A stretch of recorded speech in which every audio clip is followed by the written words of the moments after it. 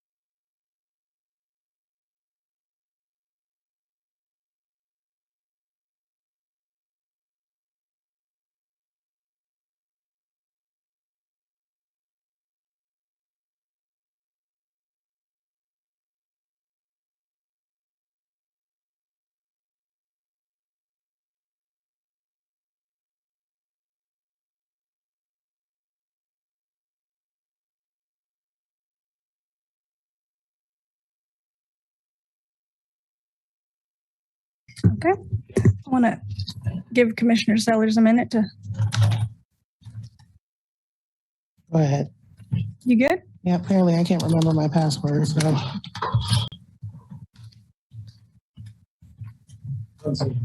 Yep, I'm here. You good? I'm good. Okay. Yeah, not at all. I would like to welcome everyone. Pardon me. I would like to welcome everyone to the Tuesday, August 9th, 2022 Lawrence City Commission meeting. We have a executive session. When we return from that executive session, we will give the announcements that the public needs to understand how the meeting will proceed. Do I have any motions? Yes, I move we recess into executive session for approximately 30 minutes to discuss privileged legal communications from the city's attorneys regarding current law and policy pursuant to KSA 75-4319B2. The justification for the executive session is to keep attorney-client privilege matters confidential at this time. The City Commission will resume its regular meeting in the City Commission room at 5:31 p.m. after the executive session is concluded. Second. I have a first and second. All those in favor? Aye. That passes 5-0.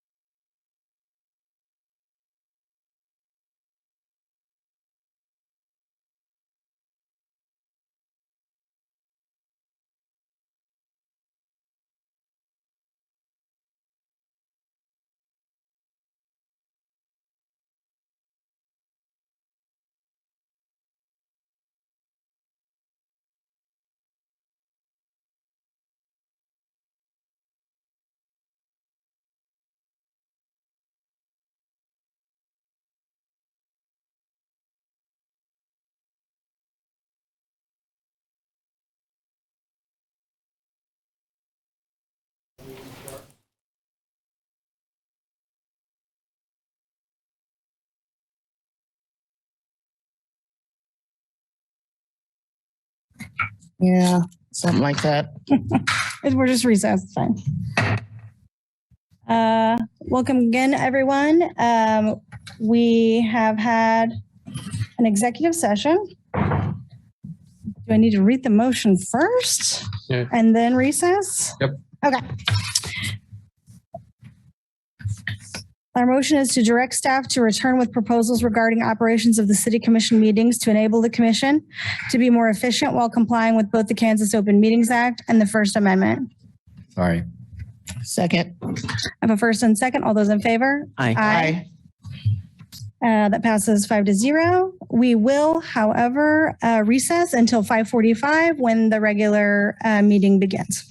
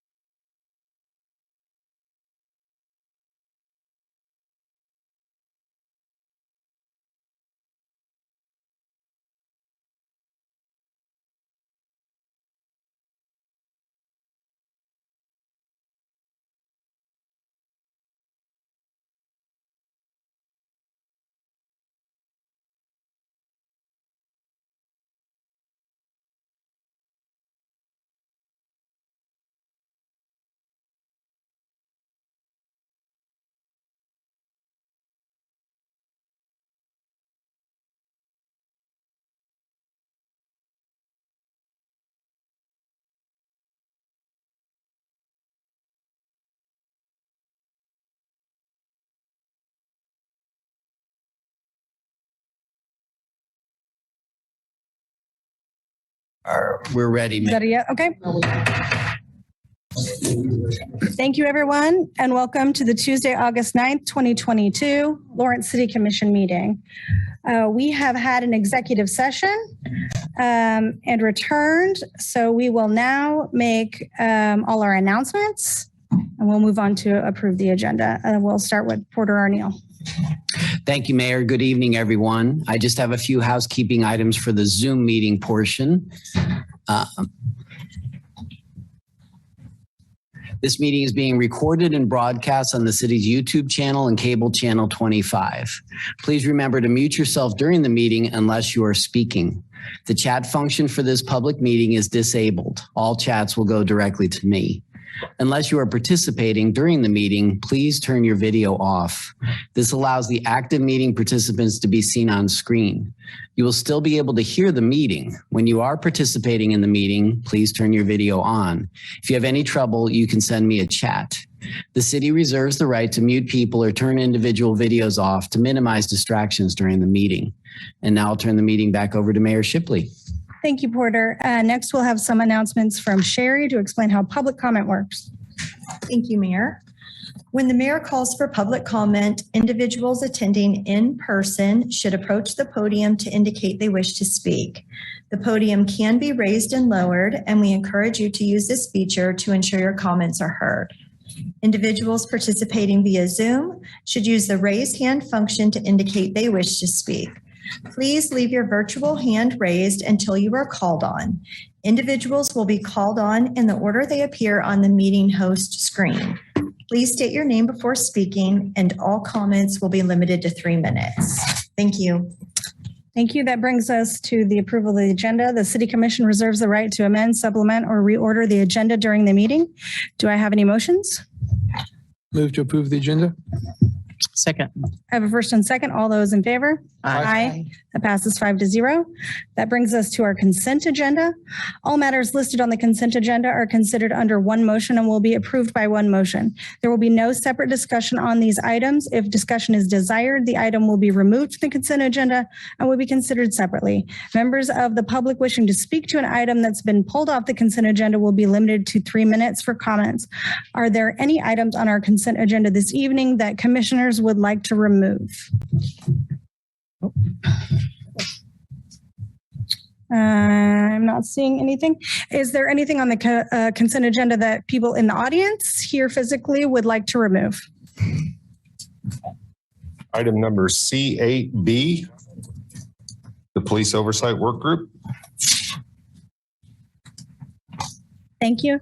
Any other items in the room that people would like to remove from consent agenda? Seeing none. Sherry, is there anyone online who is interested in removing anything from the consent agenda? Stephen Watts. Hi, thank you. C1, please. Did you say C1? Correct, C1, minutes. Okay. Thank you. Is there anyone else online who would like to remove something from the consent agenda? That's it, Mayor. All right. Let's bring it back to the commission. Do I have any motions? Move to approve the consent agenda with the exception of C1 and C8B. Second. I have a first and second. All those in favor? Aye. Passes 5-0. That brings us, Mr. Watts, to C1, since it's first in order, if you're ready to go. Yes, thank you. Again, the issue of not really reporting what went on in the meeting is still on the table. And here's a specific instance that's not recorded. Last week, there was a discussion that went on with respect to a certain issue that the gentleman in the gallery there has asked it in relation to the police department and using threats. Commissioner Larson wanted to pursue it a little bit, but okay, an opportunity was given for it to be, quote, prepared, unquote.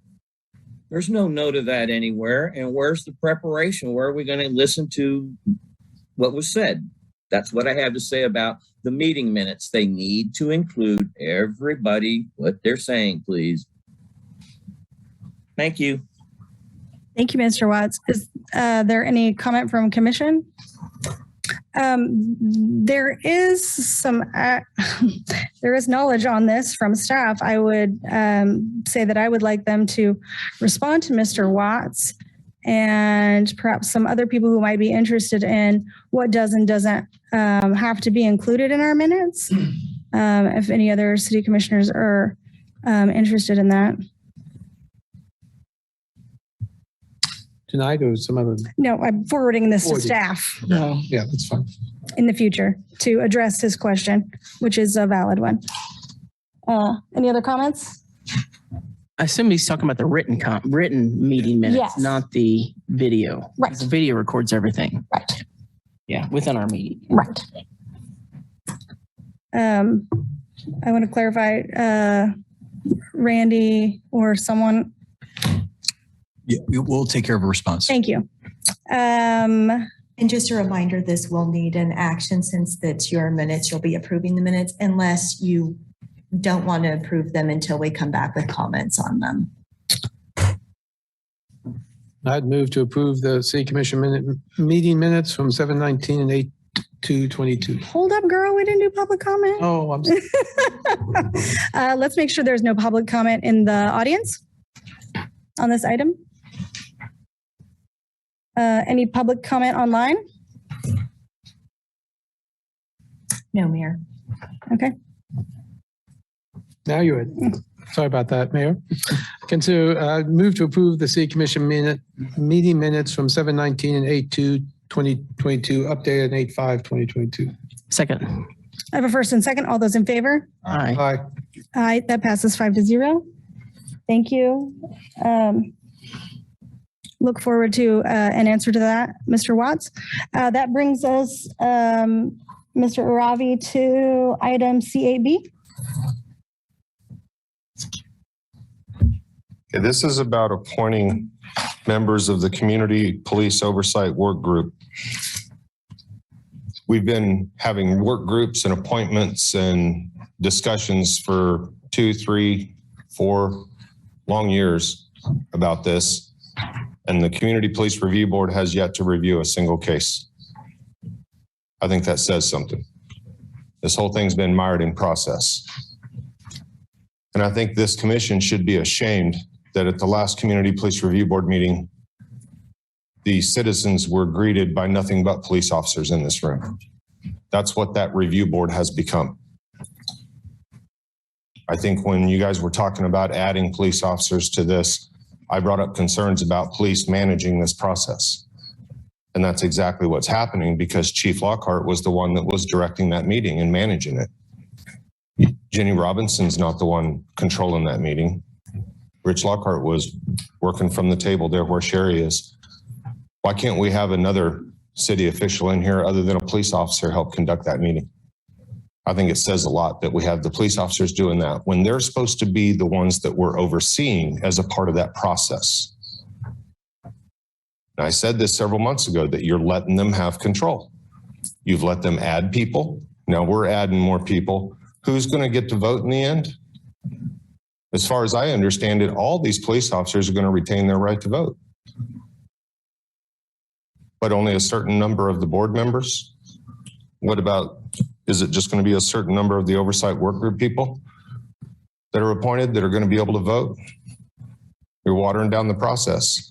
I'm going to be speaking more about the police tonight, but you guys are enabling the lack of accountability here by watering this down and letting the police take control of everything. And when we come in here, I hope that we never again walk into a police review board meeting and are greeted nothing but police officers here. I hope that never happens again.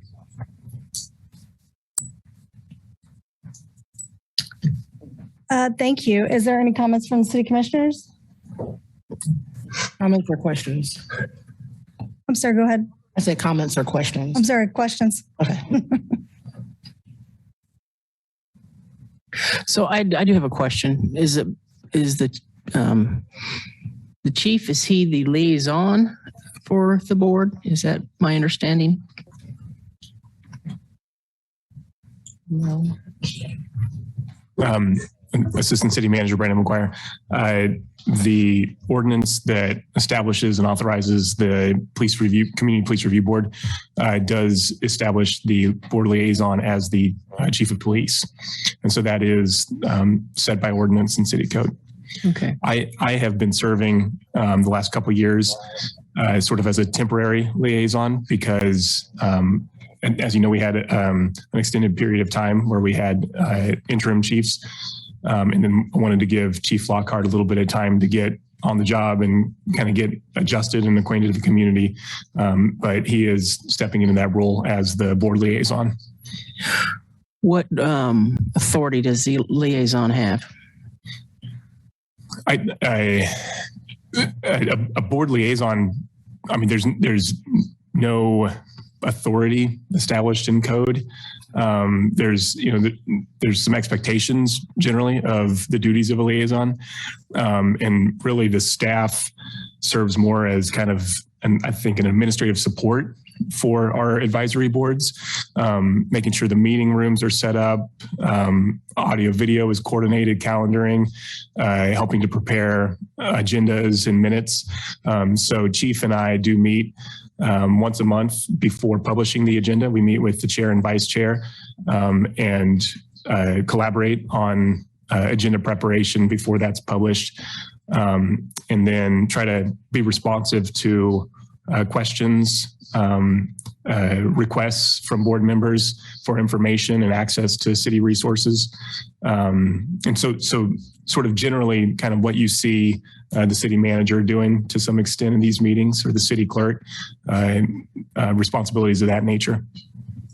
So the agenda items are a collaborative effort, or is there somewhere in the ordinance that says the chair is supposed to set it? Some of them have that.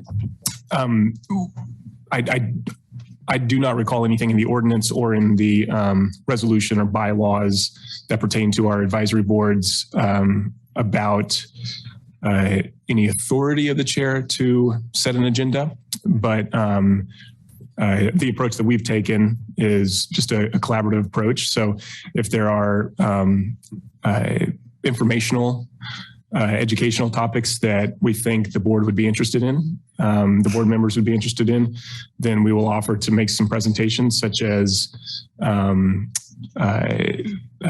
on different training that our police officers receive, different community outreach efforts.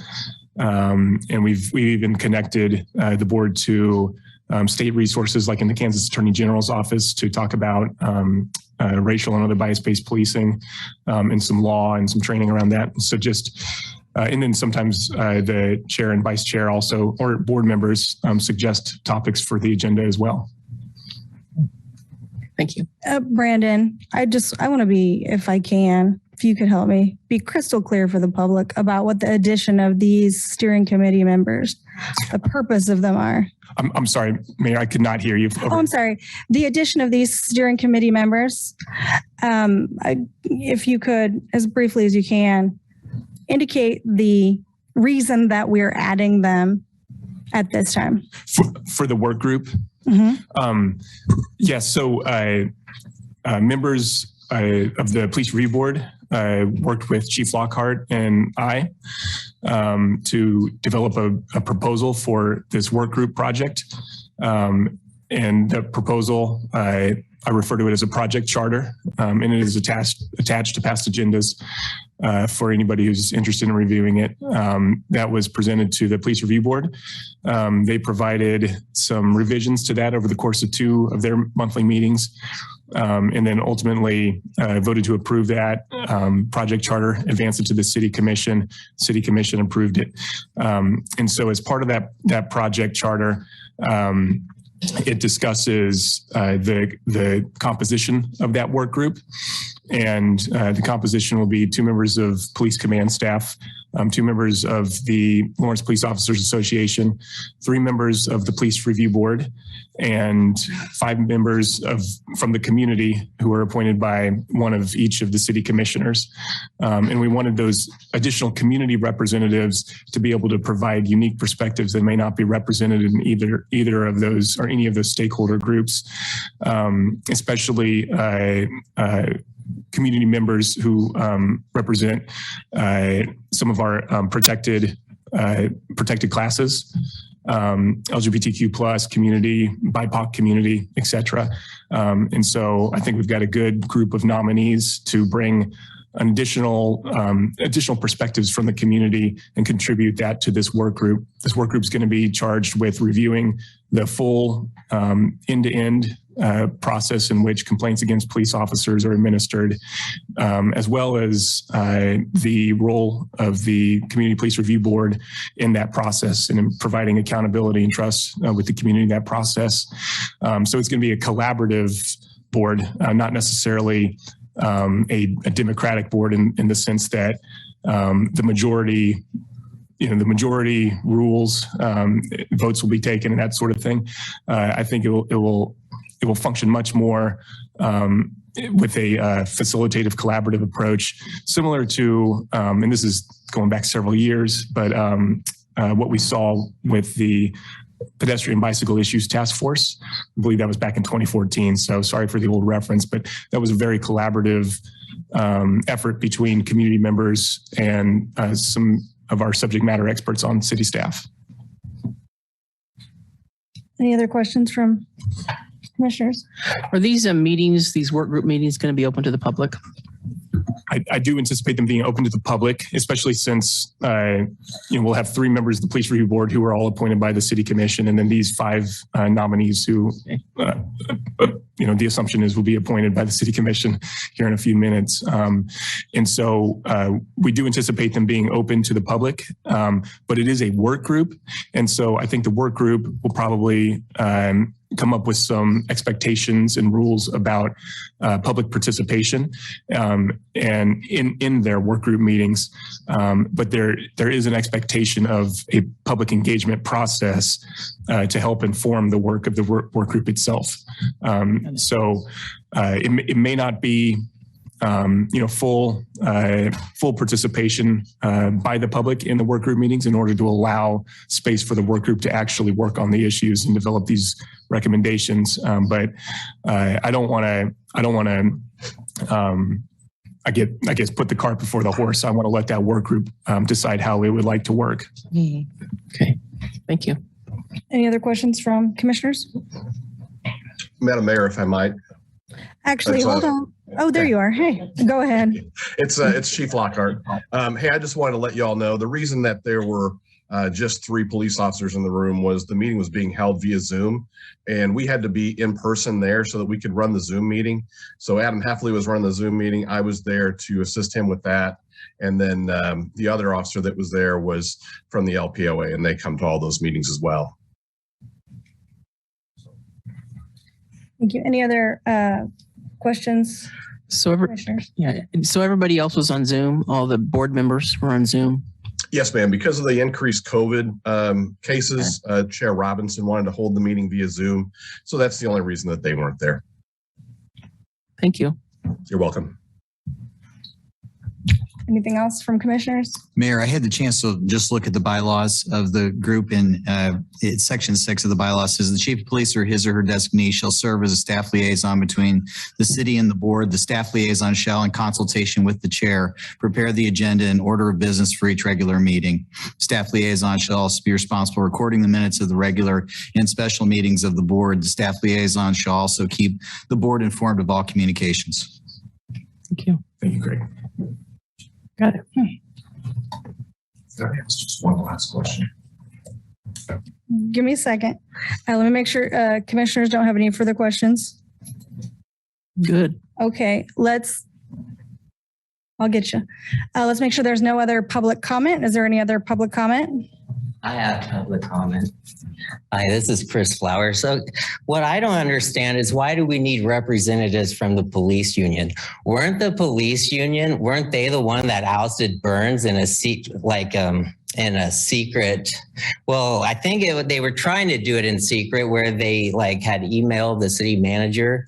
I mean, when they've been doing shady things, why are we including them, the police union, when we're trying to bring what is oversight to the police? And we're going to purposely include the group that was working in secret to oust their boss? That just seems crazy. Like, why does it need to be police union representatives? Why isn't it just the chief, the police chief being included enough? I think there's someone else.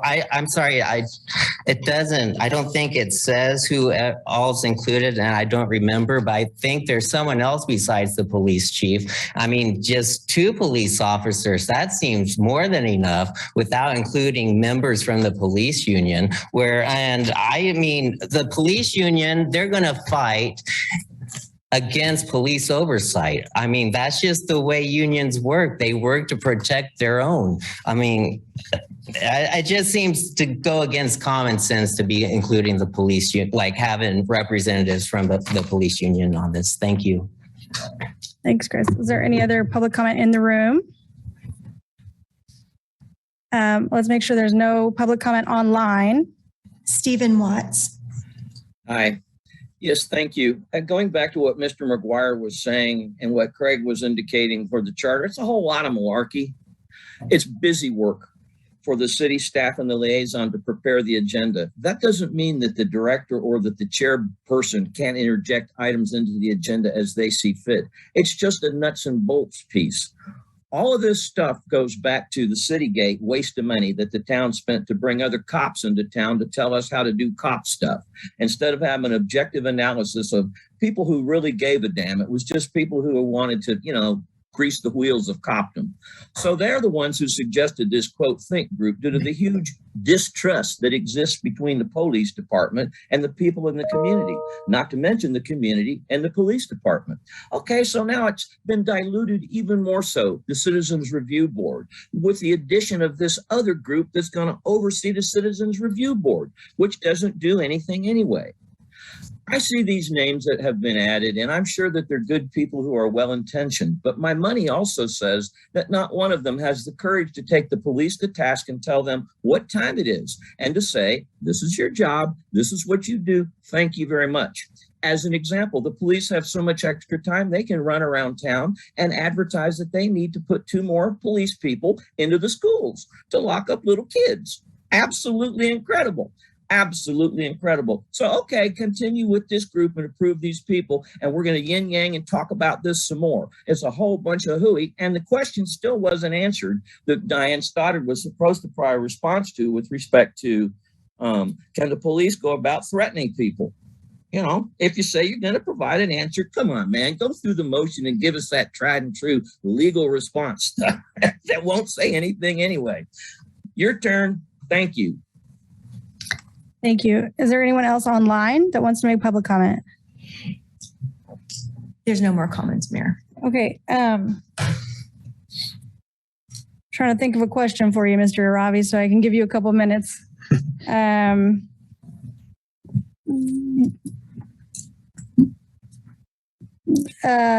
give you a minute. I'm not going to need that long.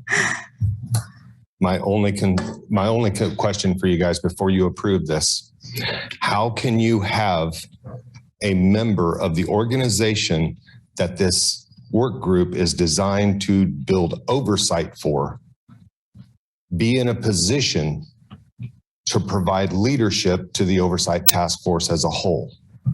This is a conflict of interest. The chief of police should not be helping set agenda items. He should not be appointing liaisons. He should not be doing all these things.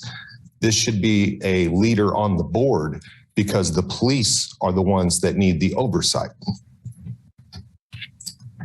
Thank you.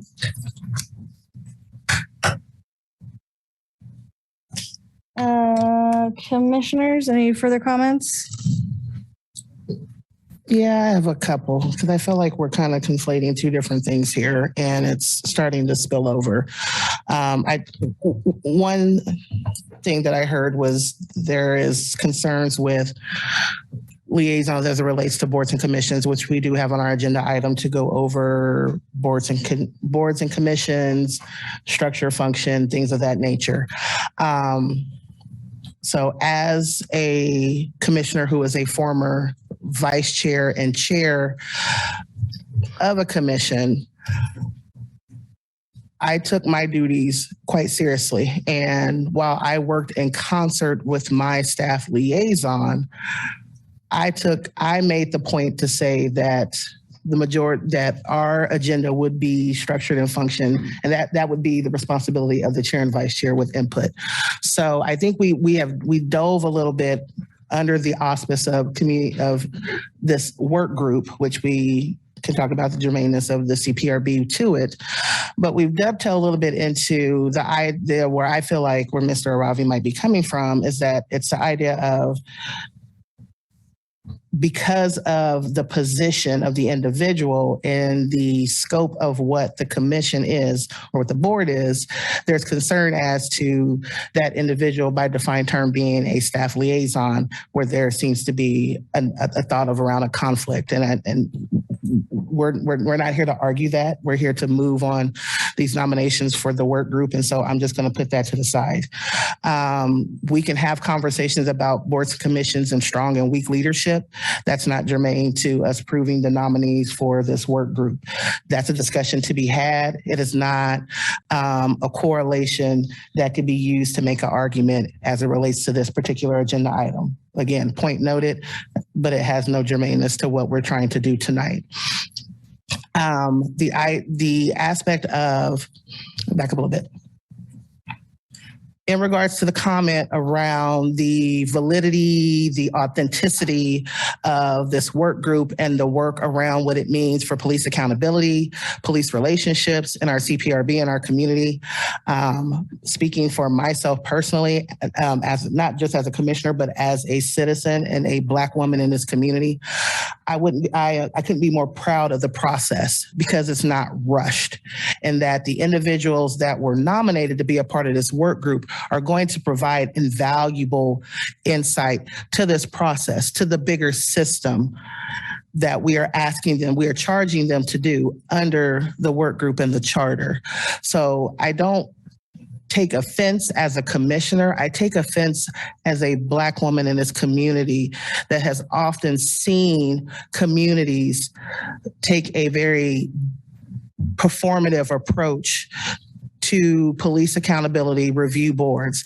I gave in a previous meeting, I shared the story of Louisville and how that community went on for 20 years before they were able to.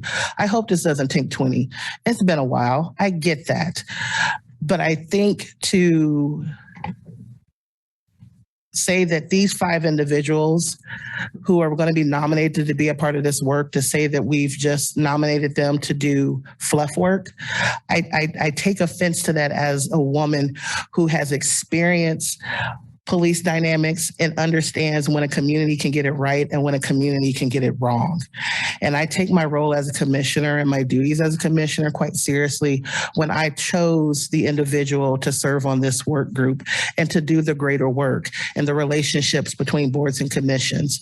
So, I don't want this conversation to dim the light that we have 5 incredible Lawrence citizens who have stepped up to the plate, who are willing to take the charge to be a part of reimagining what police accountability could look like in this community. They're not superseding the roles of the CPRB in hopes they will give it new life and new opportunity. And that's what I hope is accomplished with this group. And I couldn't be more proud of the 5 individuals that were nominated today. Thank you, Commissioner. Any other comments? No, I know a couple of the folks that are on that's been nominated for this, and the individuals that I know, they are not at all fluff. I mean, they are very good advocates for the community. I've worked with both of them, and you're not going to mess with them. They're going to be really good part of our board, part of the process. So I'm also in agreement with Commissioner Sellers that this is a good slate. It's a serious slate. Any other comments? I do need a motion for this.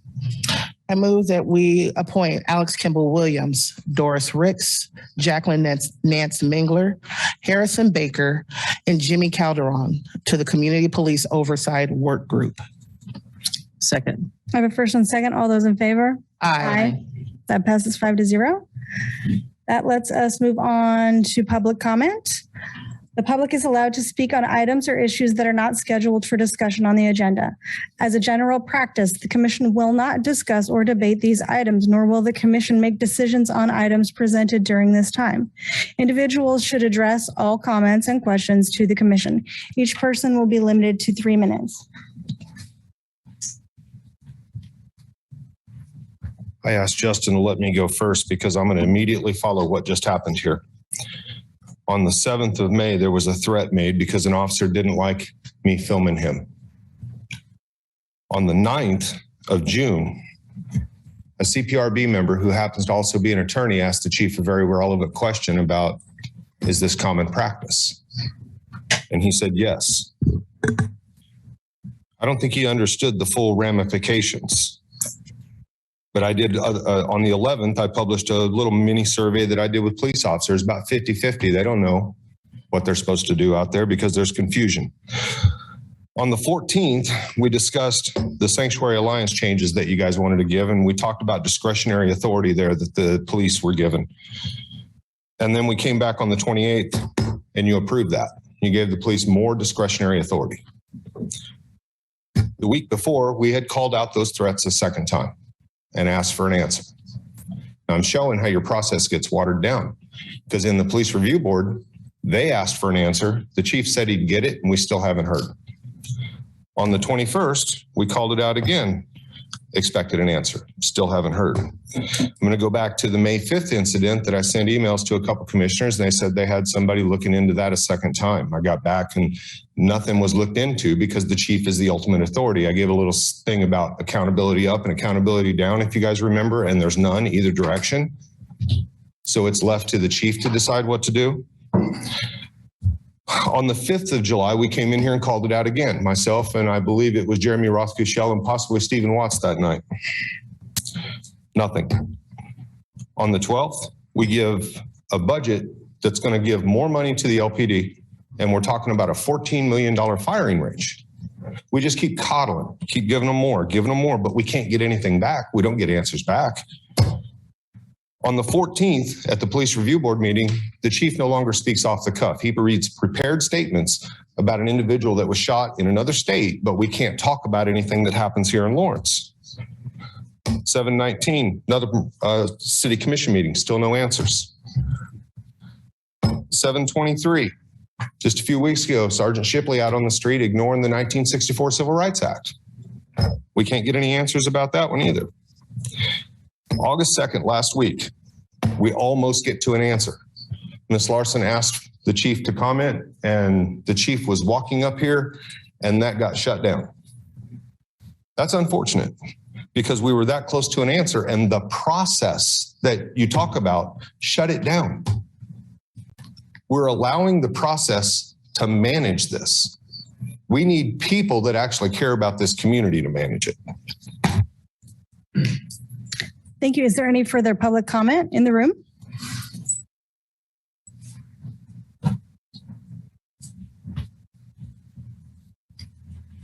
Hey, just a little while ago in this meeting, Brad Finkeldike kind of jumped the gun there a little bit and on one of the procedures, and Mayor Courtney Shipley just said, "Hold up, girl." Now, first of all, that's extremely unprofessional, and you're even laughing about it right now. It's extremely unprofessional. Second of all, isn't that transphobia or something? You can't just dead name people like that. And third of all, why you let her call you a girl, man? Aren't you a man? Don't you have any pride? You just gonna let her say that to you? All right, my name is Dr. Justin Spees. I'm running for Douglas County Commissioner in District 1 as a Republican candidate. Last week in the primary election, I received 1,374 unopposed votes, and I want to speak real quick to those 1,374 people. I want to let you all know how much I appreciate your vote of confidence in me. And I'm just over the moon about it. I think it's great, man. That's a lot of votes unopposed, and I appreciate it from the bottom of my heart.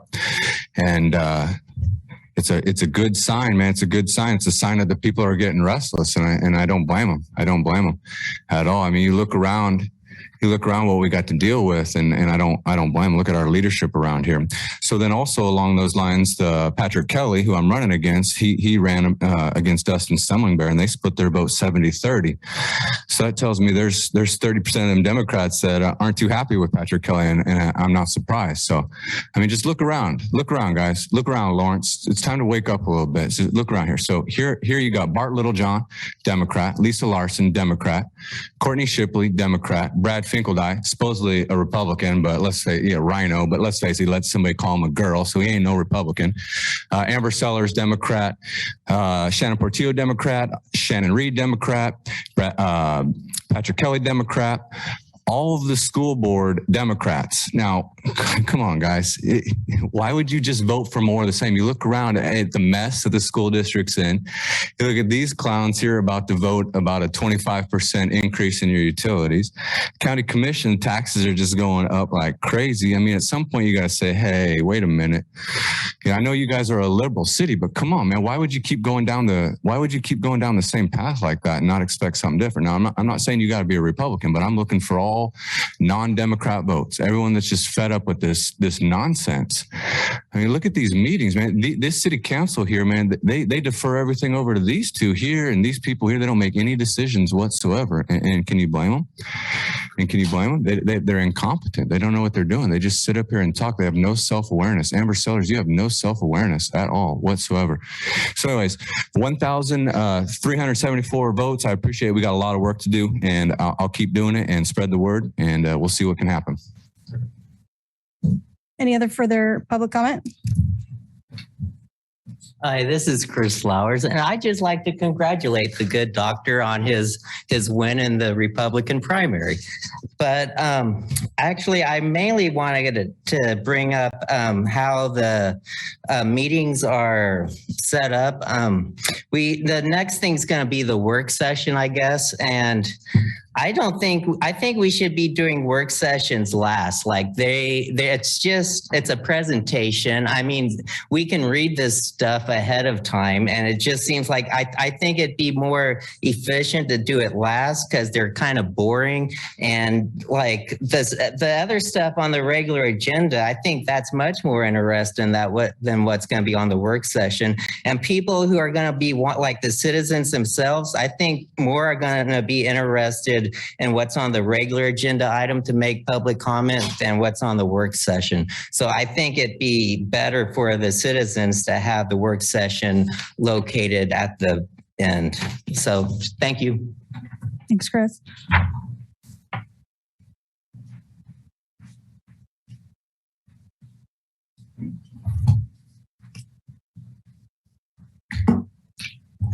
My name's Dan Cady. First thing I'd like to do is Brad was not here last week, and I put a shout out to him because he did vote for a decrease in taxes. The rest of you didn't. Okay, people need relief. People need relief.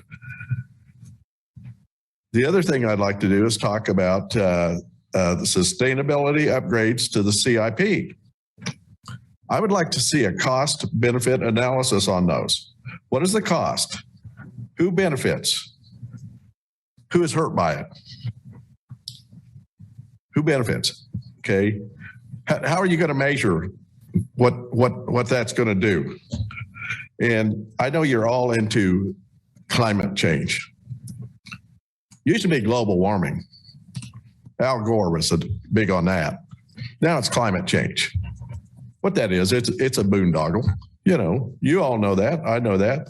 I think you're well-intentioned. I think you would like to do right by the environment. Okay, but does it make sense to get solar panels from China? Where's the lithium for those solar panels come from? The lithium comes from Afghanistan, which we turned over to China.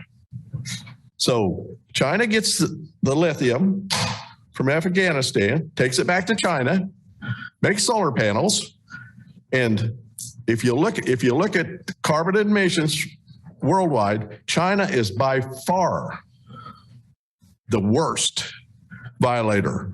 They have like if you look at a chart, there's China, Here's us. Okay. And I don't know if you're just ignorant to that, or if you're with a national narrative. Okay. You gotta get climate change in there. Okay. Well, I would like to kind of point out a couple of things to you. I will challenge you. I want you to tell me this. What is the average amount of CO2 presently? What do you want the average temperature and amount of CO2 to be? And why is that? Could you answer that? I'll be back next week. I'll give you a week to find out. And then you could tell me. And have you ever looked at the saturation mixing ratio and how it relates to dew point temperatures? Now, you have an opportunity to look these things up. And if you didn't get them, I could repeat them. Time. Okay, thank you. Is there any other public comment? Oh, thank you.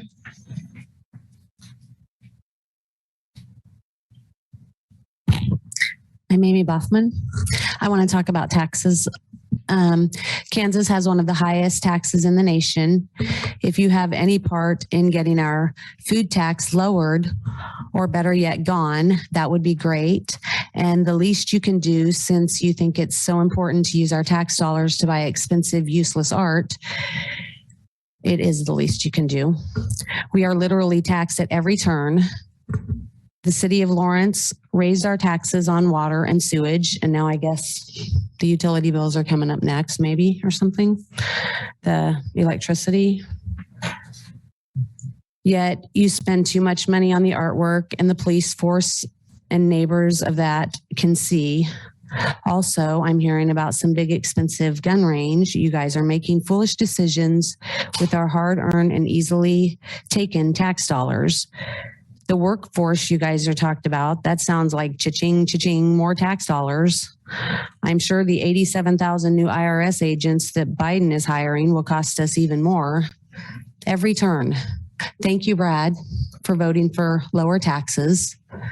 Might be some Democrat in you there or Republican in you there.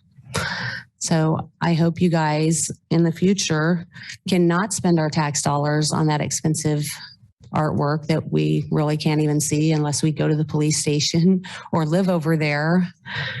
I know I'm a little late to the game on that.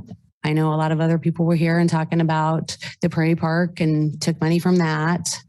So we're just tired of being taxed. And if there's anything you can do to get rid of the food tax, if you guys have any part in that, please do it, because we have to eat. Everybody has to eat. Okay. And everything's going up. Gas is coming down. Ooh, breathing room. Ay. Thank you. Thank you.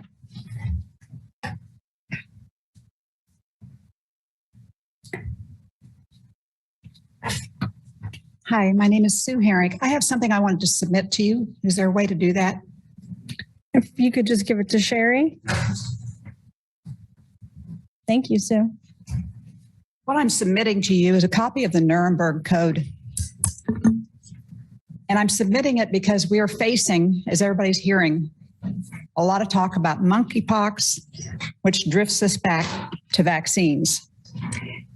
The Nuremberg Code is a list of 10 requirements regarding experimental treatments or procedures. So I want your memory refreshed because these vaccines are experimental, released under an emergency use authorization. Pressures to vaccinate with an experimental gene therapy came with COVID, are probably returning. And several of the 10 points in the Nuremberg Code have been ignored as the rollouts of this therapy occurred across the country. The most ignored is the first one, informed consent.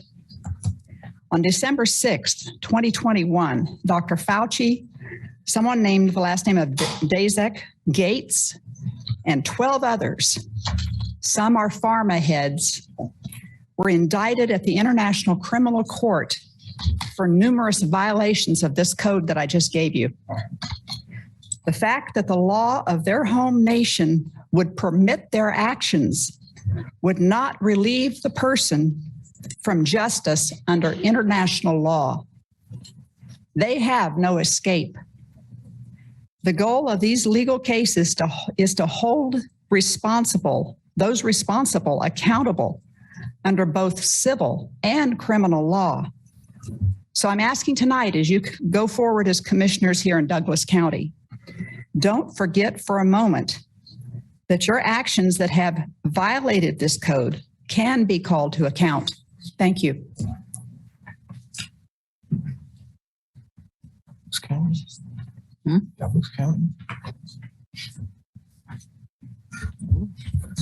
My name is Joe Herrick.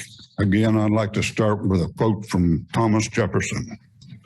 If the American people ever allow banks to control the issue of their currency, first by inflation, then by deflation, the banks and the corporations that will grow up around the banks will deprive the people of all property until their children wake up homeless on a continent their fathers conquered. The issuing power should be taken from the banks and restored to the people, to whom it properly belongs, end quote.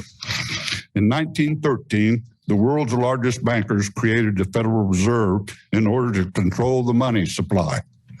The Fed is nothing less than a criminal organization owned by private bankers and must be eliminated.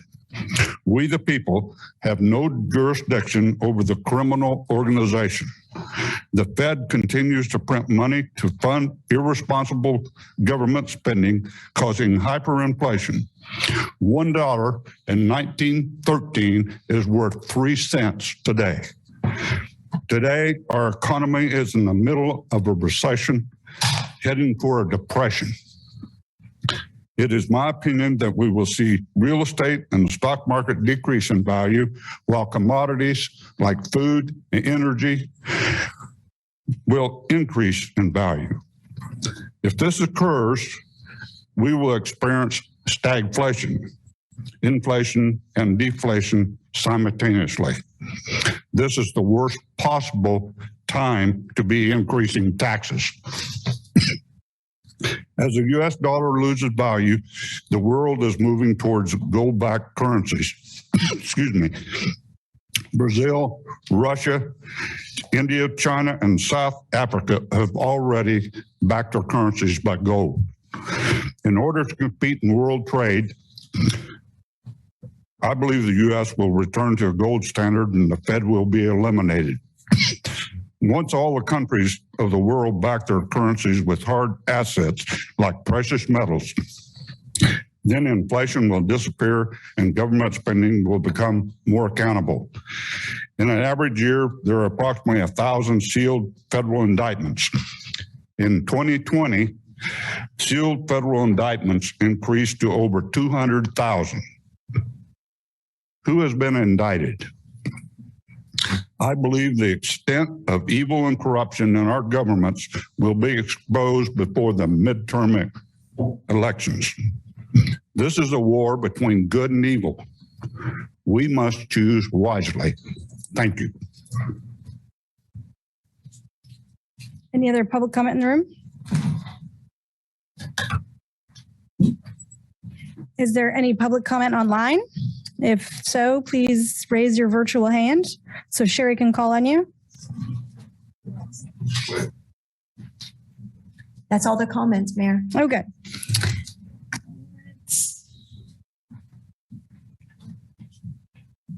Move on now to our work session. The work session provides an opportunity for the City Commission to discuss items in greater detail. The Commission will take no binding action on items presented during this time. Work session topics are eligible for live public comment. Each person will be limited to 3 minutes. Today we will be receiving the strategic plan update from the Unmistakable Identity Outcome team.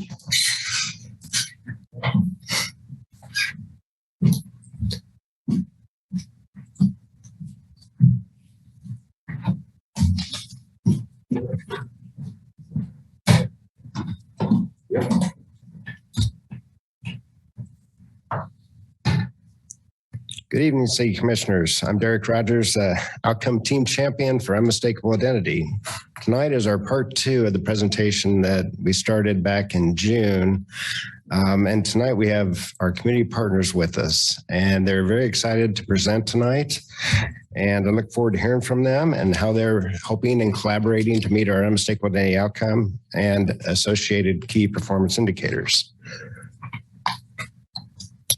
Sorry, I can't get my quick slide presentation up. No.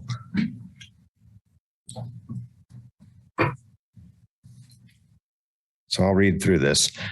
Just as a reminder, our community outcome is Lawrence is a welcoming community synonymous with arts, diverse culture, fun, and a quintessential downtown. City parks and community events contribute to the vibrancy and experience by all people of our downtown of Lawrence.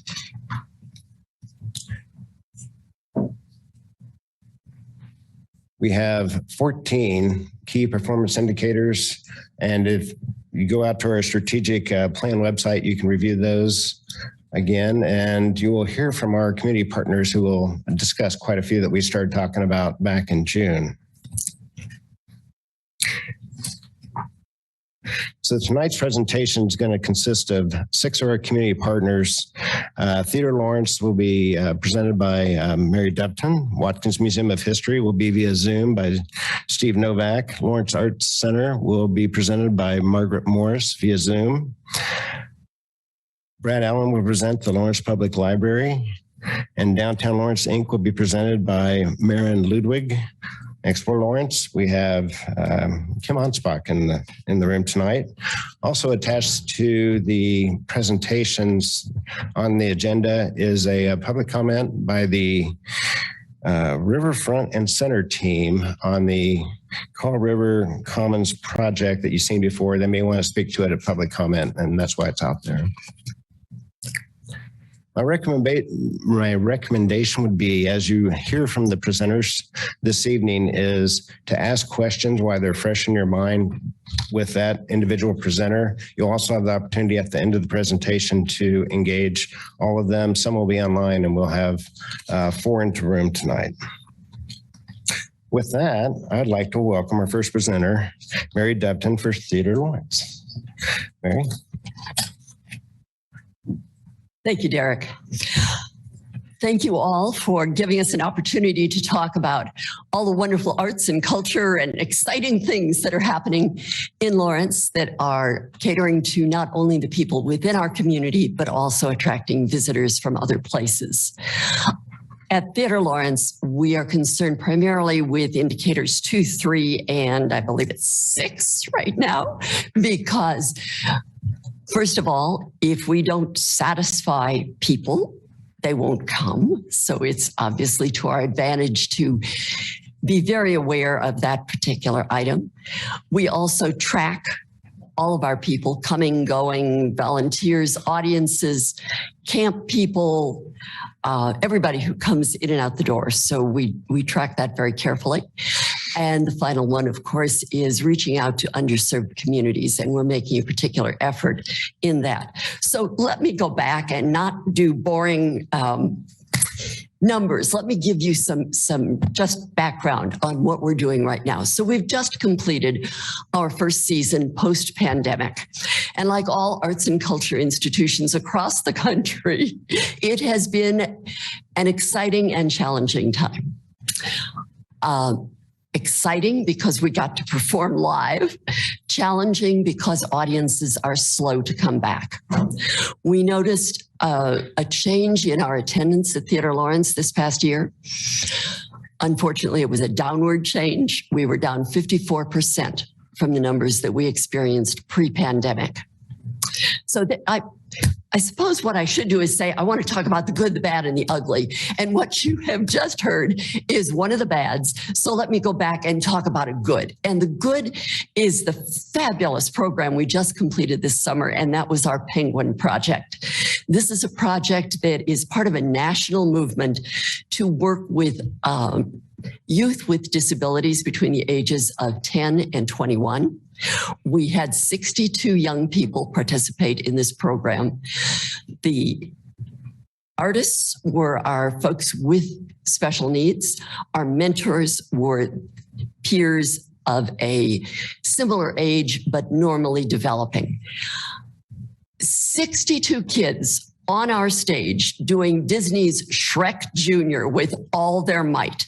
They rehearsed for 4 months, and the joy and the satisfaction that came from those young people was heartbreaking and uplifting, and all of the wonderful things that arts are supposed to accomplish. This gave the kids not only theater training, it also built self-confidence, it built self-awareness, it built self-esteem, but more importantly, it brought people together. People who wouldn't ordinarily have communication with each other. And our hope is that that will carry on into the community. And that's one of the most satisfying things about being a community theater, because what we do within the walls of the theater then goes out and carries on within the community. So that was really the high point of our summer. And I guess going not ugly, but interesting, we're seeing a huge increase in social media. Participation during, I guess, a leftover from the pandemic. We're noticing a 35% open rate on e-blasts and communications. So that's a good thing that is starting up. On the downside, like every other business, we're seeing huge increases in lumber and steel, multiples of multiples of multiples going up and up and up, making things very expensive. We're also seeing huge shipping delays, 22 weeks to get lighting instruments. So those are challenges for us. We are looking forward to an upsurge in ticketing. We're seeing our ticket sales for the coming year come up. So hopefully we'll be going up and returning to the pre-pandemic levels. We're also facing a new season where we're going to do special outreach to some of our groups. We're going to be doing an opening show, Priscilla, Queen of the Desert, that is of special interest to our underserved communities. The show is a fictionalized version of 3 friends adventuring through the Australian outback in full drag. You have never seen so many sequins, sparkles, and feathers as you will see in that show. We're also continuing our work with the Penguin Project, and we'll be expanding that this coming year. And also we are doing some special work with seniors with our Vintage Player group. So all in all, we're really excited about where we've come from, where we're going to, and the services that we're providing both for the community of Lawrence and for the many visitors who come in and see us. So thank you very much for the opportunity to share a little bit with you, and I'd be happy to answer any questions. Thank you, Mary. Any questions? Just curious, Mary, I had some friends who tried out for Priscilla. A couple of them made it, but just curious, the people, I know you're down in attendance. What about folks trying out for the shows? Is that flat, or do you see more people trying out now that they've been down for a few years? Or are you still missing out on some of your performers? For the most part, they've all come back. They've all come back. Depends always on the show. Yeah. But we had a large turnout for this show, so yeah. It's great fun. Any other questions?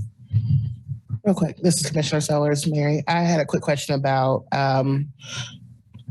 visitors. Do you track the individuals who are from here, or like regionalize where they're coming from for different shows? So do you know if they're in town, out of town, and if so, where they're from? Do you get that from ticket sales, or do you have an ability to track that? We do track that on because every purchaser puts down a zip code. Where we sometimes have no control is if people in Lawrence are buying tickets for visitors who come from out of town. Right. So then we have a local zip code, but they're really entertaining people from Florida or California or wherever. Right. So based on what you're seeing with that data, do you feel like most of those who participate or attend shows are Lawrence residents, or roughly what percentage do you see of? Oh, I'd have to go back and look at the exact percentages, but where we're seeing an uptick is people who are driving in from Manhattan, Topeka, Atchison, those kinds of places. Regional pieces. So. Right.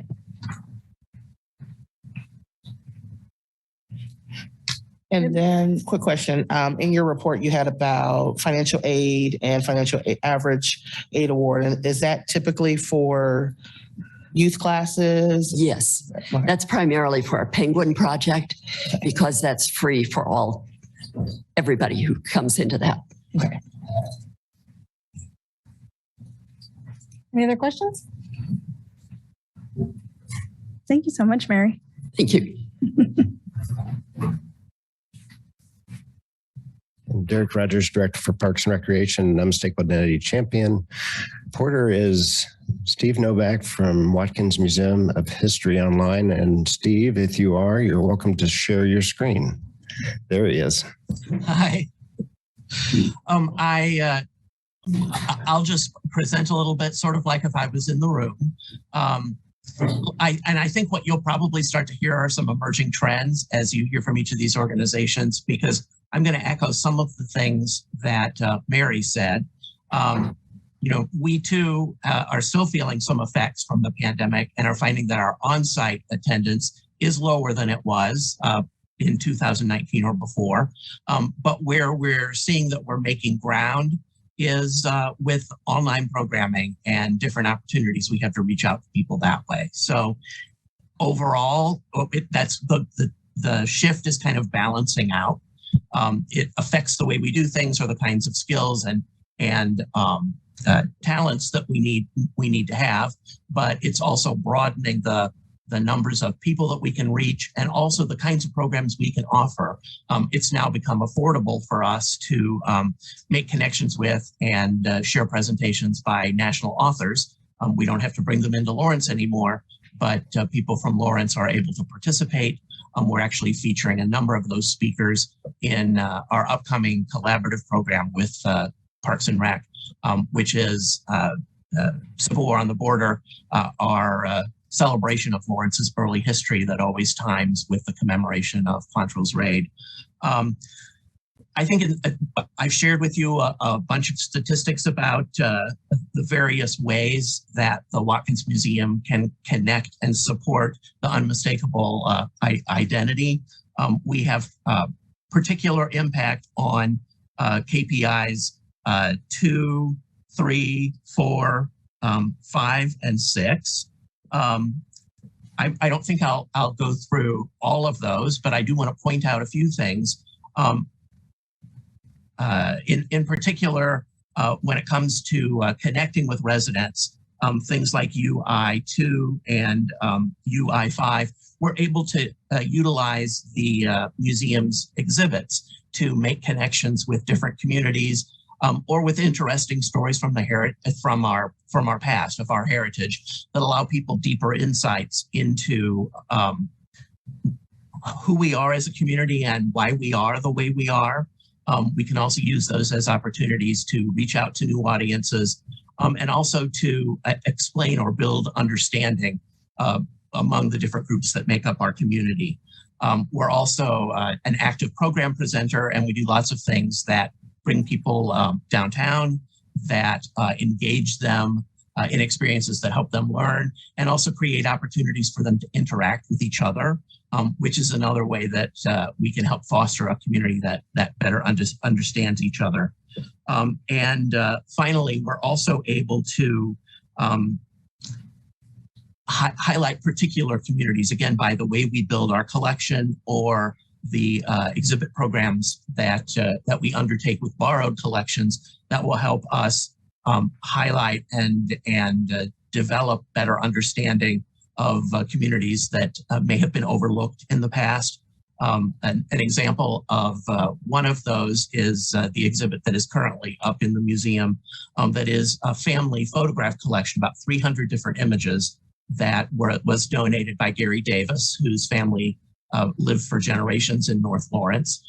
It allowed us to look at a part of the community in a much broader way than we normally can. We were able to draw an exhibit from it and develop programming, but we're also now working on a more complete digitization of that collection and an online exhibit. So we will be able to share those images from our heritage much more broadly. And our next step is to build some educational programming and resources for teachers around that same collection.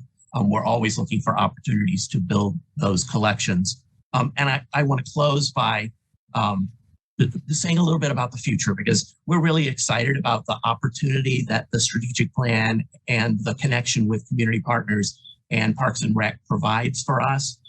The statistics I've have supplied so far, examples of exhibits, attendance numbers, things like that, have all been built based on me interpreting where I think our activities are affecting the key indicators. Moving forward, we're able to think about things before we do them. How can we take a traditional program and shape it in a way that will have greater impact on the strategic plan? Or who might we partner with in order to go in a new direction and strengthen one of those, the results that we see around one of those key indicators. So we're really looking forward to shaping and adapting what we do to meet the museum's strategic goals, of course, but also to support the city. And again, I would be glad to answer any questions. Steve, this is Commissioner Sellers, and yes. Mary, you can answer this question as well, but I wanted to ask Steve, with some of the changes post, endemic times, post-pandemic, with several museums, whether it's in the state or across the country, kind of move to that virtual experience. Are you seeing that that's becoming a trend in the industry? And if so, do you see where foundations, industry, national agencies are providing funding opportunities to move in that direction or to help museums modernize to that approach? Mm-hmm. It is a trend. Not a massive trend. In the studies that have been done, at least with museum visitors, there's about 70% that really wants to consume museums in person. And there's another 30% that is open to the idea of doing it online. Actually, I should slice those numbers a little bit more. There's, I think, 21% that is kind of open to doing it online or in person. If the topic is interesting, they'll want to participate. And then there's about 19% that say, no, we want to consume it online. So while there's a move back towards engaging public in person, I think there's enough of a core audience there that we wouldn't want to just stop doing all of those things, because we have seen we have seen some audiences build around some of the things we do, and it does open new opportunity for us, but it means we have to expend our resources in broader ways. The National Endowment for the Humanities Kansas, they're looking for ways to supply people with grants that help us experiment to address this new need and incorporate it into the ongoing way we do our public engagement. Mary, I just wanted to ask about the virtual option, because I know during the pandemic, I spent quite a bit of money on attending virtual workshops and plays that were put on by other museums in different states. And so I didn't know if you were seeing similar trends, or do you feel like that is a component that can be operationalized within Theater Lawrence? Well, we did quite a bit of streaming during the pandemic. It's very expensive for us to do. And what we found was there was a small core of people that took advantage of it, but people get so much entertainment for free on their TVs and their streaming devices that we found that there was not a lot of willingness to pay what needed to be paid for a ticket. So we probably, and during the pandemic also, the royalty houses that have the rights to all the shows were very generous in allowing streaming. And now they're cutting back on that as well. So it's other elements that could play into how revenue neutral or Yes. revenue benefit that could be. Yeah, it's a mixed bag. Okay. Where we're seeing the best results from the explosion of internet stuff is the ability to communicate with people online through social media and through e-blasts. People are paying a lot more attention there, and also the anecdotal response that we're getting in ticket buying, where we used to have people calling in or coming to the ticket window all the time. Now we're finding that almost all our ticket sales are being done online. Okay. Thank you.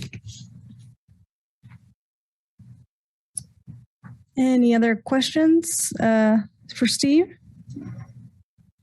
Thank you, Steve. You're welcome. Good to see you. Oh, Steve, well, sorry, this is Commissioner Sellers' quick question. Yes. Similar question to Mary as far as the regional, as far as connecting individuals to the museum, to the theater. Are you seeing where there's mutual regional collaboration between museums, whether, you know, the Manhattan, Topeka area? I know we had talked briefly about connecting different museums across the state for traveling exhibits and things of that nature. So wanted to know a little bit, if you can speak a little bit to that. Yes, we actually have a couple of initiatives that are rolling right now. And one is done in partnership with Freedom's Frontier. And it's helping the Watkins Museum is developing exhibits that we're sending out to other partner institutions. And that's helping to strengthen the network of museums that the Watkins is a part of. We're also looking at ways to collaborate based on what we learned with the John Brown exhibit that we did. Was that only last fall? I guess it must have been. We have another opportunity to bring in a traveling exhibit, and it's this one with the topic of World War I and soldiers' experiences. And we have right now we're looking for other collaborative opportunities with the World War I Museum and with the Spencer Museum of Art, so that we can make a connection that provides an exhibit experience that is a little different than people would get if they just visited the Watkins on our own, and also to get some connections to audiences that regularly patronize other institutions. So yeah, we're always looking for opportunities to make those kinds of connections. And I will answer the question that you asked Mary a little bit before, because we also look to see, you know, how much of our audience is regional, how much is out of state, and how much is local. And while it shifts some over the course of the year, we have more travelers during the summer. We roughly serve about 80% of our audience is local, and about 20% comes from outside Douglas County. Okay. Thank you. Sure. Anything else? Thanks. Thank you. Thanks, Steve. Derek Rogers, team champion. Unmistakable identity. Is Margaret Morris on the Zoom? Yes. And Margaret, if you can share your screen, great. If you would like me to slide through your slides, just give me a cue, your choice. Okay, let me see if I can go ahead and share my screen. It says the host has disabled participant screen sharing, but I can't. Did you guys see anything? Hang on just a second, Margaret. Sorry. Go ahead and try again. Okay. Here we go. Do you see that?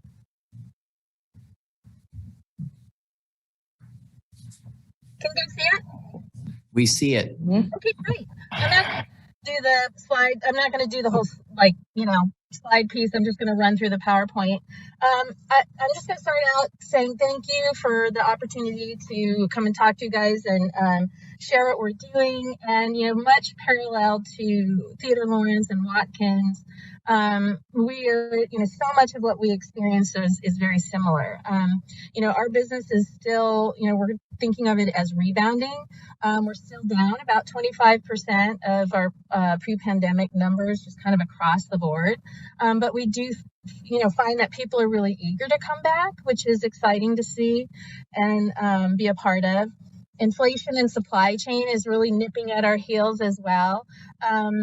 So this is, but we expect things to come back this year. We're very hopeful about this year. And, as we go into this year, what we're thinking of in terms of rebounding and how do you rebound is, being a place where people connect and build community and come to create. And so everything that we're doing is kind of focused on that lens.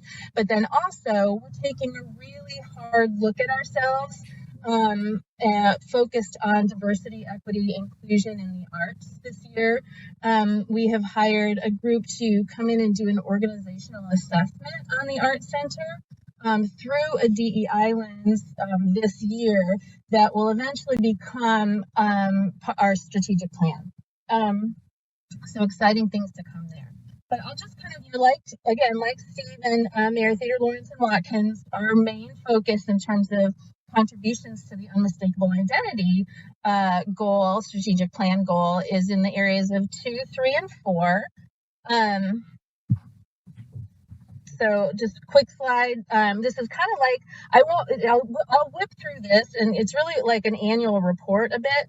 But the main places that we look at moving the needle is education, exhibitions, theater, and film. We do survey everybody who comes in to take a class or buys a ticket. Not everybody responds to those surveys, but what we do get back is that we do find that 98% of the people who've come to see something at the Art Center is satisfied or very satisfied with what they're doing there. Again, just focused on, diversity, equity, inclusion this year. This year we felt that the way we can move the needle most immediately on DEI is programming and partnerships.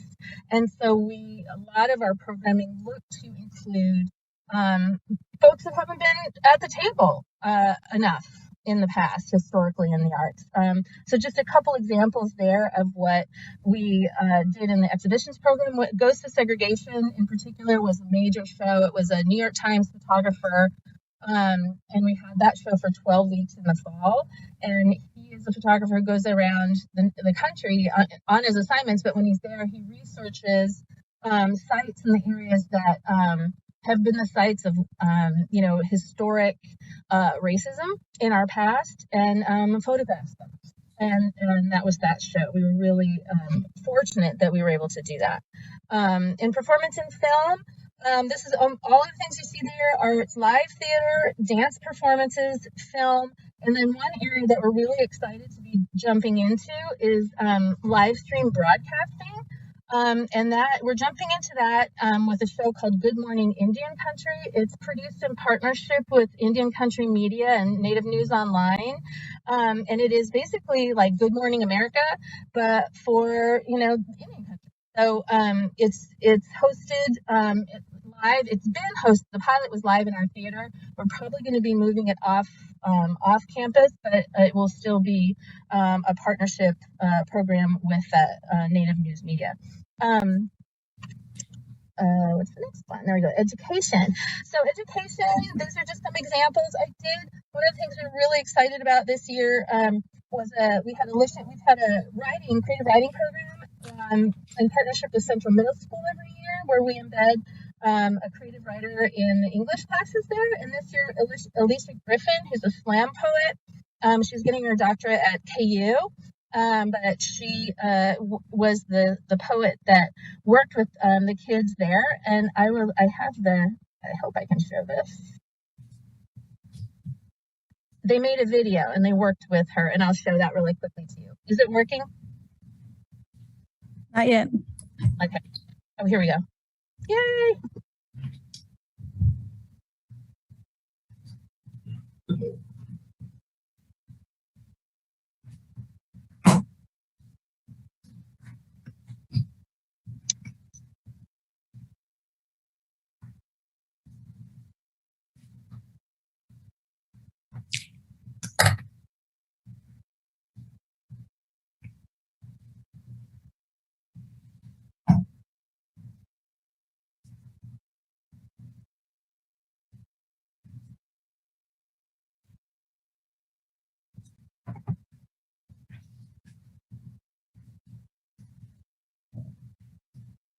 Margaret, we're not hearing sound. I don't know if that's... Thank you for telling me. Share sound. There we go. Hopefully this will work. I just shared the sound. Can you make the video a little larger?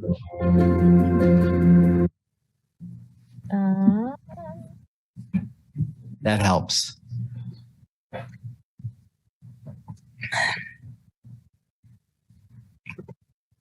Okay.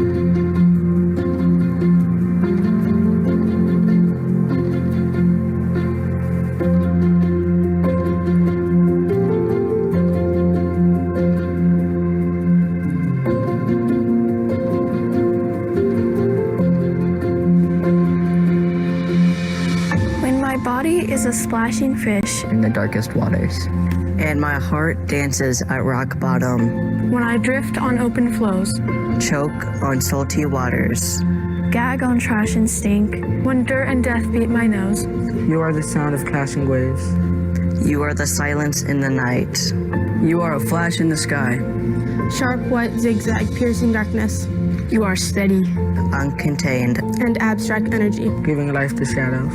You are the trickling shower overflowing from my hands.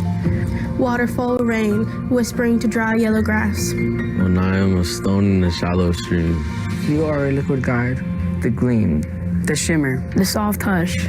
You are the murmur of a stream, marching with conviction. And I follow, like a dog to his master.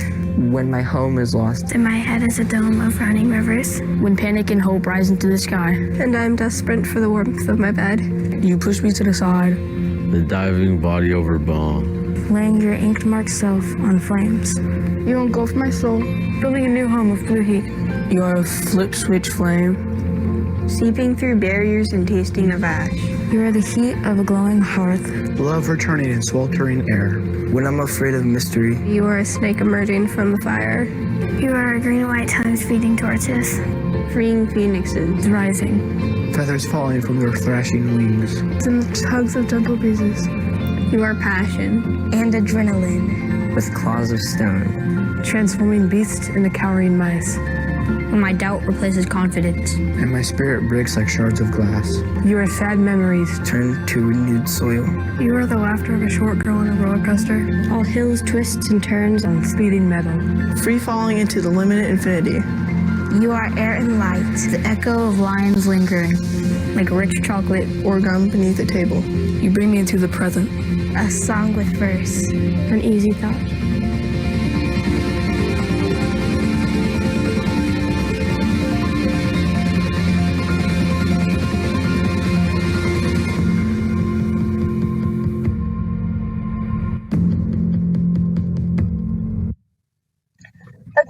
Were you able to hear that? Yep. Yes. Thank you.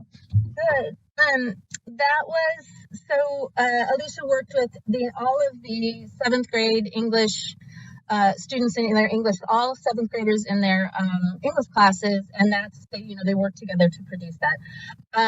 Every time I watch it, I choke up. So that's what's in my voice right now. Just moving on a little bit to number 3, just number of people. This is the number of visits we had this year. This is a turnstile number. So it's like who crosses the threshold.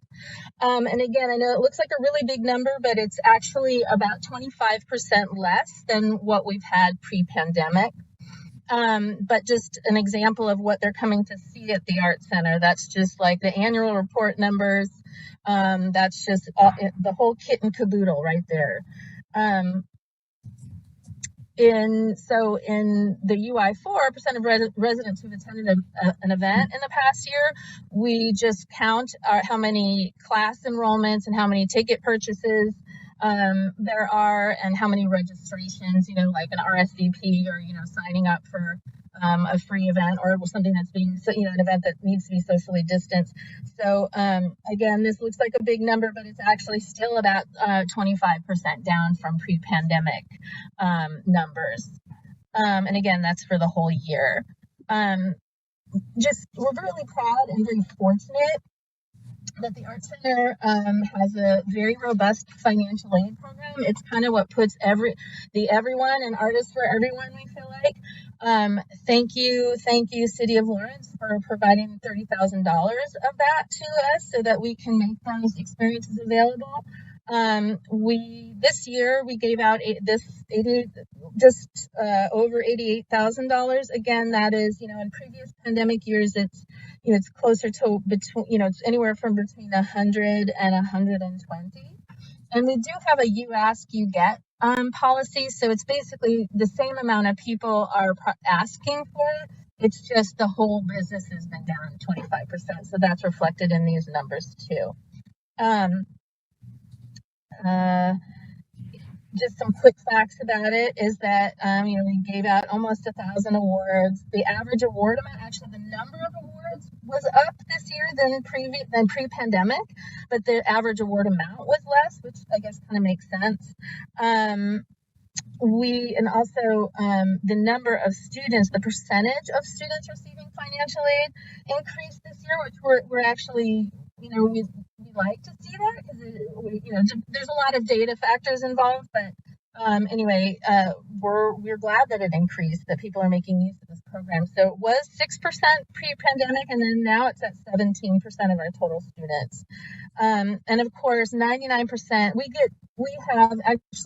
We're able to track zip codes through our CRM system, and it's we draw from 32 zip codes that are in that system who are coming to buy things or attend classes or come with attend performances and things like that. But the financial awards were 99% of the financial aid awards were given to people within the City of Lawrence, and which we found kind of interesting. So that's just the quick Lawrence Art Center UI report this year. Again, thank you so much. We're so fortunate to serve this community and work in partnership with all the amazing, community partners we have, and the City of Lawrence is one of them, one of our majors. So thank you so much, and I'm happy to answer any questions y'all have. Thank you, Margaret. Any questions? Yeah, I had one. I know I just saw that the attendance was about 25% down. What about I know during the pandemic, when you've presented before, that you mentioned that the artists themselves are one of the most vulnerable groups during the pandemic, since they were wholly dependent upon people buying their work and usually work frontline jobs. How have they returned, or what has been the outcome of that? We are actually, so right now we are actually, our rebound at this moment is we have the same number of classes that we have offered, per session. We just had capped the enrollment for it. So where we would have had, let's say we had, 300 classes this session. In previous sessions, we had the same number, but each of those classes would have 16 people. And now we capped it at, 8 to 10 because of social distancing and all those kind of things. So, and all of the people who are teaching those classes are artists. So that part we've really tried to stay steady and keep every chance we've gotten to employ artists, we've held on to it. And 100% of our relief money, actually, 100% of our PPP loans, obviously, but then our shuttered venue operators grant, all of that has gone to payroll. And it's really because we wanted to keep people employed. So it's about the same at this point as it was pre-pandemic. We're just waiting for that 25% of folks to come in and fill the seats. Thank you. Any other questions? Thanks again, Margaret. Yeah, my pleasure. Thanks again.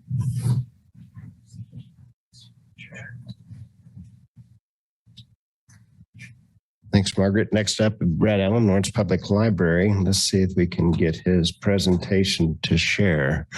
See Kurt working his magic behind the screen. So Brad, when you're ready, Kurt. Yeah, sure. Do you do that part?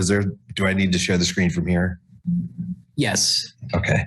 Oh, you're doing it. Well, Somebody's doing that. Who's doing that? Oh, thanks, Kurt. It's been a little while since I've been in front of a microphone, so give me a little bit of grace. Like everything I've done has been on Zoom. So I do just want to say thank you.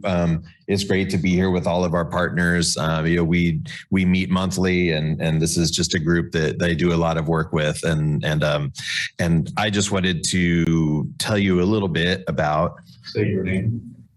Me? My name? You know me, Frank. My name is Brad Allen. I'm the director of the Lawrence Public Library.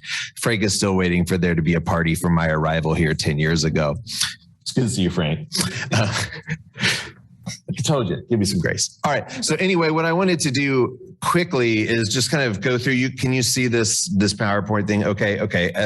What I wanted to do was look at a little bit of the KPIs. Some of those we can have an effect on. A lot we can't, at least directly. Some are survey things that we'll see from ETC surveys. But I wanted to look a little bit more at the strategies that sit behind these KPIs and show how we're looking and at examining those strategies in the work that we can do and see work that we can do that we can. All right. Unmistakable identity, right? There's one of the shots of our lawn. Here's another shot of the lawn, just trying to give you that feel of what community looks like in Lawrence, Kansas. And also a lead into, I was kind of going through the strategies here. The 3 strategies for community engagement, I just was spelling them out so people could see them quickly. One, market Lawrence as a destination of parks and recreation, as well as community and cultural events, enhance parks, park amenities, recreational opportunities to meet the needs of growing city, invest in green infrastructure to provide attractive entrances to the city, sustainable urban forest, and an inviting downtown business district. That led me to at least just kind of begin my presentation with saying that the library strongly encourages the city to continue examining the CIP project that it officially I saw it was called PR 282414 that is looked at maybe proceeding to find grant funds. I've talked with Derek about this idea of trying to find some shade structure or some kind of way that green space between the garage and the library can really be activated, not really just for the library. I think see it more for the community at large with music events. There's so many things you could do on that lawn, and figuring out some way that you could have something covered with some shade at the very top of the deck, I think could set that up in a really, really great way. So we're excited to try to explore ideas on that. But as I was looking at these strategies, it seems like it just lined up really quickly. So I had to put in a plug for that. We were trying to find a picture of what it looks like when the kids come for the free lunch in the middle of summer and they're all cowering in the shadows, but we don't have photos of that. Another strategy, strengthening the network, linking cultural organization events to increase residents' awareness and participation in cultural opportunities. That's really what we're doing tonight, highlighting all of the partners that are here. And it's when we built Lawrence Public, when this city built Lawrence Public Library, passed a bond and built this building, I've always saw that new building as something that's a platform that is venue. There are a lot of people that do a lot of really great things in this community, but they don't have appropriate venue to do it. So in addition to, that's just another way that we provide information to the public, is through working with partners and working with organizations that can show and program what they do in that space. So we dedicate ourselves to that and have leaned into partnerships in the last 10 years I've been here, and a lot of our partners you've heard from, or did you hear after I move on here. I didn't get DLI on here, so sorry, Sally. I apologize.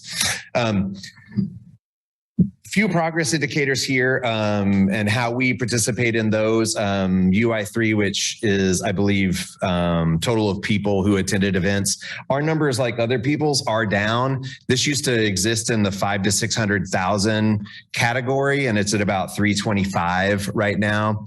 We don't know how much of that was teens coming in and out of the building repeatedly. No, we're not sure, but the number is down. We did have our highest number this this June, I haven't seen the July number, but it was the first time we broke 30,000 since COVID. So it was a really good sign that it's coming back. But the previous COVID year in June was like 64,000, to give you a sense of where we're at. So people are coming back.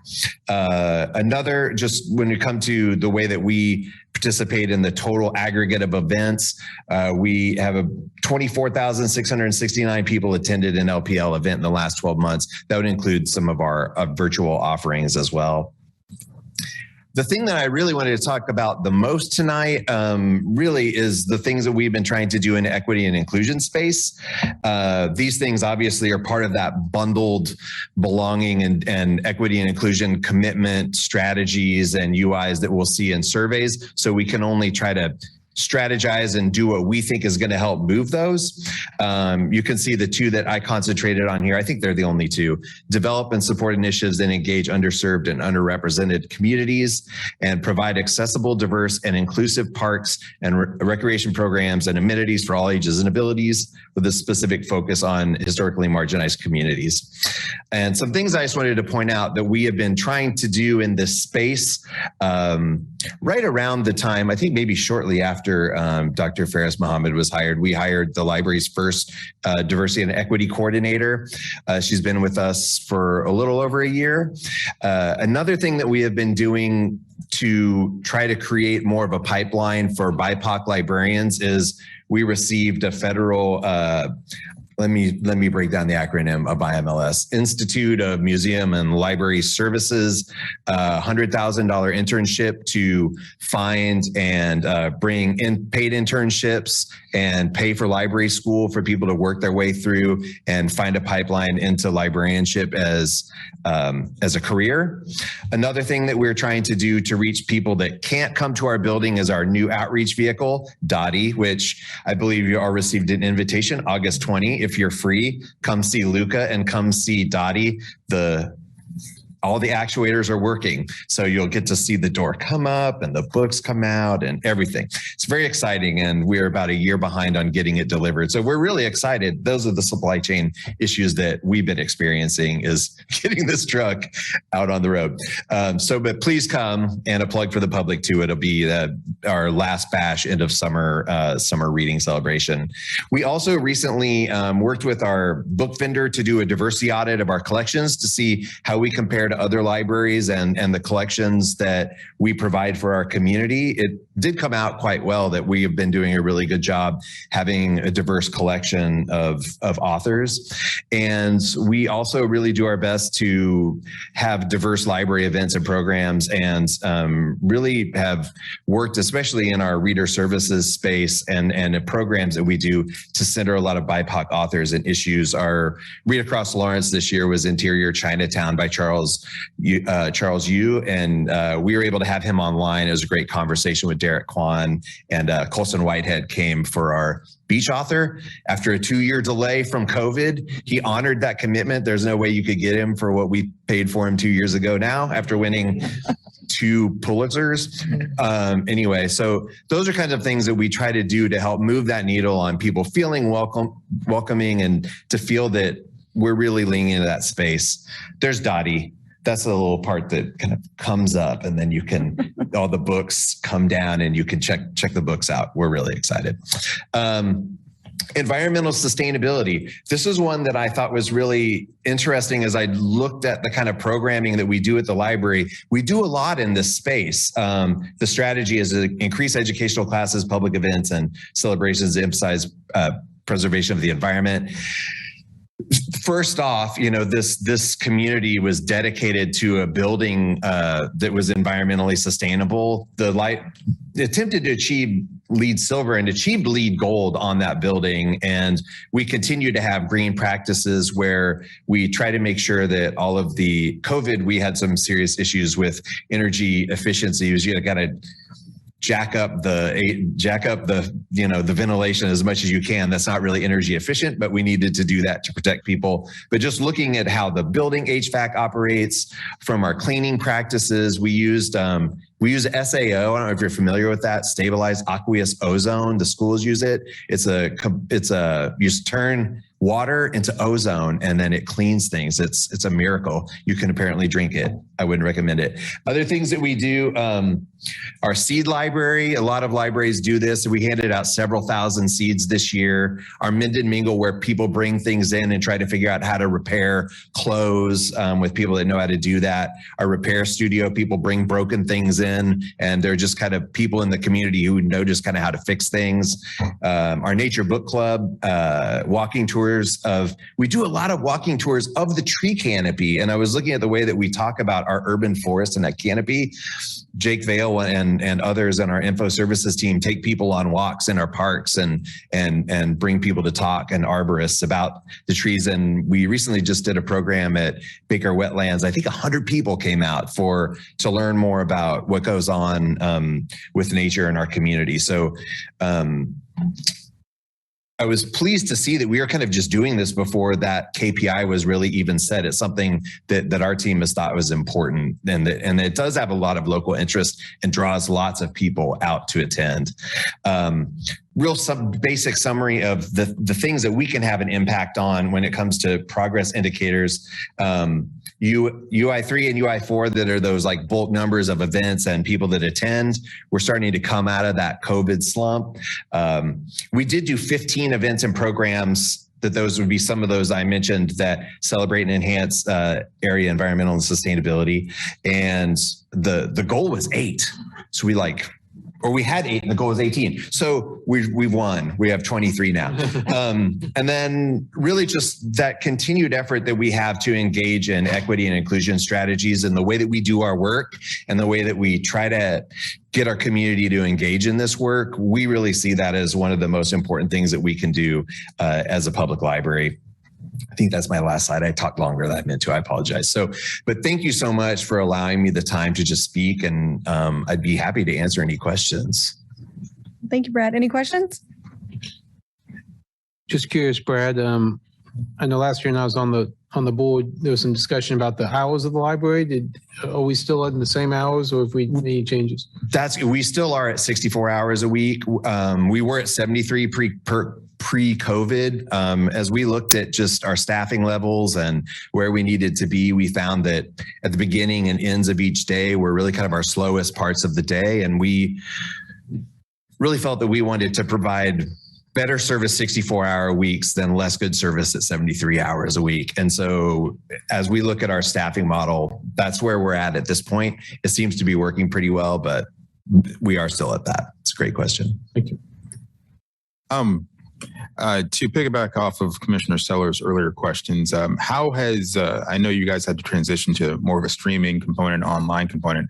How much of that have you been able to retain, and how successful is it? That's a great question. I don't have exact numbers here, but I did make a note because I wanted to address I'll try to make this brief on the different strategies that people can have in the sectors that they're in. Like I thought Mary talked really well about, local theater is about people gathering and witnessing local theater by people who are in that theater space. And it might be a national, it's something that is copyrighted out and expensive to do, and maybe you could do great local theater and not see the value in streaming. And it's really expensive. You got the stage, you have to have all these multiple cameras. Where I think we could do great work locally. And I'm also on the Humanities Kansas board, so I'll put that hat on for a minute, talking about what Steve said. The great thing that you can do in that space is, who but Watkins are doing some of these amazing programs that are about this town? Nobody.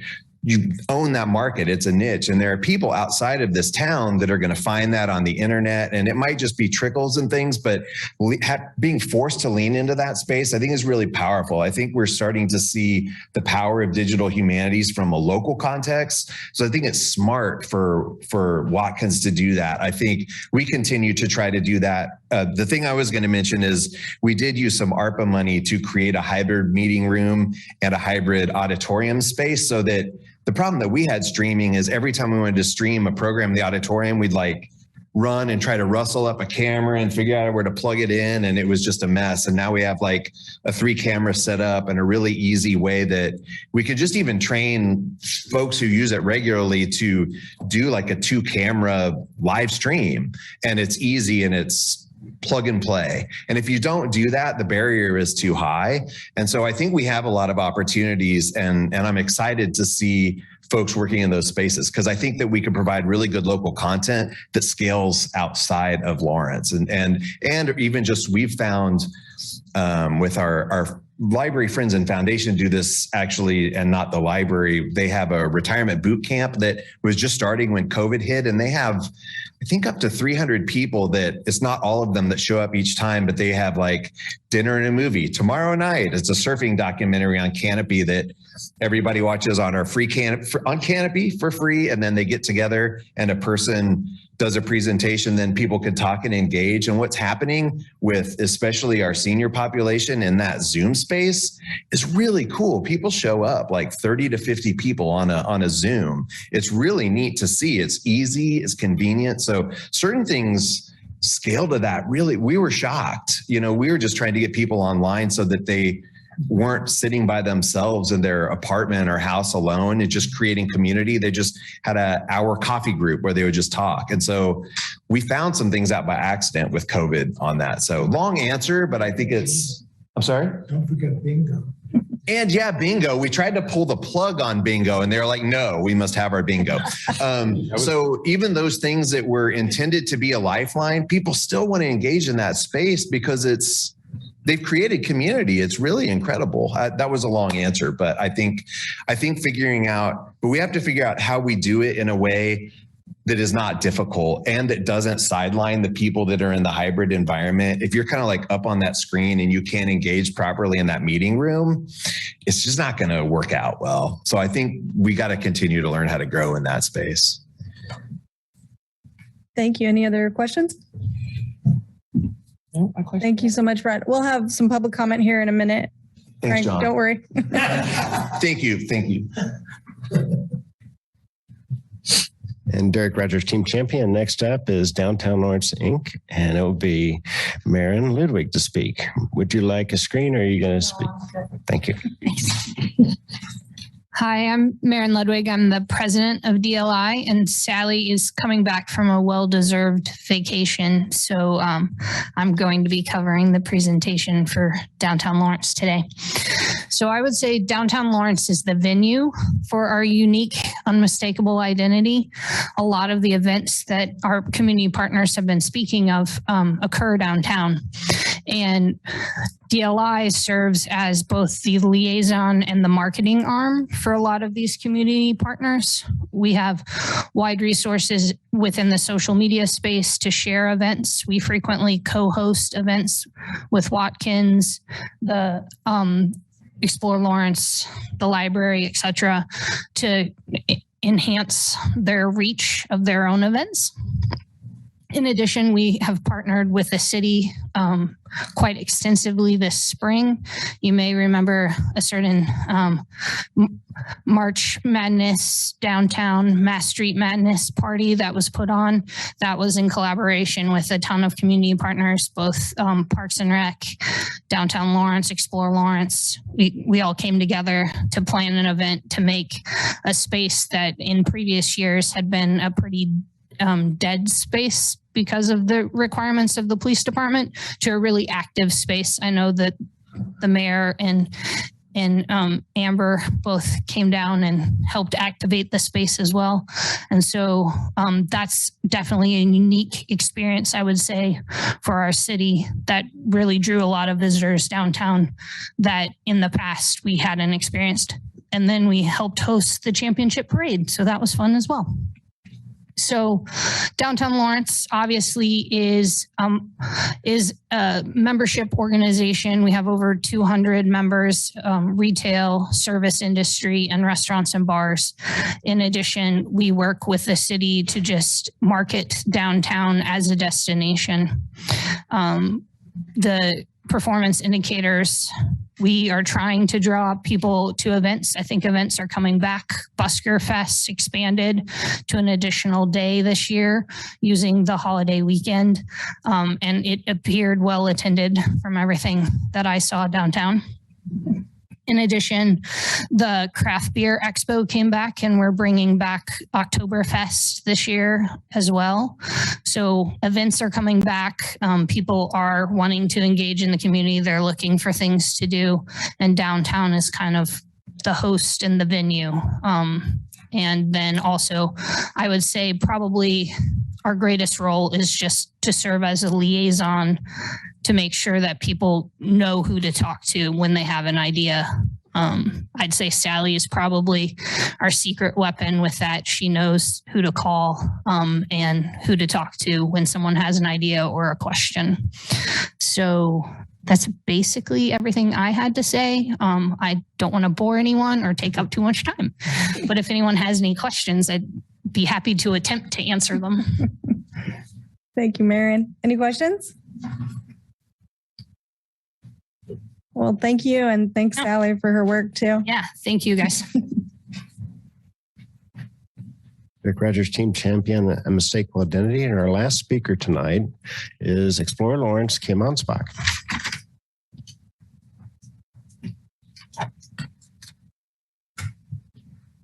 And I think you can share your screen. Okay, thanks.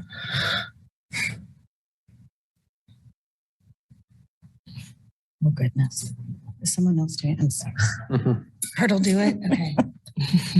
Technical assistance. So sorry. I'm here for the entertainment. I hope I'm not boring. Not at all. Okay. All right. Sweet. I think it's fitting that I'm going last because while all these wonderful people are our event planners, I get the job to promote and sell Lawrence to visitors and locals. So I think this is really fitting. Thank you for that order, Derek. So thank you again, commissioners, city managers, city staff for having us and allowing me this time to share more about Explore Lawrence, our successes over the last year, demonstrate how the deployment of our resources aligns with the city strategic plan, goals, and highlight what's on the horizon for the remainder of 22 and beyond. Oh, wow, that's a fast little mouse. Okay, so this slide is going to show how I've aligned our mission with the Unmistakable Identity Strategic Plan. So as a destination management organization and the creator of the Unmistakably Lawrence brand, Explore Lawrence is, of course, heavily involved with the Unmistakable Identity outcome area. Not only do we market Lawrence as a destination to visitors, but we also serve as a resource to the community by promoting events and leisure activities to our local population. As we work to align our strategic initiatives with the city's strategic plan, our role as a shared community asset and an economic development agency is strengthened. Our work directly supports many of the key performance indicators, and I'm not going to read them all to you because you all know those, and strategies outlined in this group. These are our strongest KPI alignments, and our mission to promote Lawrence as a destination directly supports the outcome area strategies as well. This slide also shows our alignment with economic development because I don't want to lose in the conversation how important our visitors are to our economic prosperity. So this one just shows some of the strategies that we align with as we bring visitors to town to support local businesses. So our current situation, we track our success a lot by transient guest tax collections, and they have rebounded. We actually had our record-breaking first quarter and second quarter for TGT collections. A lot of that is going to be rate-driven and not necessarily occupancy-driven. So hearing what they're saying about some of their attendance is down, that aligns with what I would expect to hear from them. We are still recovering well. We track, what is happening? Sorry. We track other hotel indicators with star reports, and we're exceeding 2019 levels, and we're in the process of staffing our organization back up to pre-pandemic levels. And we are also getting ready to launch some new marketing initiatives. So some successes. This is definitely not an extensive list. This is the highlight reel of our successes. I'm going to talk about a few of these on the next slide and just pull some out. I'm glad everyone went before me, so I'm not stealing anyone's thunder. So the first one I want to talk about is Encountering John Brown that Steve mentioned. This was a collaborative promotion that we did with them. And we were able to work with them to create a data-driven advertising campaign using our Datify technology, which I will talk about in a separate slide. So just know Datify is a mobile phone tracking. We can remarket those phones. So we deployed Datify in this marketing campaign, and we are able to attribute a data-based economic impact based on the mobile phones in market. We can also track where those phones go, and we can make an estimate of how those people move throughout our destination and where they go in Lawrence and if they go to hotels. So I will talk about that more later, but this was a really successful campaign, and I do think that that revenue estimate is a little low because we're very conservative on our multiplier there. Belgian Waffle Ride. This we also supported with advertising and room block procurement. We used Datify to estimate downtown traffic over that race weekend and also did an estimated economic impact survey based on Datify and other tools. Mass Street Madness, as Maren said, was truly an unmistakable identity event. That was really not the first time, but it really illustrated how powerful this collaboration is between all of these organizations. We were able to work with the City of Lawrence, Parks and Rec, Kansas Athletics, Downtown Lawrence, Inc., and really put on a true celebration of the championship in Lawrence and then host the parade. And then I wanted to mention also Lawrence Restaurant Week. With our partnership with Downtown Lawrence and the Lawrence Restaurant Association, we expanded this to a citywide marketing campaign and a citywide event. And we had great success driving visitors to our local restaurants. All right, so I'm just gonna go quickly over marketing. About 30% of our overall budget is allocated to marketing, and we do approach marketing in a very data-forward way. We use data from sources to decide what platforms we're going to market, messaging, timing, marketing campaigns. So the next few slides are just going to talk about some of those tools and show you what we have up our sleeves for the rest of 22. So this is Datify. I could literally give you a 2-hour-long tour of this dashboard, and I'm not going to do that. So this is just a picture. I can't mess with it, but this is showing mobile phones that were originating from more than 50 miles away in the years 2019 through 22. So those little colored graphs, which you probably need a magnifying glass to see at this point, we'll track that. I can send this picture all to you so you can actually blow it up on your phone. So this service counts mobile phones as they enter Lawrence.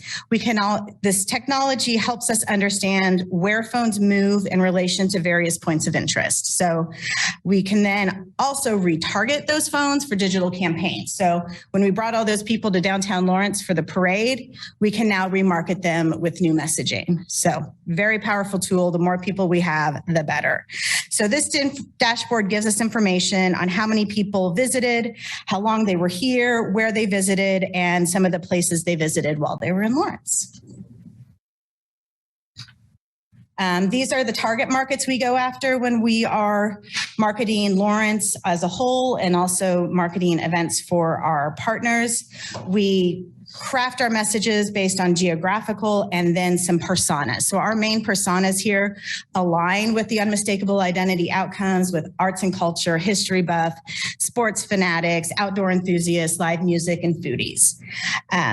To date, well, I would just want to mention that explorelawrence.com is the basis for all of our advertising to both visitors and locals, and all campaigns lead to the website, and that includes our printed materials like the visitor's guide and all of our walking tours. And in 2022, currently about 28% of our overall website traffic is from locals in Lawrence. If you look at our events page, that grows to about 35.2%. So we are reaching locals and visitors alike. So that, as we look at that, we see that that has grown since the pandemic, and we've really concentrated more on that local market and promoting events locally. Some campaigns that I think most support unmistakable identity. Why Lawrence? I hope you all have seen these. This is an integrated campaign that features Lawrencians sharing what they love about Lawrence. It features artists, bakers, restaurateurs, festival organizers, musicians, poets, and just people from all walks of life sharing what they love about Lawrence, and then in iconic Lawrence locations. All of these videos have their own webpage that explores the sites and attractions related to their stories. And then some of these subjects are also on the street banners you see going up around town to fill in space between events. I really love this because I think that these subjects really demonstrate the unmistakable identity through the storytelling of our citizens. It's just a nice, natural, organic campaign that really presented itself. It grew out of taking these pictures and people just wanted to share things with us. And so it really did create itself. Next, we did release some branding and vibe videos that target everyone, and this is a shared community asset. We've shared these with different organizations for recruitment purposes. They are great for sales. We use them for sales presentation and marketing. And then our visitors guide is produced yearly and highlights Lawrence as assets and local guides, and it's distributed across the state and throughout the town. And I'm sorry, I'm trying to talk fast because I know we're running short on time. Events. These are events that we have earmarked budget for every year, no matter what. And then we also have money set aside that we help support events as they pop up throughout the year. So these are things that align with the unmistakable identity KPIs that we support just automatically and have campaigns that we plan to send to visitors. And then this is our new marketing initiative that is going to launch in about 10 days. So Bandwango is a web-based platform that rewards users for check-ins at participating businesses.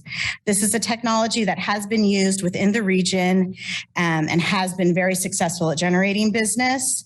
We will be launching a Lawrence basketball-themed bucket list. So we have over 60 local businesses and attractions on our bucket list.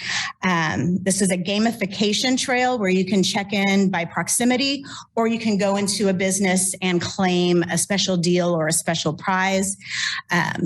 Giving a prize or a discount is not required, and it is free to participate for all businesses.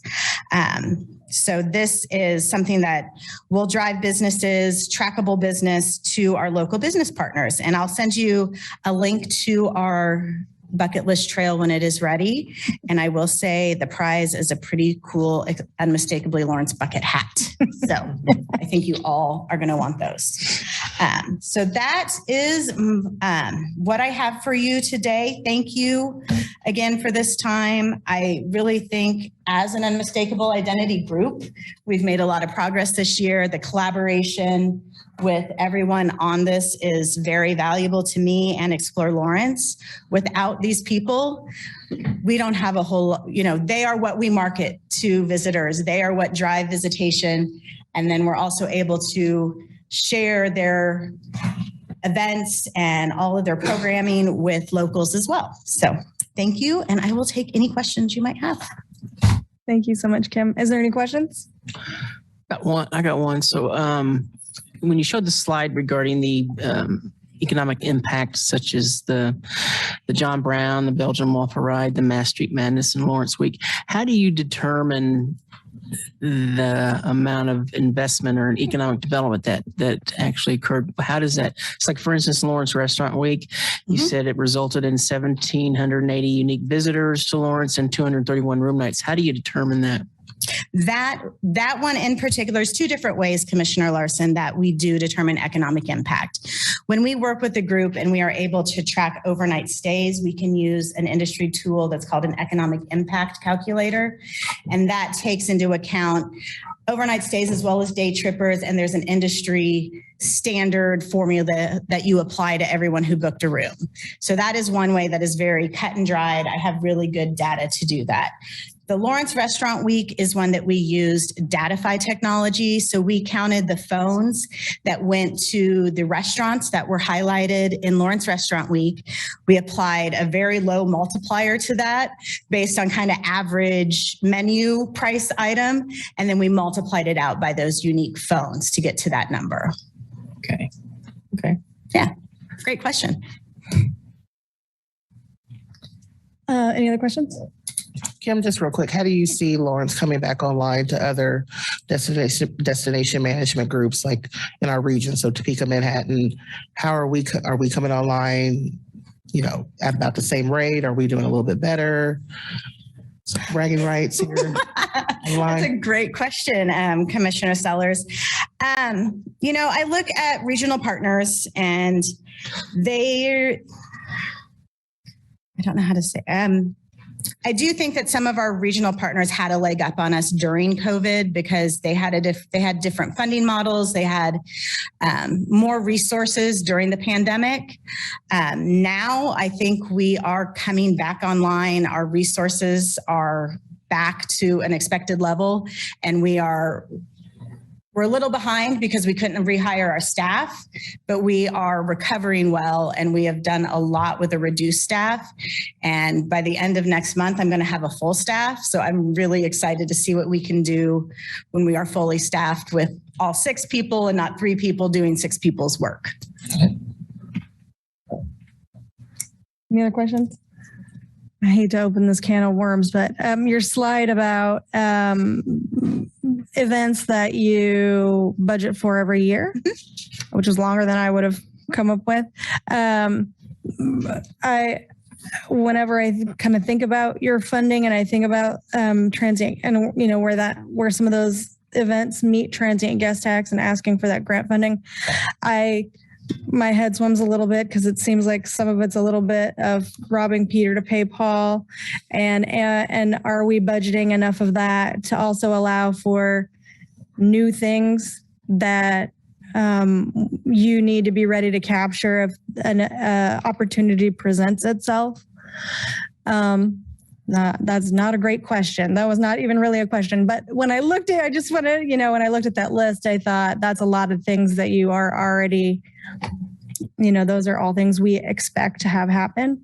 And are we giving ourselves enough wiggle room for new things that might also be incredibly lucrative? So what are you at? Say whatever you want. It's fine. So I will say, when we look at the events that every year as we're allocating our marketing budget, we have events that we want to market. These are ones that this year we pulled out and we said, okay, we see these are on the calendar. They align with unmistakable identity KPIs. They align with our marketing personas, and they align with our strategic initiatives. So we made sure that we had money earmarked in our digital campaigns to make sure that we could support marketing there. Some of these we work directly with organizers to amplify their message. So we will use our large digital spend and pass that rate on to organizers at a much lower cost than they could buy the digital advertising. So we kind of do it as a pass-through, no markup. But also, things like Busker Festival, Civil War on the Western Border, Old-Fashioned Christmas Parade, powwows, they are so part of what makes Lawrence Lawrence that to not allocate resources to promoting them wouldn't make sense as a destination marketing organization. So we look at what the data is telling us people are searching for in Lawrence, and then we go after those things and amplify the messages on those things. Anything else? So Kim, to kind of piggyback on that, do you believe we have a system or a mechanism in place to help us identify what the community wants that we're not giving it from the perspective of destination opportunities? That's an interesting question because, historically, what we look at is more data collected from visitors. So to say, I can tell you what the community wants, I don't know that I'm in a position that has any data that I can support that. I can look at our analytics and tell you what is being searched for on our website, and then tell you some niches that we could fill. I wouldn't be prepared to answer that question without a deep dive into some data and analytics, but it is a conversation I would love to have further. No, and I think I'm going that way, just thinking about larger scope within the city, relationships with Lead Center, with what the university is doing with athletics, and that piece, the ARM or whatever, not ARM component of KU with their, what is it, the Jayhawk hospitality, and what that's looking like. I just didn't know if there were some opportunities there to identify gaps in what the community is wanting, and if there's a way to partner in order to bring those things here to drive hotel stays and revenue pieces. Yes. Yeah. Yes. All the things. All the things. All those things. Yes. Yeah. I think that there's what I am seeing since I took over the leadership role for Explore Lawrence is I have seen a collaborative spirit coming from everywhere within the city as I've taken over. Everyone is excited to do new things, to promote cool events, and to collaborate in new ways to bring business and activate our spaces in interesting ways. So I think that there's a lot of potential happening with the University of Kansas and their new initiatives. I think there's a lot of potential happening within this group, and we're all stronger when we work together. Well, thank you again, Kim. Thank you so much for your time.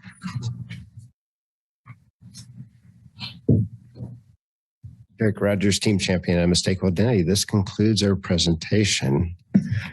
I'm open to questions, or we can move on. All right. Is there any other questions now? Want to do some public comment? Nope. Let's see if there's any public comment in the room.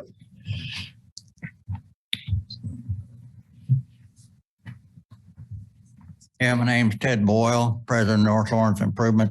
I wasn't going to say anything about this, but then I heard Heritage, History, and Museum.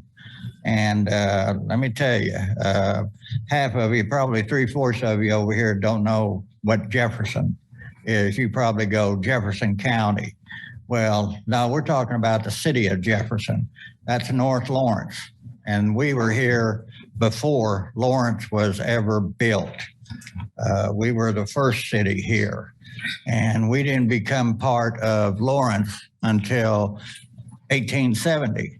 They tried to annex in 1868, but the state constitution wouldn't let one municipality of that side annex another one in. So in 1870, they accomplished that. But the deal is, North Lawrence has more heritage and history than the rest of the city, the entire city. We have the oldest buildings. My home was built in 1880. And, you know, it's a deal that nothing in the museum or anything like that has ever been promoted. So what North Lawrence Improvement Association has been doing, and Derek can vouch for this, that we've been trying to get a permanent historical heritage display put in the depot, especially since the visiting center left, shot themselves in the foot and left. But so we want to make the depot a destination and utilize it more, and to where it's open to the public. And so we've been working getting that accomplished instead of the stuff that you put in the display now, which has nothing to do with North Lawrence or Jefferson. And at our neighborhood meetings, we talk about Jefferson and, you know, how come it's not publicized? It's like it's the forgotten city. Well, it was the beginning of Lawrence, Kansas. There was nothing over here. Not a damn thing over here. And all the lumber came from North Lawrence to build Lawrence. And yet we don't get no credit for anything, except we did have the first Kansas governor, Robinson, north of the airport. So what I want to do is I want to encourage the city to promote this museum over in the depot, a permanent historical heritage museum that founding fathers established Jefferson. And the Jefferson County line used to be the river until 1870. And then it's moved about 5 miles to the north. Time. So anyway, I'll be back. Thank you. Thank you, Ted. Any further public comment in the room? Hi, I'm Chris Flowers. When it comes to Explore Lawrence, I'm just wondering how much of this is corporate welfare. Like most of the stuff I heard mentioned, it was downtown Lawrence stuff. My question is, how much are businesses that aren't downtown benefiting from the money that we're putting into Explore Lawrence? Like, how is it fair if like businesses like by South Iowa, like how is it fair that their tax money is going to Explore Lawrence if most of the business that Explore Lawrence is bringing in is going to downtown? That's just something I've been kind of curious about. And also, I want to talk about those banners. I don't think this is a good banner campaign. Like when I first saw them, I'm like, who are these people? Like, why should I care about these people? Like if you go to the website, it makes sense. But if you just look at those banners, you actually know, like there's that one with the woman holding the dog. When you see that, do you know why she's holding the dog? Or you're like, what's this about? And I was just thinking, what if we let residents like put up their own banners? Like if they pay for the banner, they can put like artwork, like something their kid did, or maybe it's something they did. But wouldn't that, like if we had a bunch of banners like that, where it's just residents putting up what they want, wouldn't that really make this city unmistakable? That's just something to think of. We're saying we're unmistakable. Why don't we think outside the box and start doing some unmistakable things? Thank you. Thank you. Anyone else in the room? Is there anyone online who would like to make public comment? You can raise your digital hand. That's all the public comment, Mayor. All right, good. Let's bring that back to the commission. Any comments, questions? Just thank everyone for your presentations and your work, and excited to see what you're all doing together. As everyone said, much stronger together. Yeah, it's really good to see some of the numbers coming back up. I really do appreciate seeing that and how the trend is going. And I appreciate the tracking that you guys do. It's important. Yeah, I concur, especially all the work, especially at the library, since it was a hub during the pandemic and guys had a lot of traffic and activity, and you guys handled it with aplomb. So thank you. Thank you. Great job, everyone. Kim, Marin, Brad, Mary, Derek, Steve. Thanks so much. All right. I appreciate you hanging in with us there too.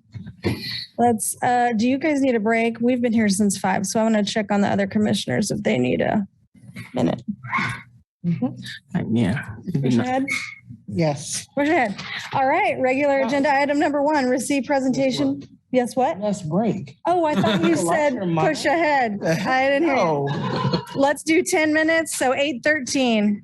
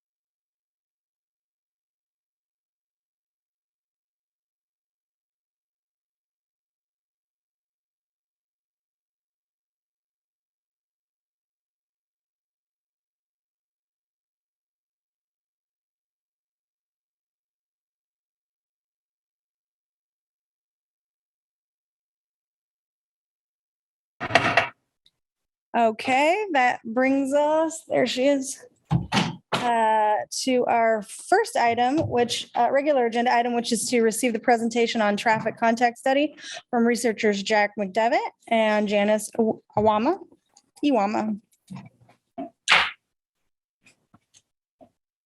Hi, thanks, everyone. Thanks for hanging in there to hear this, and I'll be brief. My colleague Janice Iwama from American University is on a plane still, so she's not going to make it tonight, or hopefully make it at some point tonight. But I'm happy to share the presentation with you. Yep, if you could throw it up there, then I'll walk you through it quickly. Please feel free to ask questions as we go through or at the end, whichever is better for you. So this is the results of the pedestrian traffic stop study that was done. You can go to the next slide. Thank you, Porter. The goals of the study originally, so in case some of you know this, but in case you don't, was to develop and implement a process for documenting traffic and pedestrian stops.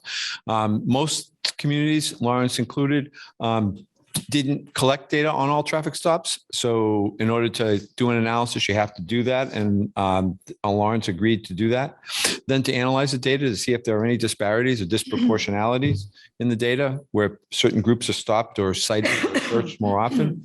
And then to work with the agencies to formulate solutions. You can go to the next slide. Thank you.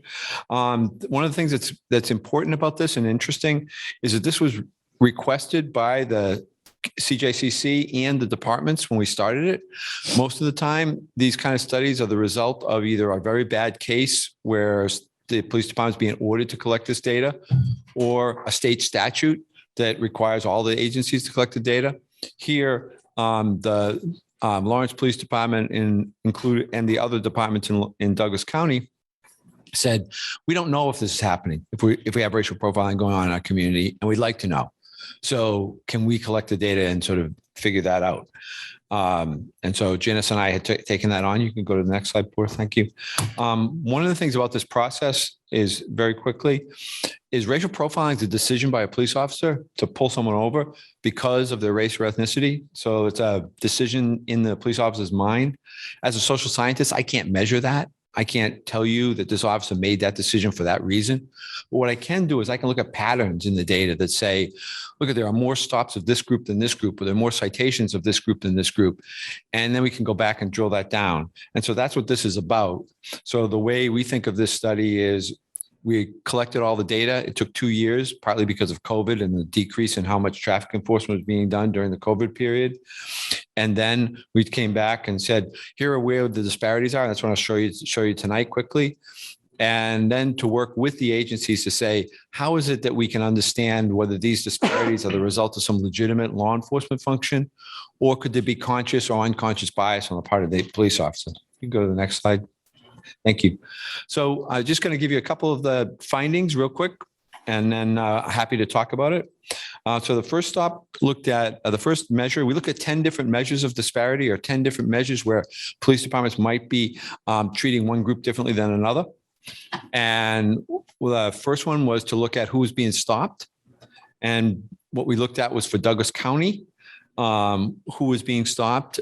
And we found that Black or African-American drivers were 2.73 times more likely to be stopped than their population in the county.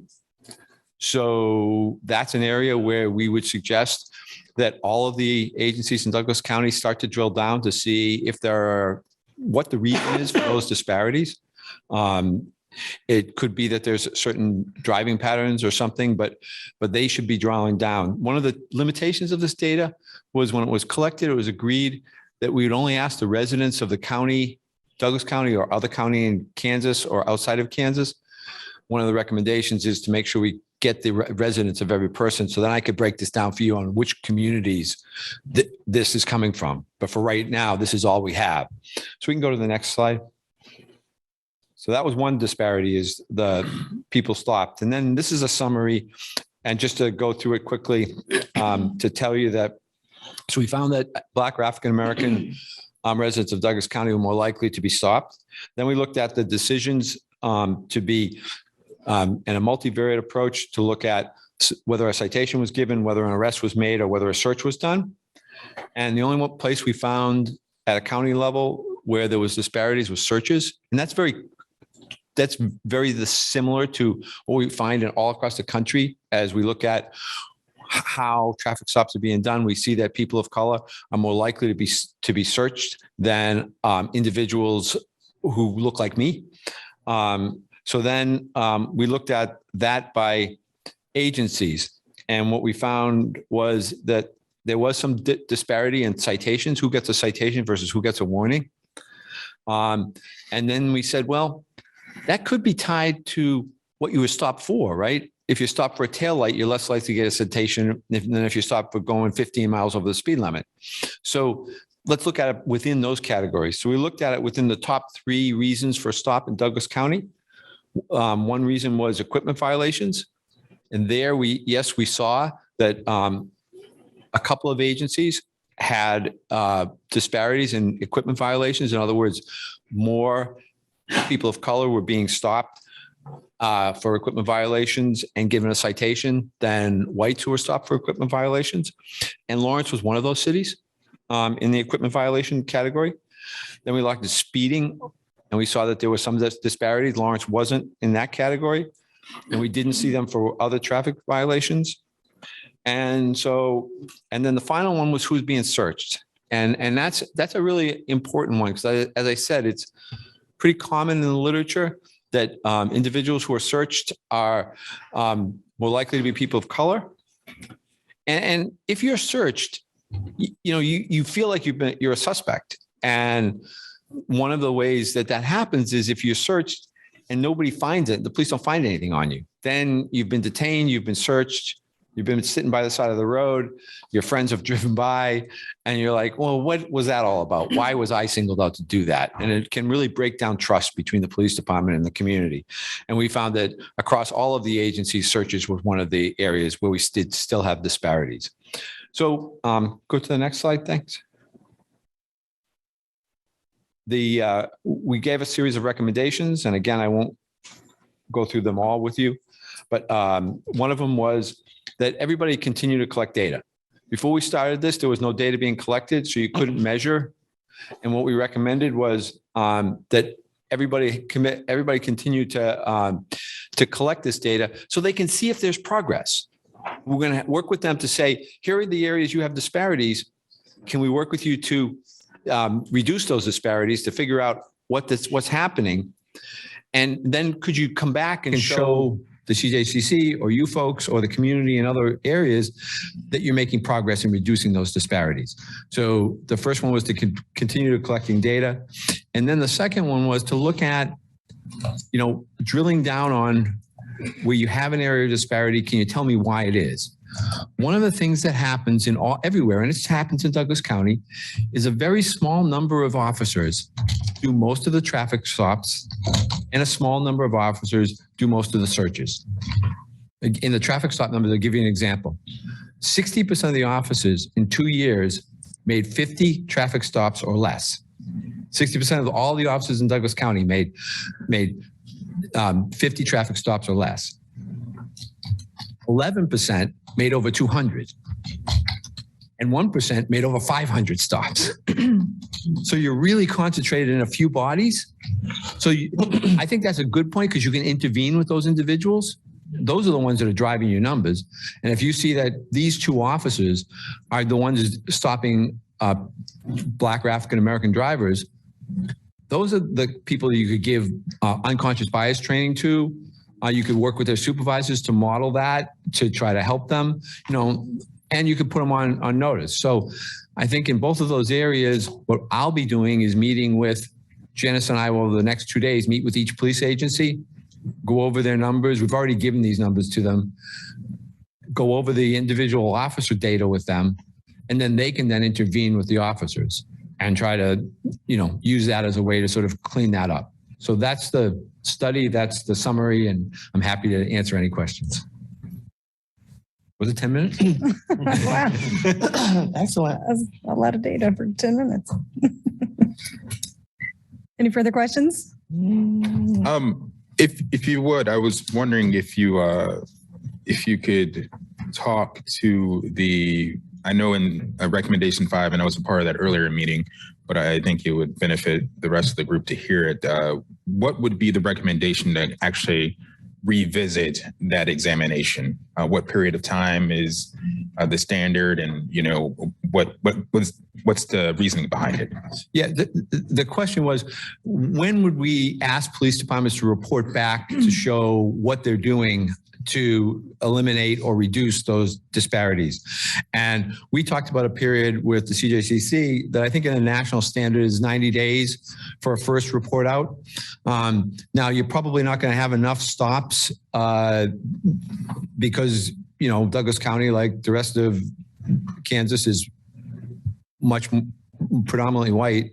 So you need to have a longer period of time, but they can at least show progress and come to have an issue. Here's what we've tried. We've identified these 5 officers. We're working with them to make them known. We've worked with a lot of agencies across the country, hundreds of them. And often all it takes is telling an officer that you're doing this. You're searching many more people of color than anybody else in the department is.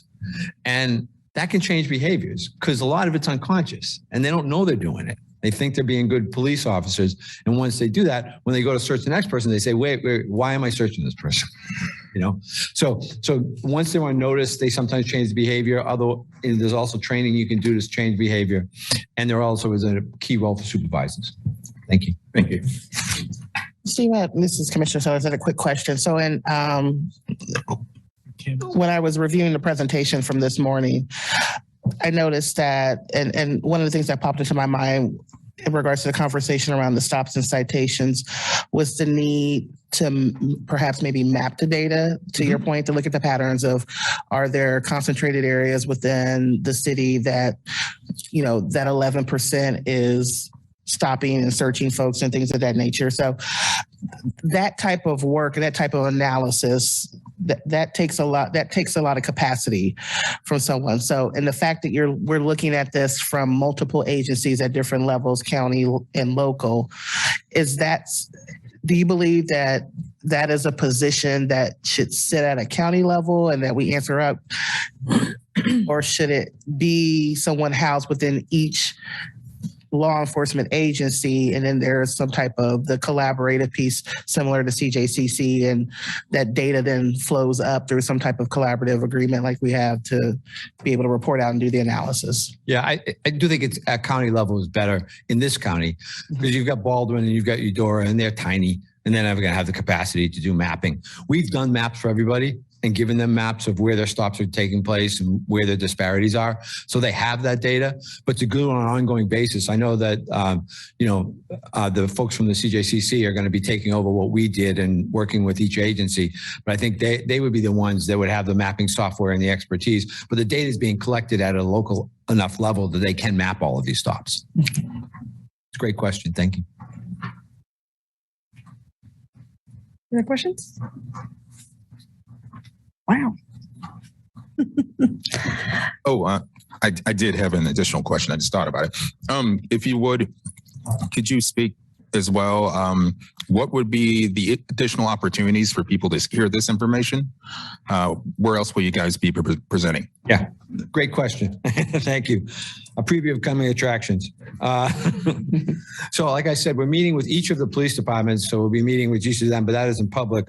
But tomorrow night, we're going to be at the library from 6:30 to 7:30 for a public meeting. And there has been a pretty good set of publicity out about that and sent out. So we'll be doing that. And then we're also meeting tomorrow with the county commission.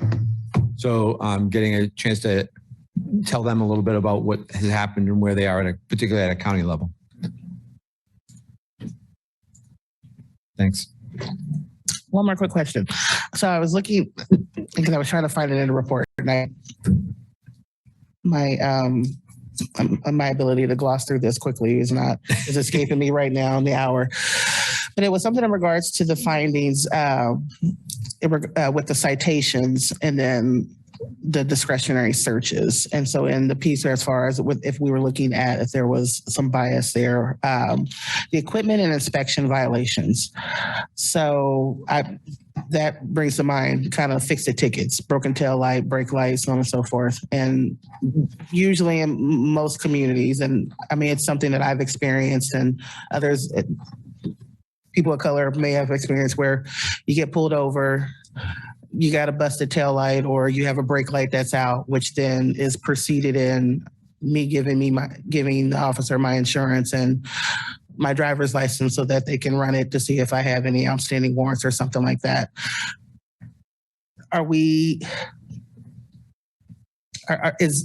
Do we believe that is, the idea of those context stops kind of lead to that type of behavior, then leads to some of those discretionary searches? Are we feeling like there's some correlation and causation with that piece? Or correlation, sure. I don't know about causation, but correlation for sure.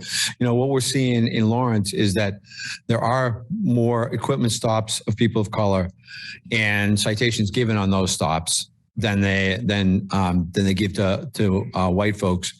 And like you say, those are pretext stops in many cases, not in all cases, but in many cases, they take the taillight out to see what else I can find in the car. Mm-hmm. And so I think that what we're seeing across the country, Philadelphia and Pittsburgh have changed their rules to say, for example, bunches of communities are, and it's one of our recommendations to look at it, whether those stops are worthwhile. There's two things about them. Are those stops worthwhile? A headlight out, maybe, because the person might really not be able to see, but a license plate light out, is that, so some communities are saying, I don't want to make those stops anymore. They're very discretionary and we're just going to stop doing those. And then the second thing that we put in the report, as you saw, was there's a program that over 100 agencies in the country are doing, which is to work with local community businesses to raise funds so that when you do a equipment stop, you give a voucher instead of a ticket. Here's a voucher for $50 towards getting whatever it is in your car fixed.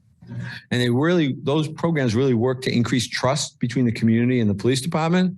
And they don't make a mark on your insurance, and they don't, give you what it is I just want to tell you that your car's not safe, and I want to give you something to help you get it safe. Yeah. And so that's one of the recommendations too, is to explore that kind of a program here to see if that would be something that would be helpful. Wonderful. Thank you.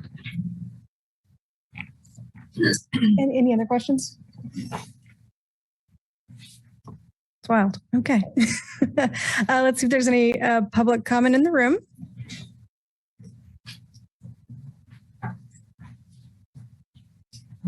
My name is Tom Turnbull, and I'm from North Lawrence. I'm curious if the data from your report will be available to the public, either through the city or those are some interesting slides you put up there. I'd like to take a good close look at some point. Sure, the report will public and now have all the slides and tables. You want the data itself? I just need to know where to find it. It'll probably be at the CJCC website. Okay, thank you. It's also on our agenda website for this evening. Any other public comment? Oh. This is Chris Flowers. I missed part of the presentation, so maybe it was answered, but I was just wondering, was it studied at what rate people driving after 10 o'clock at night get pulled over versus the day?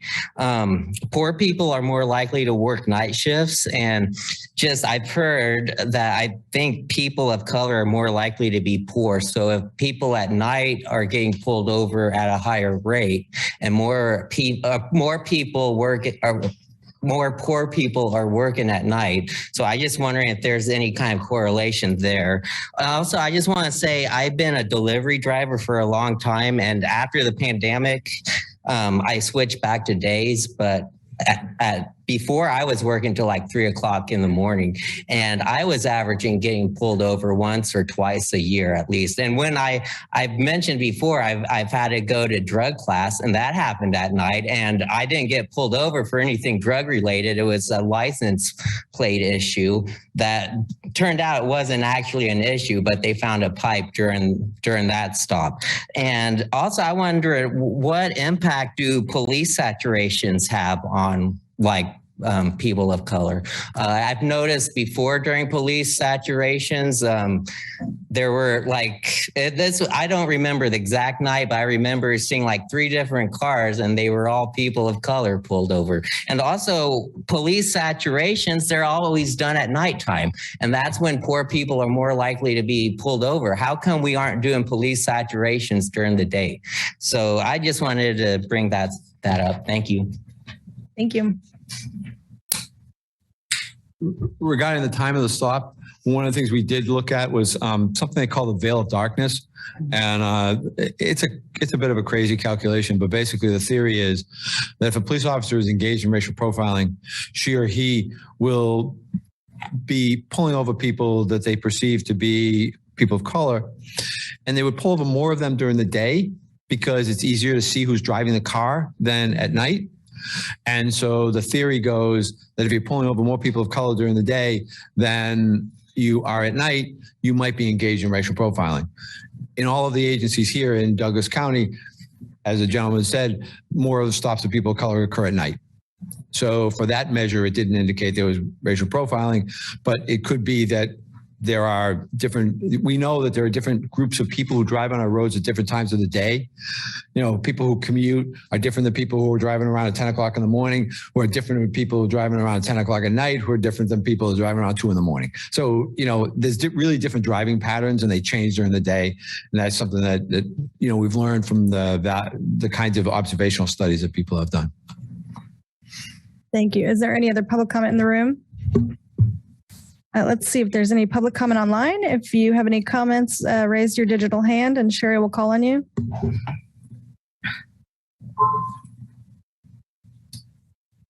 That's all the public comment, Mayor.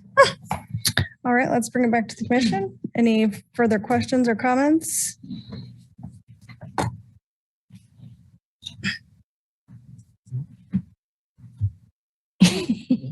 Sorry, I'm stunned. Okay. Madam Mayor, it's Chief Lockhart. If I could, before you thank go. Thank you. I couldn't tell if you were there or not. Thank you. Go ahead. I am still here. Yeah, I just wanted to bring a couple of things to everyone's attention. Sorry, I have COVID, so I'm home recovering. So I wanted to be there with you tonight, but this is the best way for you not to get COVID since I have it. First, I want to thank Jack and Janice for their work on this study. I think it's really important to our department as we reimagine policing in Lawrence to take a look at traffic stops. We know there's an area there for improvement. And so one of the things that we're going to be looking at is how do we make that happen here in Lawrence? When I was in Kansas City, we used UMKC to analyze the data for us. And so we're going to be looking at a resource that will be able to help us with further analysis to identify what areas we need to improve. Secondly, last week I mentioned to you all, and it's very timely now, that we've de-emphasized, I'm going to cut my video. Am I freezing on video? No. Oh, you're fine. You're good. Okay. We've de-emphasized those minor equipment violations, and we're actually writing fewer tickets this year than we have been ever. So I think there's fewer opportunities for those disparities as well. But lastly, we're going to continue to collect data, as Jack mentioned in his recommendation. We're looking at a better way to collect data. So in the upcoming budget, we've got a request for an improved traffic electronic ticketing software that will allow for some more efficiencies and provide a greater level of analysis. And then lastly, we're going to continue to train our folks on implicit bias. We're going to work on continuing to train our folks on proper traffic stops. And so we're really excited about this data. And the other thing too is I'm really excited about our community's willingness to voluntarily collect this data. In the state of Missouri, they've been mandated to collect it for more than 20 years now. And voluntarily collecting it says a lot about our community, about your police department, and our willingness to look at ways to improve ourselves so that all of our community members feel safe and secure. Thank you. Thank you, Chief. Do you mind if I ask a question? Presumably everyone already gets implicit bias training. If you uncover something or when you uncover something, what can you do differently, or do you just need to reinforce the previous training? What are your thoughts? Yeah, I think what Jack says is really important. First, we need to bring it to the officer's attention. My belief is that if we have instances where there's indications of bias-based policing, making the officer aware of that, showing them their own stop data is a good first step. That has to be documented. And then if it continues, then we have to take further corrective measures. We did actually have an officer who was engaged in bias-based policing. That officer is no longer with us. And so we have, even before this study, been aware of monitoring officers' behavior to ensure that bias-based policing isn't taking place within our department. We have a clear policy that prohibits that. All of our training prohibits that. And so we work to make sure that officers are making quality stops and ensuring that they're not making these types of stops that create bad outcomes for us. Thank you. Any further questions?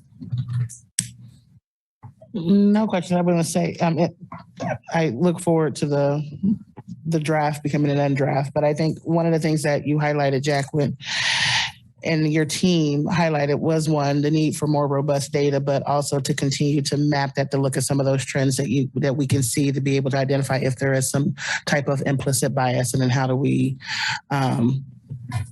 can we move past creating strategies to address it and to be proactive in moving whether individuals out or giving them the opportunity to Change correct that behavior. Yes, course correct. Yeah. So I think that was the most exciting piece for me, is that there's an opportunity here for us to dig a little bit deeper and to do track in the macro as well as the micro piece. And we have that ability within all our entities to do that work. And it's just a matter of where should it be placed and what would it look like. So that.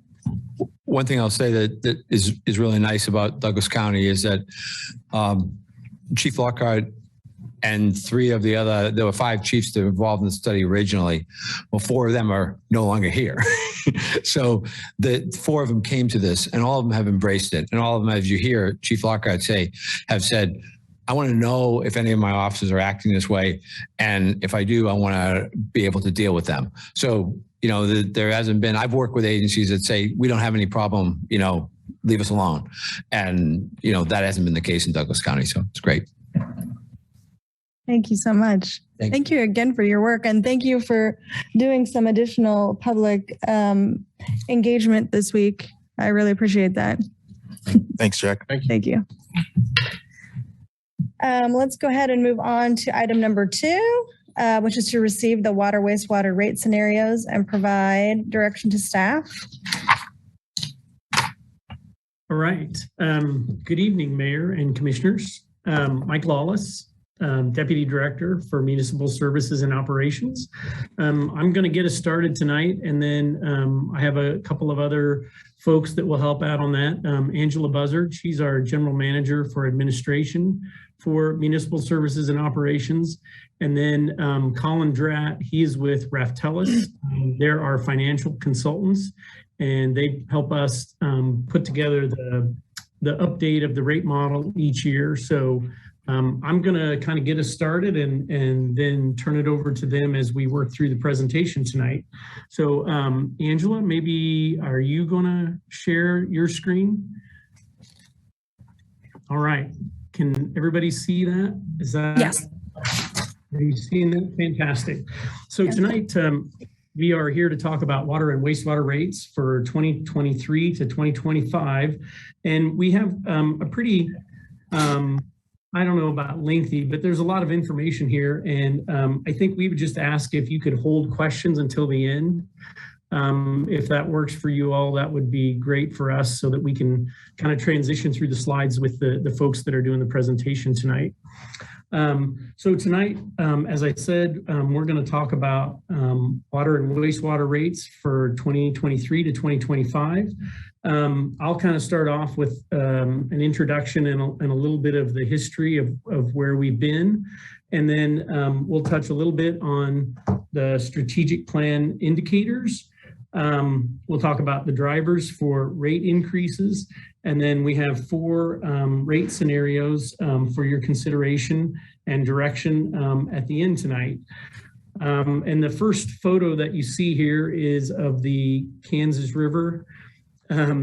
Maybe back up, if you would, Angela.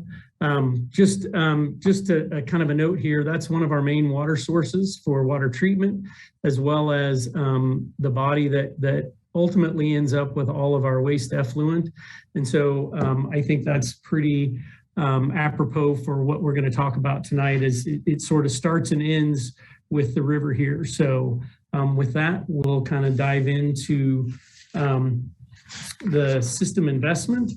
And just a little bit on kind of the history. I'm not going to read the slide to you, but it kind of talks about the things that we've identified and worked on in previous CIPs. And one of the major things that we've been working on since 2013, so almost a decade now, is deferred maintenance that we've had on our system, and that didn't happen overnight. It took decades to get where we were at.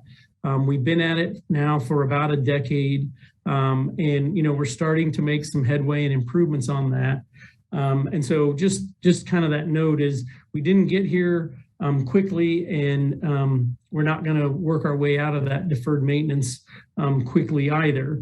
So, I think we're trying to present a long-term plan for how do we continue the efforts that we've started and we're starting to see improvements on, and how we're going to get there. Some of the things that we've done is we've got deferred maintenance. So we have water rehabilitation program that we've been working on, both contracted as well as our in-house staff.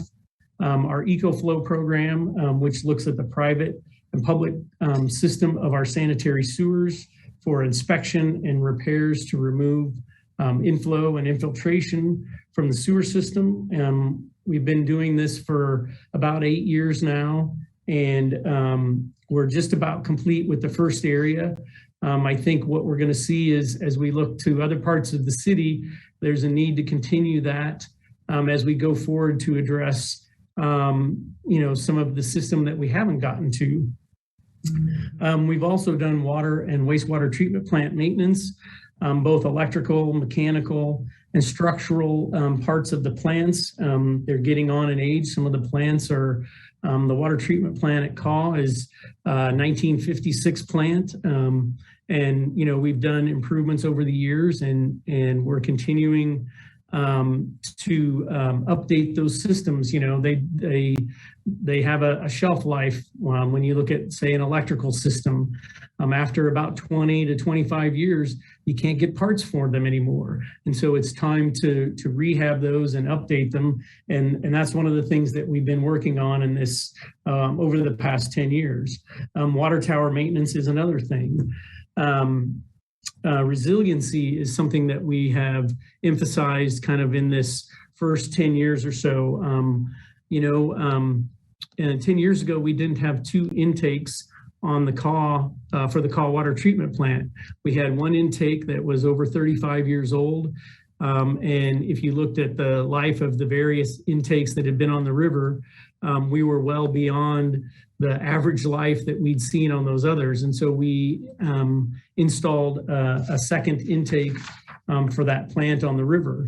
We also did a water transmission main from the Caw treatment plant to North Lawrence under the river to provide a second feed for North Lawrence, as well as kind of start that transmission main that would ultimately be needed in the southeast part of Lawrence as growth takes off in that area. And then finally, the Wakarusa wastewater treatment plant, which was a $74 million project that we did, provided some redundancy and resiliency in the wastewater side, just like we have 2 water plants on the water treatment side.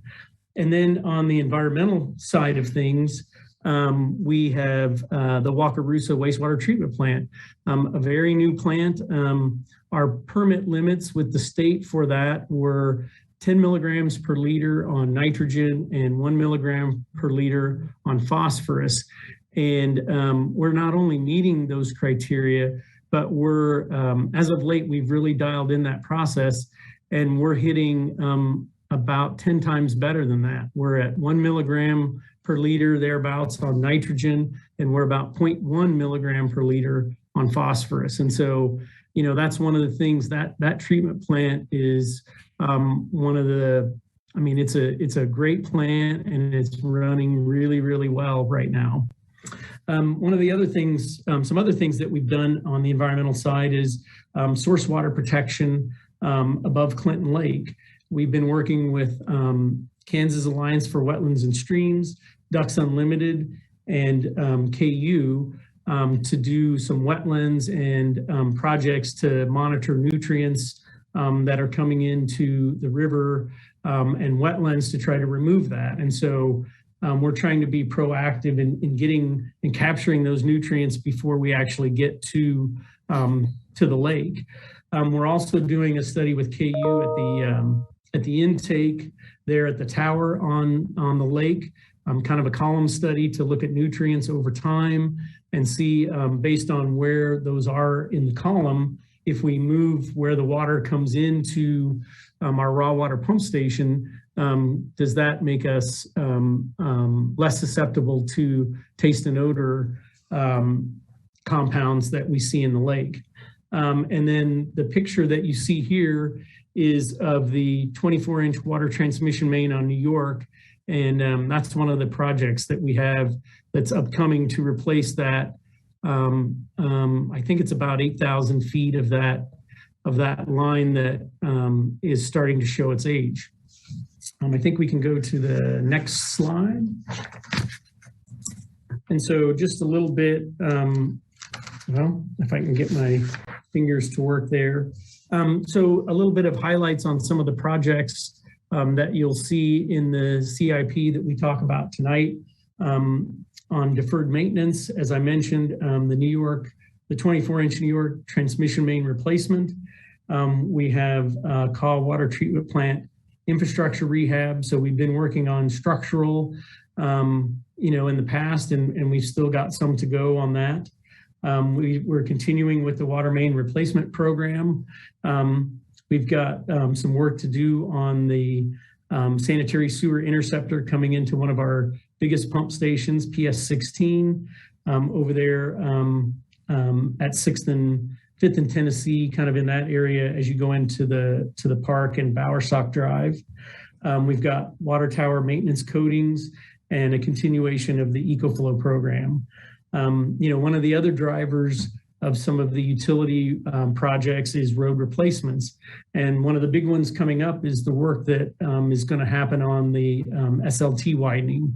And some of the things that they're going to do there are going to require us to move around our water mains and do some relocations, not only with the widening, but also at the 6th Street interchange. We've got Queens Road, Wakarusa Road improvements, Iowa and 6th Street all have, as those road projects come along, there are utilities are a component of that project. On the regulatory side, our really big project coming up is the Kansas River wastewater treatment plant project for nutrient removal, which is very similar to what the Wakarusa plant does. It won't be quite the same because it's not a new plant. We're retrofitting the existing plant. So not only are we doing the nutrient upgrades that we need, but we're having to do that while we maintain flow and a treatment plant at the same time that we're trying to do those improvements. And then finally, kind of capacity and growth. And the Southwest Conveyance Corridor is kind of that area in Southwest Lawrence that would take a look at our collection system and potentially provide additional capacity for west of K10 development in that area. And just the picture that you see here is the water line that goes to North Lawrence that hangs off the bridge that is out of service right now because of the cold weather last year that we will be working on later this year to get that back in operation and have that second feed to North Lawrence. And I think that's kind of the end of mine. I'm going to now turn it over to Angela, and she'll take you through the next several slides. Thank Thanks, Mike. As Mike said, I'm Angela Buzzard, General Manager of Administration. Happy to talk with you guys tonight. So I just have a couple slides here before we turn it over to Colin. And I'm going to be fairly brief on this slide. You've certainly seen a lot of our progress indicators on the strategic plan for Connected City. And we just wanted to bring up the reminder that these are an underpinning of our thought process in looking at our rates and what projects we're doing with water and wastewater. So CC3 there, we are in green, good to go. We've been in compliance for all of 21 as well as 22 so far. CC4, looking at our reliability measures. So those are things like water line breaks, wastewater service disruptions, fire hydrant flows, water quality, those things. We're not quite on target there. We'd like to be at 80% on those reliability factors, and right now we're at 55%. So we're trying to push those forward.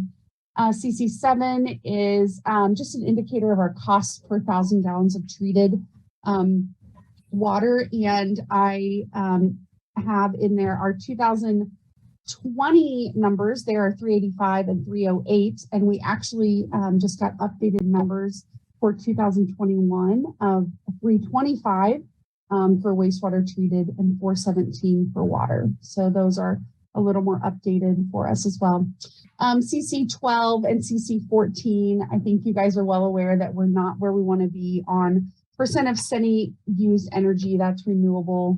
So that being particularly natural gas and our fleet transition. So we want to make progress on that, as well as standing up our process on our rating system and looking at climate adaptation.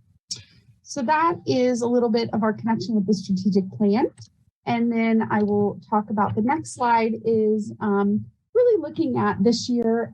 We are asking to do something a little bit different in doing a 3-year rate adoption. So adopting rates for 2023 to 2025. This is seen by a lot of the agencies that we work with as a best practice, really looking at long-term planning for water and wastewater utilities. A number of communities have gone to a multi-year rate adoption, and so we wanted to put that forward for your consideration this year. It is something that is kind of a favorable practice as bond rating agencies look at communities, again, on long-term planning. But I definitely want to make the note that even if a multi-year rate is adopted, it certainly doesn't preclude the commission from going back and looking at rates or making revisions to rates in that period. So with those couple of slides, I'm going to turn it over to Colin Dratt. Again, as Mike said, he's with Raptelis Consulting. Raptelis has actually done our rate analysis since 2015, and he'll not only provide the rate scenarios that we have, he'll also give some context about the many factors that we do as we look and doing our rate projections. So I'll turn it over to Colin. Sure.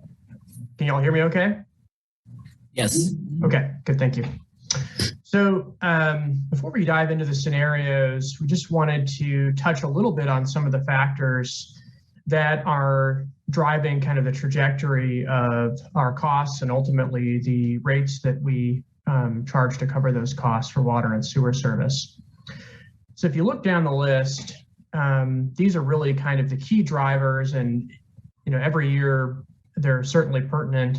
I would say a few of them are kind of maybe have outsized impact this year and over the next couple of years. One of the first one Mike had touched on was infrastructure repair and maintenance. And that really relates to,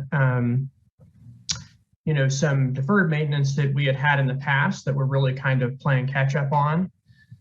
So if you think about like a water main that, on average lasts 50 to 75 years, if you use that main beyond its useful life and you kind of get in this cycle of replacing them, more on a 100-year replacement cycle, then eventually that kind of catches up with you. We call it kind of mining your assets. So you can only do that so long before you have to play catch up. And that's kind of the period that we're in a little bit. But the good news is we're doing the work to kind of turn that around. And the next one on there is energy and chemicals. And this really relates to just the increase in the prices of those two key inputs. So we use power in the treatment process, both for water and wastewater. And we also use it for lift stations, for wastewater, and in some other areas. We also use chemicals to treat, to treat the water as well as to treat the wastewater before it goes back into the receiving body. And the cost of those two things has increased markedly. So that's impacting us as well, more so than in the past. We also have the cost of staff. That's probably our largest operating cost, both the existing staff that we have now, as well as additional staff to deal with some of those regulatory issues that Mike had mentioned.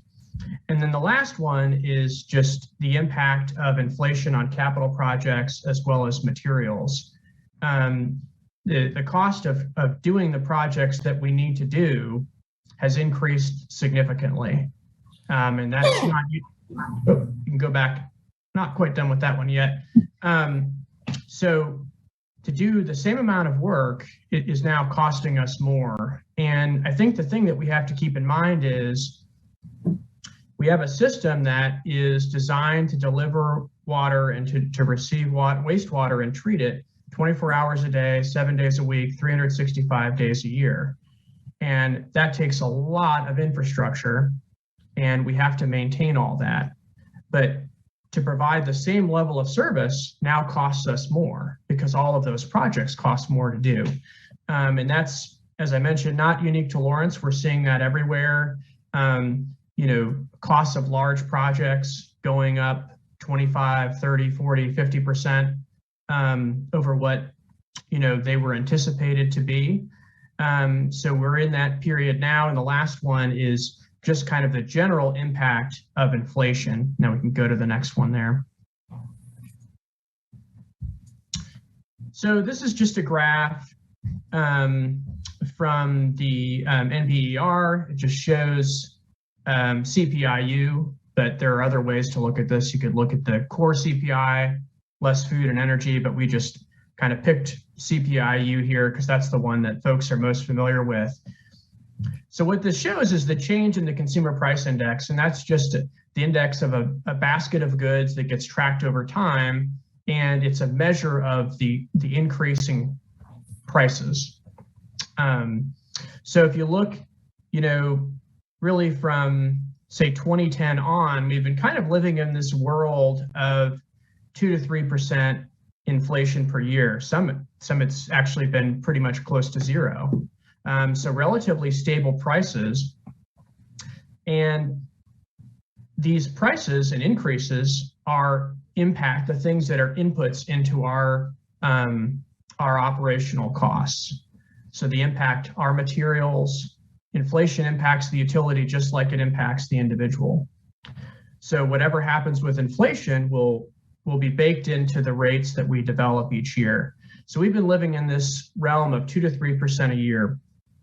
But then if you look off to the right, things have really taken off. I believe the latest headline number was 9.1% over the same time last year. There may have been a more recent number released in the past day or so, but around 9% inflation over a year ago. So that's the world we're living in now. And it impacts us in different ways. But the bottom line is that the rate adjustments that we've had in the past are really kind of, live in that world of 2 to 3%, but now we're in the world of 9%.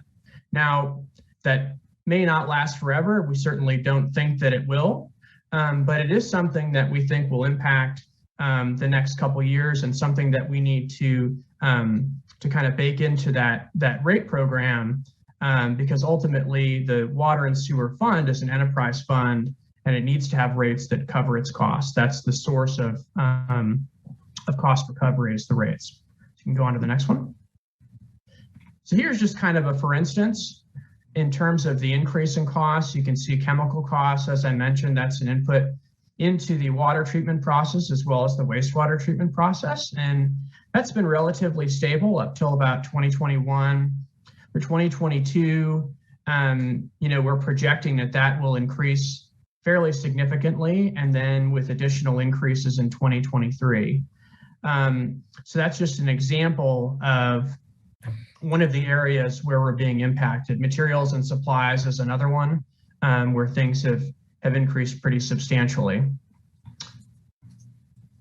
Okay, so just for reference, and I kind of alluded to this earlier, if you think about the kind of trajectory of our rates, there's a few different drivers, right?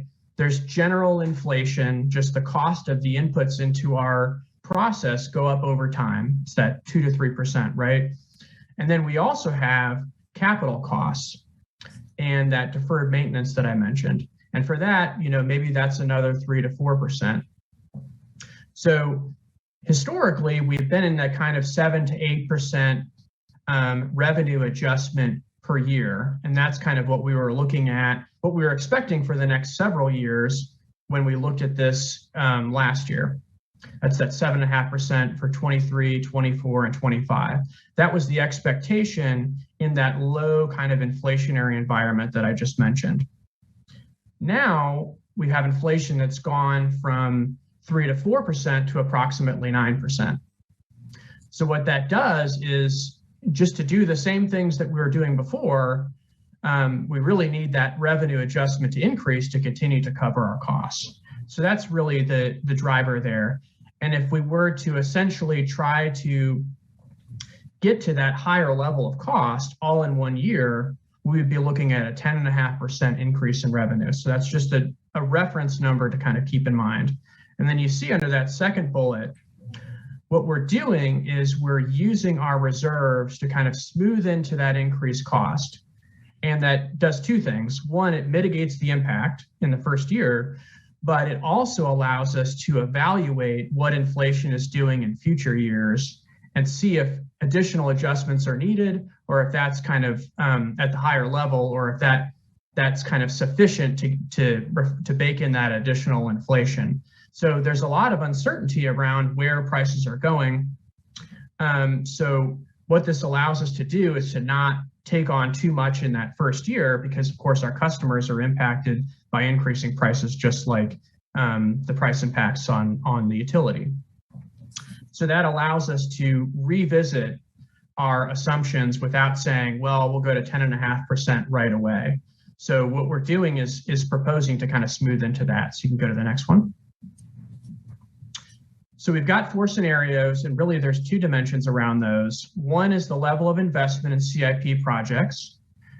And then the other is kind of this sustainability aspect of capital projects. Are there ways that we can deliver those capital projects in a more sustainable manner and add features that kind of reduce their environmental impact and make them more sustainable? All of the scenarios have us meeting our fund balance, our minimum fund balance policy, but they do drop below that policy target of 250 days, and we're looking to kind of get back up there by 2027. So we are dropping that down, and the reason for that is so that we can smooth into that level of increased cost and then reevaluate each year to make sure that the rates are where they need to be. So in terms of sustainability components, we've just got some examples there. So what are some things that we can do along with these projects, or as part of the projects, that could add some sustainability elements? And these are just kind of some examples. So there could be renewable energy infrastructure at the operations campus, different types of disinfection processes. There's certifications for buildings, and then permeable pavement. So it's really about, we're going to do these projects anyway. So what are the things that can kind of be added to them to make them more sustainable? And we'll get into exactly how that plays into the scenarios in a bit. So in terms of scenario 1, this is kind of our baseline scenario, and we're kind of comparing the other ones to this one. So what this does is it funds the operating and CIP budgets you saw in July. It also includes some additional positions that I mentioned earlier to kind of support those regulatory upgrades. Those are things that we've kind of had in the long-term projection for a while, that are incorporated into this. And in terms of CIP, it only includes the funded projects from that July presentation. So it doesn't fully fund everything that we need to do. It just includes what was funded. So you look there, mentioned that 10.5% earlier. What we're doing here is we're smoothing into that. Now, ultimately, to get to where we need to be with that fund balance target, if you have a lower adjustment in the first year, remember we had 10.5% for 3 years is kind of what we were looking at. If we drop that first year down, the others have to be higher to get to that same point. So that's scenario one. Scenario 1S is the same as scenario 1, but what it does is it adds those sustainability features for 3 of the projects: the field operations campus, the wastewater treatment plant upgrades, and then utility vehicle replacement. And what that does is it adds about $16.6 million over scenario 1. But if you look, it's really not increasing those adjustments very much. We're at 8.5 instead of 8, 10.25, which is a little bit, I think it was 9.75 before, and then 12 versus maybe 11.5 on the prior slide. And the reason for that is that majority of these projects are going to be debt funded, which is very common because the things that we're doing last a long time, and it spreads the cost out over all of the users, the current users and the future users. So we're able to layer on these sustainability features without actually impacting the rate that much because it spreads it out over time. So go to the next one. So this just shows, and as I mentioned, scenario 1 and 1S only includes the funded projects. There are still some projects that would be unfunded in these 2 scenarios, and this is the list here. So you can see those, and the bolded ones are associated with kind of growth needs in those areas of the city. So we just wanted to highlight that, highlight those specifically and just note that. And this is just the list, and that ultimately comes to $40 million that would not be funded under scenario 1 or 1S. Okay. So under scenario 2, we're including the same expenses as scenario 1, but we're adding those unfunded CIP projects. So things that we need to do, but were not included in scenario 1 because they were not in that funded group. And you can see at the bottom what the impact of that is. So just looking at the first year, for instance, we go from 8 to 8.75 to bake in the funded those unfunded projects for the 3-year period. And that amounts to I guess the unfunded ones are $40 million, and a portion of that's in the 3 years, and then some of it's in the 2 outer years.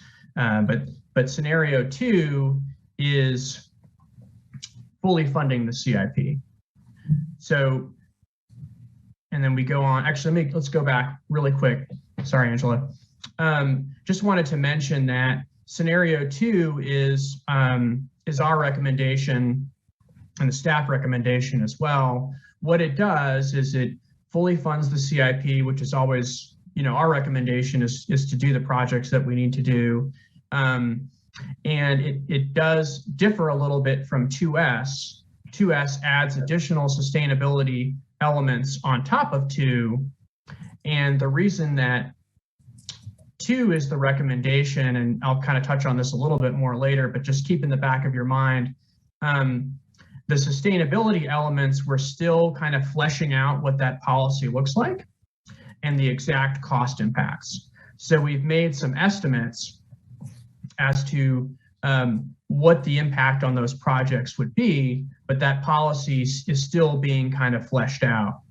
So the thought was, go to scenario 2 and then start moving the rates in the direction they need to be, funding the projects as they are, and then kind of when that policy is more kind of fleshed out, start to look at those sustainability items.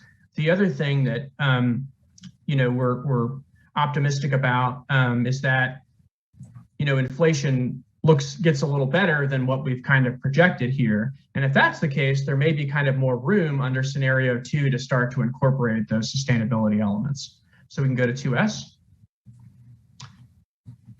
So 2S, again, is like 2. It fully funds the existing CIP, but it adds sustainability features for the projects that are listed there. So it does bump up that adjustment a little bit. And just as kind of an FYI, what we've done is we've targeted projects where we believe sustainability elements could reasonably be added, like the LEED certification or permeable pavement, or alternative energy infrastructure. And we've said, well, our estimate based on what we've looked at is that the impact of that could be around a 20% increase in the cost of that project. So that's what we've done is the ones where we're going to add that is included that 20% kind of for information to start to look at the impact of that. So that's what 2S does. So now we've got them all side by side. And again, just to kind of reiterate, the difference between 1 and 2 is kind of fully funding the CIP. 1 doesn't have that 40 million, that list of projects we had earlier. 2 includes it. Now, again, we're just looking at 3 years. It's a 5-year CIP, but for the years we're looking at it, they're in there. And then the S versions are that kind of 20% adder by project, which is the estimate of what the sustainability features would be. And, the recommendation currently would be 2, which allows us to really kind of tighten up what that 20% should be, but also fully funds the CIP. And then again, the hope is that things sort of start to get better on the inflation front, and there may be a little room even under 2 to start to evaluate those sustainability kind of options once that policy is fully fleshed out. I think that may be it. Yeah. Thank you, Colin. Really appreciate that. So I'm coming back on here to provide some comparison information, and we'll close this out and we'll get to questions. So as you can see here, this is kind of looking at, we provide this each year. It's a chart that is aggregating all of the impacts of the rate increases over a time period, which we have extended to 2025 for the 3 years we've been showing, and back to 2020, which really aggregates all of our utilities as well as in addition to property tax. I do want to note here, there was an error on the original chart that was published. And this, as noted on here, this is an updated slide. While we have shown it like this for a while, it was holding property tax steady at 766 over this time period. That is obviously an error. While the property tax is being held, the mill levy is being held the same. The assessed evaluations are obviously climbing in the community. And so we have put in that escalation average for each year. So I do want to note that difference maybe in the chart that you had seen on what was distributed. As you can see here, that total increase as we look at through 2025 is an $817 increase, or just a little over 28.9% over this 6-year period. If we annualize that out annually, that is about a 5.79% increase over for an average household in the community. I will also note that the 24 and 25 numbers are just best estimates with our projections for property tax, as well as the rate estimates we've done in our current models. Obviously, solid waste and stormwater are an estimate at this time as well, moving forward. The water and wastewater numbers are the staff recommendation scenario number 2. So that gives a little bit of context on how these rate increases impact an average residential household annually. And then if we go to the next slide, it's providing some context here on community comparison for water and wastewater bills for an average household on a monthly basis. This is another chart that we provide each year for comparison purposes. So as you're looking at that, I wanted to just provide a few points of context to think about. This year's comparison was a little bit difficult in that we are doing our rate model process earlier several months this year.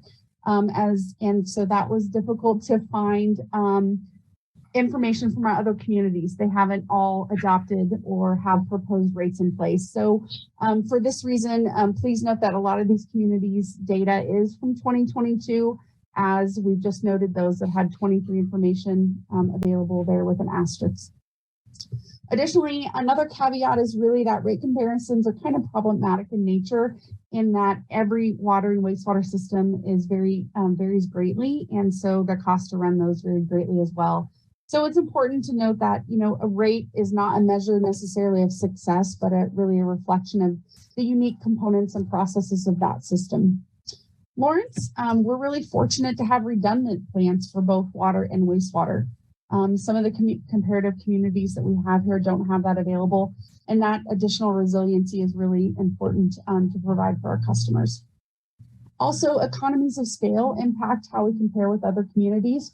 For example, Bonner Springs, the size of that community, it's not surprising that their cost per capita is quite a bit higher than ours. But at the same light, Water One and Johnson County Wastewater have a lot more, a larger customer base that is growing faster than ours, and their ability to hold their rates lower than ours is not surprising as well.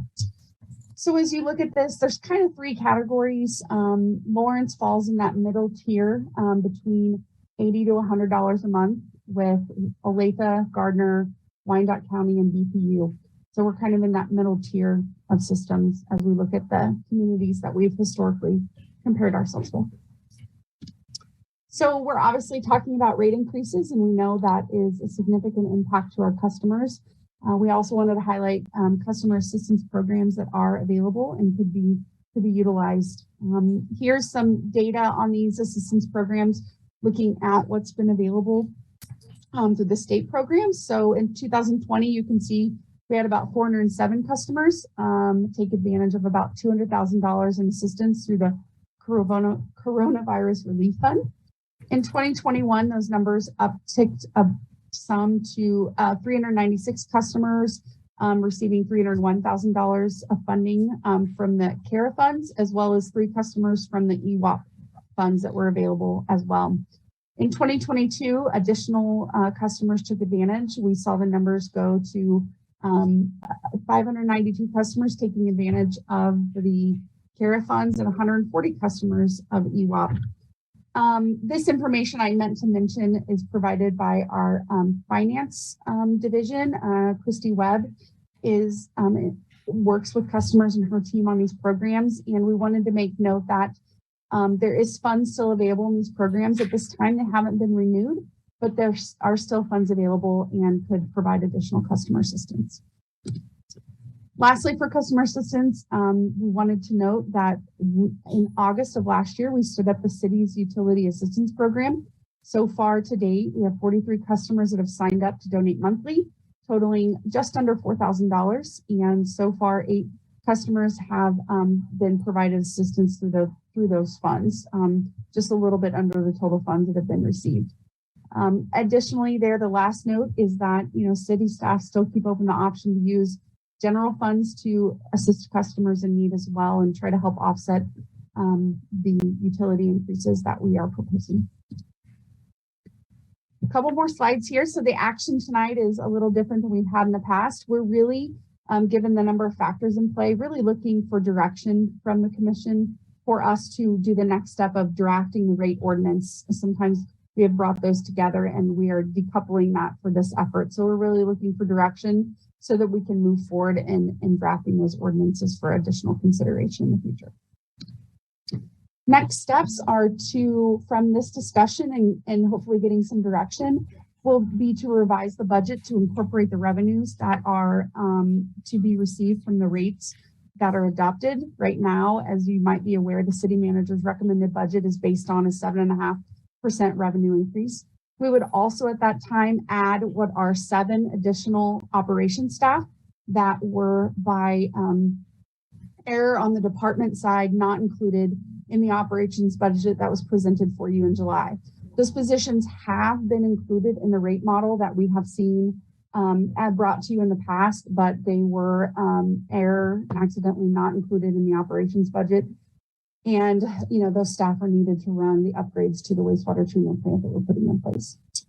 Additionally, we would be back to present the rate ordinance for you for water and wastewater, as well as the solid waste and stormwater rate ordinance yet this fall. And lastly, we would also be coming back to present additional, the time horizon for our system development charges will end at the end of this year, and we need to set in place new SDCs for the next 3 years, I believe is our horizon on that. So those are our recommended next steps. And with that, I just appreciate your time letting us present this information. And we have several on our team here that are ready to answer any questions. Great, thank you. Are there any questions?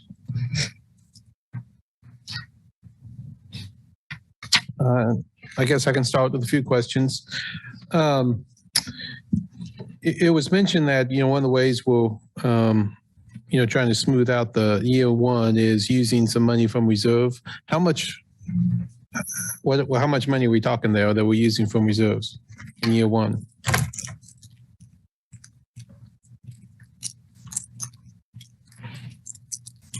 I don't know that we have that exact dollar figure handy, but I think we could get that to you. But I mean, we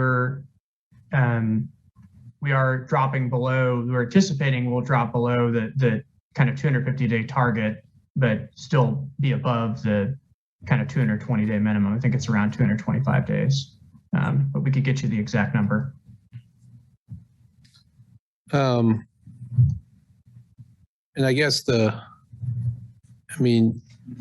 one of the reasons I'm asking that question, again, trying to think through the different scenarios.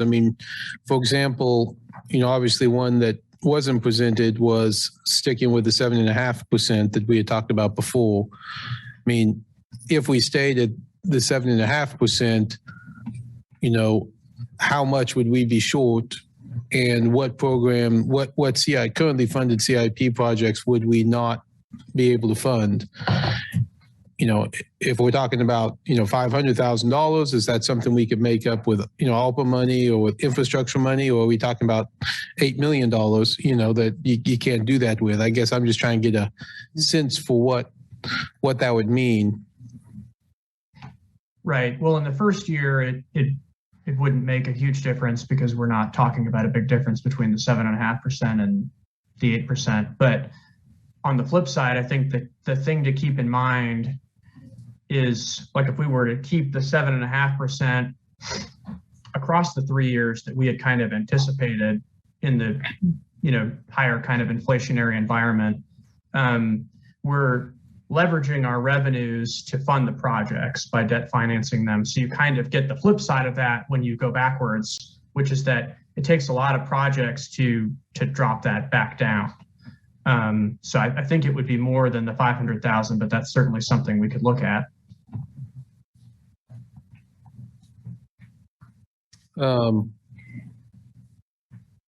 Yeah, certainly that's one of the things. I guess it's a comment more than a question, but we've been talking in the past. We've kind of looked at 3-year rate models. So, we've always tried to say this is what the rates are going to be in the next couple of years.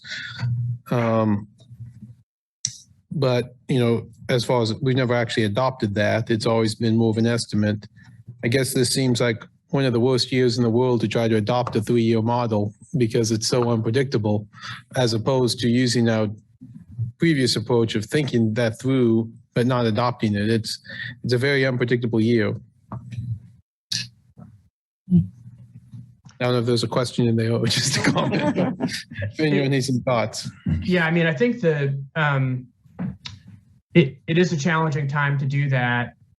The maybe flip side to that is it also, one, if we adopt a 3-year rate, it doesn't necessarily stop us from making course corrections. It's just kind of in place.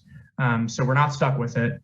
And it also, on the customer side, does provide a little more certainty, because the hope is that, we would sort of stick with that. But it does allow for course corrections. But yeah, I agree. It is a challenging time to do that. And just a couple other questions, and then let others ask questions. We have the list under scenario 2 of unfunded CIP items that we want to fund under this plan. Would any of those on that list be 2023 projects, or are those all 2024, 2025 projects? I mean, I know, like, for example, would we do any of the water towers in 2023, or would we do, I mean, I know west of K10 probably wouldn't be a 2023 project, but is this just something we would get on the back end of that 3-year rate model? This is Melinda Harger, Assistant Director of MSO. So you see here the list of unfunded CIP projects. It's not exactly with the project number, but it's pretty close. So if a project number is MS 25, that project starts in the year 2025. And if it's an MS-26, it starts in 2026 for the most part. So there's a couple programs on here that actually decrease the funding of that program across the whole 5 years. You'll see those as the MS-23 items listed there, which is the private lateral sewer extension cost sharing and the water main. But the rest of those are standalone projects that you'll see start mostly in those outer years. And so, or the big portion of the funding is in 2026 or 2027 with those construction dollars for those projects. And okay, go ahead. And I wanted to answer, I'm estimating, so everyone here is probably going to cringe, but if you look on scenario 1 and scenario 2, just the difference between those two, each year it varies between, either 0.5% to 0.75%. And over the 3 years, that was 9.2 million. And then of course, 40 million over 5 years. So to lower the rates to 7.5%, even, to lower all of those just by 0.5% down, just to 7.5% the first year, for instance. I mean, you're looking at about a $9 million impact on projects over 3 years. That's very rough estimates. I know there's a lot more that goes into it than that, but I just wanted to say it's a lot more than 500,000. So, I mean, we'd be looking at tens of millions of dollars having to come out of the CIP to do a 7.5 over 3 years. Significant. That's helpful. Helpful, thank you. And just real quick I think I understand most of these. What is the Clinton Wastewater Treatment Taste and Odor Phase 2? What project is that? What are we doing there? Sure. Mike Lawless, Deputy Director for Municipal Services and Operations. So that would be some disinfection. I think it takes us to either ozone or UV for our disinfection over the liquid sodium hypochlorite that we use today. Okay, thank you. Any other questions? I've got a question. So these unfunded CIP projects, why were they not included in the budget or the CIP that we looked at earlier in July as being funded at that point? Why are we wanting to fund them now but not previously? I'm Melinda Harger, Assistant Director, MSO. When we were looking at what was funded in the city manager's recommended CIP, it was based on the 7.5% rate increase, those revenue numbers. So at that time, we did not have the updated rate model and the detail that we have tonight. So by the direction of finance, they really wanted us to show, similar to what we did last year, only the projects listed as funded if they could be included with, the revenue numbers that were part of that 7.5%. Okay, thank you. What is our requirements, our bond requirements, as far as our related to the cash that we have to have on hand? What does our bonds require?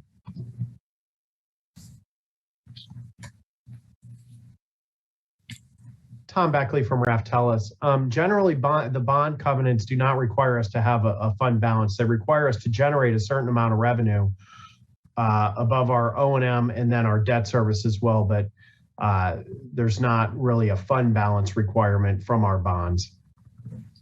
Okay.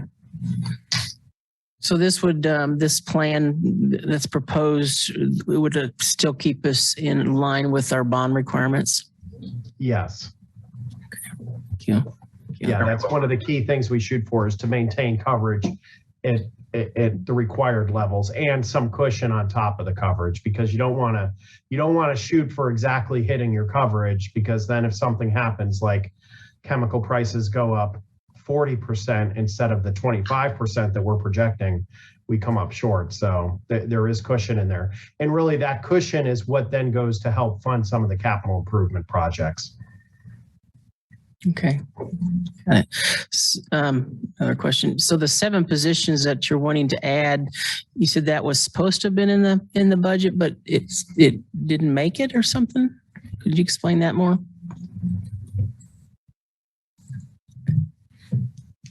Good evening. Yes, Trevor Flynn, Assistant Director with Municipal Services and Operations. So the positions got put into the rate model calculations ahead of the budget. And so they weren't, usually we do a program improvement request, which they get filled out and then vetted. So that was filled out, and then the vetting kind of stopped because they're already kind of technically funded. So there's a little bit of an oversight with of how to basically get the authorization for those positions. But with that, going to that more complex system and the technology with the new permits and the upgrades, we want to really bring those staff alongside us to learn, because they're going to be very, very challenging systems. Because as Mike said, it's a complete retrofit with a totally different process that's going to require a lot of knowledge sharing, and we're learning as we're reviewing the designs and learning the automation that we need to do to the new plan as well. Thank you. Yeah, it's a quick question, just in regards, kind of almost a follow-up to Commissioner Finkeldye's earlier questions. Regards to rate scenario 1S and 2, I know earlier in the presentation you said that ultimately these are pretty malleable and we can go ahead and revisit these. And I was just wondering if it's all or nothing for the unfunded CIP projects, if we could intermix those, if we could have not necessarily all 12, but some of them, and incorporate some of the other sustainability measures, not necessarily all of them. So. Melinda Harger, Assistant Director, MSO. That's kind of what we're looking for tonight, direction from the commission. If there are certain projects that are on that unfunded list that you want moved to the funded, but yet not all 12, that's some feedback that would help us. There's definitely unlimited numbers of scenarios that could be developed. So these were some that were put out there, just to, I guess, get some direction from the commission on what you would like to see and how to customize that.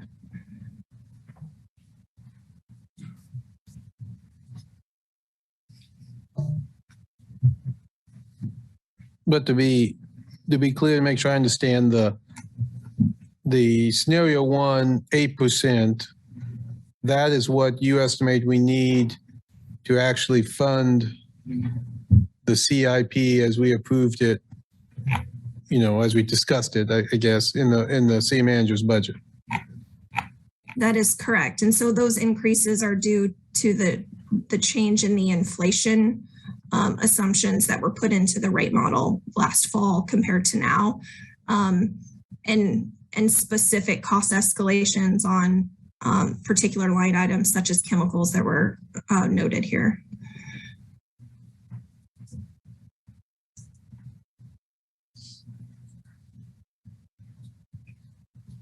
Any other questions?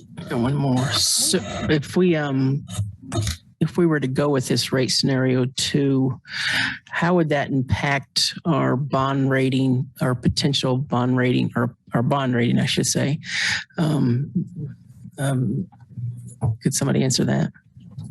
We expect that it should maintain the current rating. Of course, there's always unknowns to that, but in terms of maintaining a similar coverage, and even though there is a decline in fund balances was mentioned, we think it'll maintain a similar bond rating. Okay. And I know at the beginning that you had staff had discussed the fact that since 2013 we have been investing. I can go back and find this 6 or 7 additional percent, 7 to 8% to kind of play catch up, so to speak. At what point will we be caught up based on if we can continue to invest this money each year? Michael Lawless, Deputy Director for MSO. I think what we're showing, what we had showed last year, when we did that look, we did a 5-year kind of look, and, over the course of the 5 years, we were starting to see those rates go down. However, with inflation and some of the other cost escalations that we talked about today, that sort of negated all of that. So, I think over time, as we look out, 5 years to 7 years, we start to see those rate increases go down.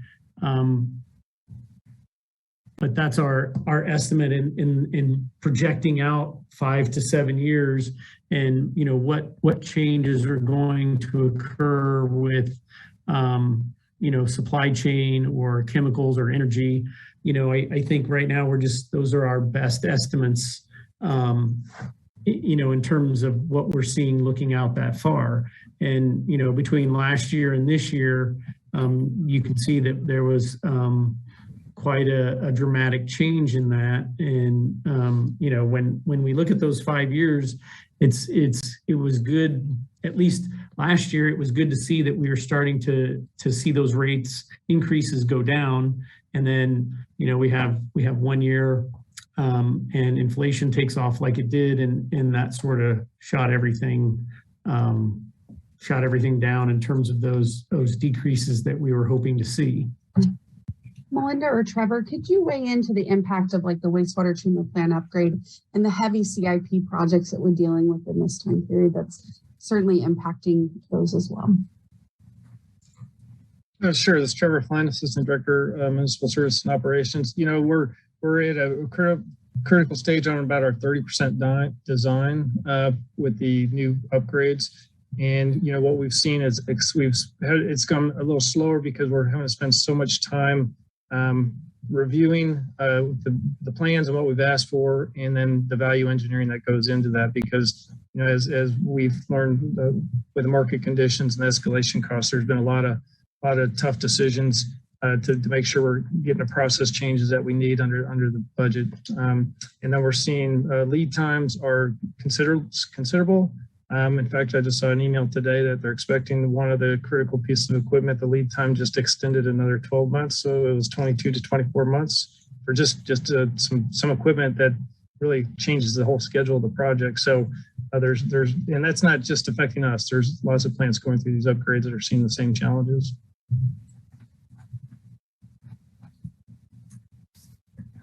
Melinda Harger, Assistant Director, MSO. The one thing I would add is we do have that very large $70 million project. Now, it didn't start out $70 million, but that overall between design and construction, that's kind of what we're looking at now. And we do not have on our radar another project of that scale, in the rate model. So this is something that's been part of that integrated plan. We've known for most of this decade that this was coming, that it was the next step after bringing the Wakarusa plant online. And we do anticipate there will be other regulatory impacts in the future, hopefully not of this scale in the next 10 years is our hope. But that one project does have a huge impact on the CIP and on rates.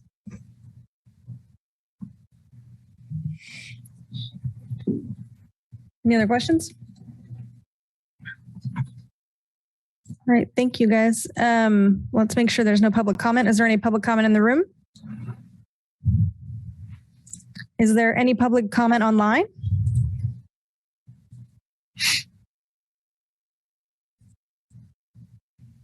There's no public comment, Mayor. All right, thanks. Let's bring it back to the commission for discussion.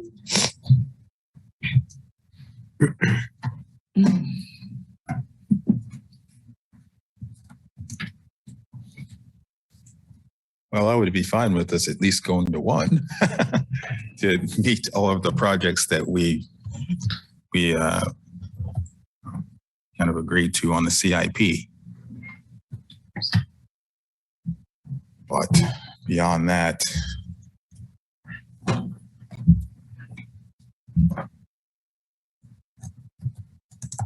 Commissioner Finkeldye, you got anything? I had a quick question in regards to our special rate for special populations. I know that we have a special rate for specific elderly individuals that with a income max, and I couldn't understand what that income max, if it was federal poverty level or if it was a certain percentage of federal poverty level or AMI or whatnot. And I think this conversation kind of goes with this depending on what scenario we choose. We have a special rate for one particular group, although we know through several conversations we've had in regards to housing and homelessness and houselessness and housing affordability, that there are other subgroups that will be disproportionately impacted by any rate and utility rate increase, whether it's 0.5% or even more. And so I would like for us as a commission to consider expanding individuals in our community that would potentially qualify for that special rate. I know that I imagine that there are some numbers or models that's not presented tonight that may take into account what those percentages look like based on, I know this was done based on residential, and it doesn't take, and whether or not that defined term takes into account multifamily units, duplexes, things of that nature. But, individuals who receive housing choice vouchers or at least housing vouchers in our community, low income individuals, whether it's at 133, 121, or even community members that have severe disabilities but are able to function and live on their own. I might like for us to at least consider as part of this conversation to discuss adding those populations to our special rate list. So I know that definitely doesn't dovetail into which scenario I want, but at least as we talk about impacted groups, and I know I've shared that this is an inevitable conversation around rate increases. And although I would not want to see a rate increase, there is a need for us to not continue to kick the can down the line in regards to deferred maintenance. So I would like to put at least some protections in place for those vulnerable populations in our community so that they are not disproportionately impacted by this rate increase.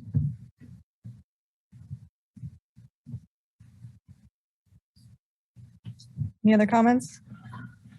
I guess I have another question. I was going back and looking at, the proposal we got back in June related to the CIP.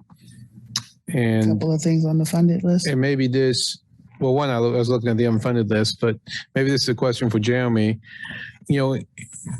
or others maybe, I don't know. I mean, there was presented in that a projection of our bonded indebtedness per capita and our projected GO debt service and the cash fund balance. Would those charts be, I assume if we went with scenario 2, are we talking about higher projected bond indebtedness per capita? And then how would that change that debt service analysis? Jeremy Wilma, Finance Director. You are correct. It would increase the bonded debt per capita, and it would it should not impact cash because you would be increasing rates to cover the debt requirement. But the debt per capita would go up. I have not done the calculation yet to see what that additional debt would be. But looking, and I appreciate that. I mean, I guess, and going back maybe to one of my original questions, you know, in 2023, this is the chart from that CIP proposal. I mean, we're at nearly 500 days cash on hand for 2023. And that would, drop eventually, under the 250, but not until 2026 or so. I guess I would be interested in kind of going back to my first question to see what this chart would look like under, scenario 1 and scenario 2 as presented, to kind of see where that falls and how quickly it falls. Because most of these expenses are in in the out years, not in this year. And again, if on one hand, we're looking at 3 years in total, but on the other hand, we're really only, it can change in the future depending on how that looks. So I guess I'm interested in that. I mean, we have quite a bit of cash on hand now, and we're intending to spend it, which we should. And I guess I'd just like to see maybe that updated when you bring this back to us. Chairman Wilna, the Finance Director, just to be clear, the page 49 of the presentation on July 12th was just geo debt, so it wouldn't actually have any impact on tonight's discussion. Oh, that's just the geo debt. All revenue. The only debt projection that we made based on revenue would be slide 48, which showed the revenue bond debt per capita, and we will update that. Okay. Thank you for that. I see what you're saying. Yeah. My mistake. Got it. That's the geo debt. Got it. Okay, then going back then, I guess, to the unfunded, I was looking back at this originally because looking at some of the scoring numbers on some of these projects that, that fell on the unfunded list. I mean, obviously projects like the Taste and Odor Phase 2 actually had a pretty high number of 18, a score of 18, where some of the others, have kind of lower scores. So I guess, I might be interested in this list of unfunded CIP projects having the score, relayed, put on this chart to kind of see the relevant, how the staff scored these. I mean, the Call Low Service 2, looks like it had a score of 7 on it. And again, that doesn't mean it's not important somehow, but that's a pretty low score, to add into this. So I guess I'd be interested in seeing that as we look at, some of the ultimate decisions. I mean, some of these projects I think we definitely need to do. I mean, the tower maintenance coatings in 2026, that's a project that's going to have to be done at some point. I mean, no question.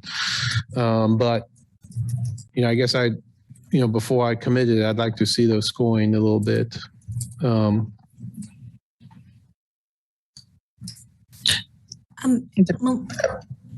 Melinda Harger, Assistant Director, MSO. I was going to point out the page numbers in Jeremy's report or his agenda item from July 12th on page 97, because these do provide the scores for the unfunded.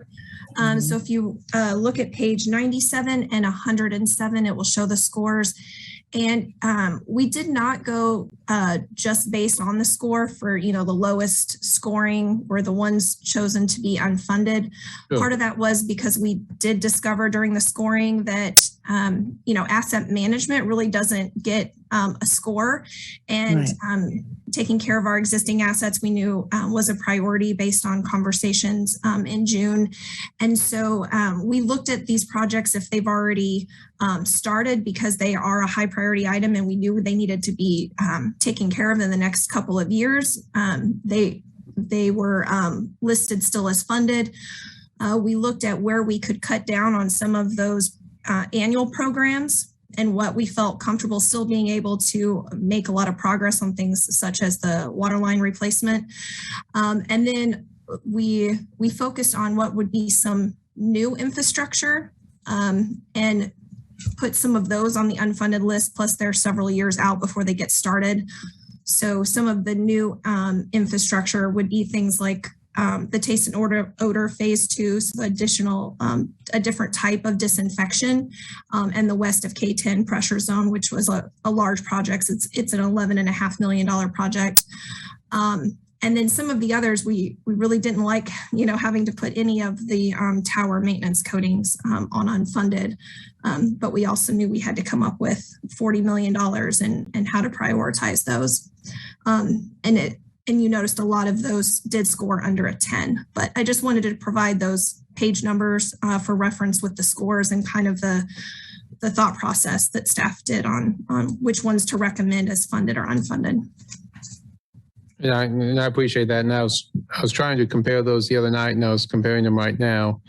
And I guess that's, as you said, if you're looking for recommendations from us between, obviously we know what scenario 1 is, and we know what scenario 2 is. I mean, if we, and again, I'm just making this up, not for you actually to do the analysis, but if we said, okay, fine, we'll do 8.25%, under scenario 2, I mean, so that means you get to add a couple projects. Which projects would you add if you had just a little bit? What's the give and take there? And again, not that I'm asking you to answer that tonight, but just so we have a little more comparison, it's without going through that analysis, it's hard, to understand what I'm choosing between. I think you bring up an excellent point, Commissioner Finkelstein. I think that's what I was wanting to allude to. And I know, Melinda, you talked about it with not having a rating for asset management, but just something to be able to look at these unfunded projects to say, well, this was unfunded, but it identifies as a new project, or this is unfunded, but this identifies as an asset management project that is on, whatever the spectrum is as far as where it's at in the level of asset, on that spectrum of, are we in like level 2 or level 3 of that or something? Because it sounds like from what Commissioner Finkelstein has said, and perhaps from what Commissioner Littlejohn has alluded to, that there may be discussions around not fully funding all 12, but partial funding based on using that multiple analysis to make decisions on what each commissioner thinks should be on the funded list of projects if scenario 2 was an option. And if I may, I can give a little bit more perspective. 3 of the projects are new infrastructure with the Southeast, basically a growth project for the Southeast conveyance corridor. I already mentioned the phase 2 taste and odor, and the west of K10. Those add up to 23 million of the 40 million, those 3 large projects. And so those are the others all look to be either maintenance projects on existing assets, or we're looking at trying to solve an identified problem, like with our private lateral sewer extension cost sharing program. But those are the 3 big, new assets we'd be bringing into the system. So just wanted to share that information and the scale of those. Wonderful. Thank you, Melinda. Mike Lawless, Deputy Director for MSO. Just to follow up a little bit on what Melinda said, the taste and odor phase 2 and west of K10 pressure zone. I think if we look back at the presentation that Jeremy did earlier this year, that we've identified those potentially as grant funded, or maybe funding that we might be able to secure through some of the funding that's coming down with the programs that we're starting to see. And so, I think from my perspective, having a look at that, I would say that the taste and odor phase 2 is probably the least important of those. it was more about aesthetics than it is any kind of regulatory requirement that we have right now. And so, I think while it's out there and it's something that would enhance the system, it isn't necessarily something that is a regulatory driver. And again, it's something new that we would be adding to the system that we would then have to maintain. And so to me, if there's something that we wanted to give up, that would probably be the first project that I would say we could defer or push out to a future date until there is a regulatory driver, or that taste and odor gets to the point where we have to do more than what we're doing today just to provide a product that our customers are happy with.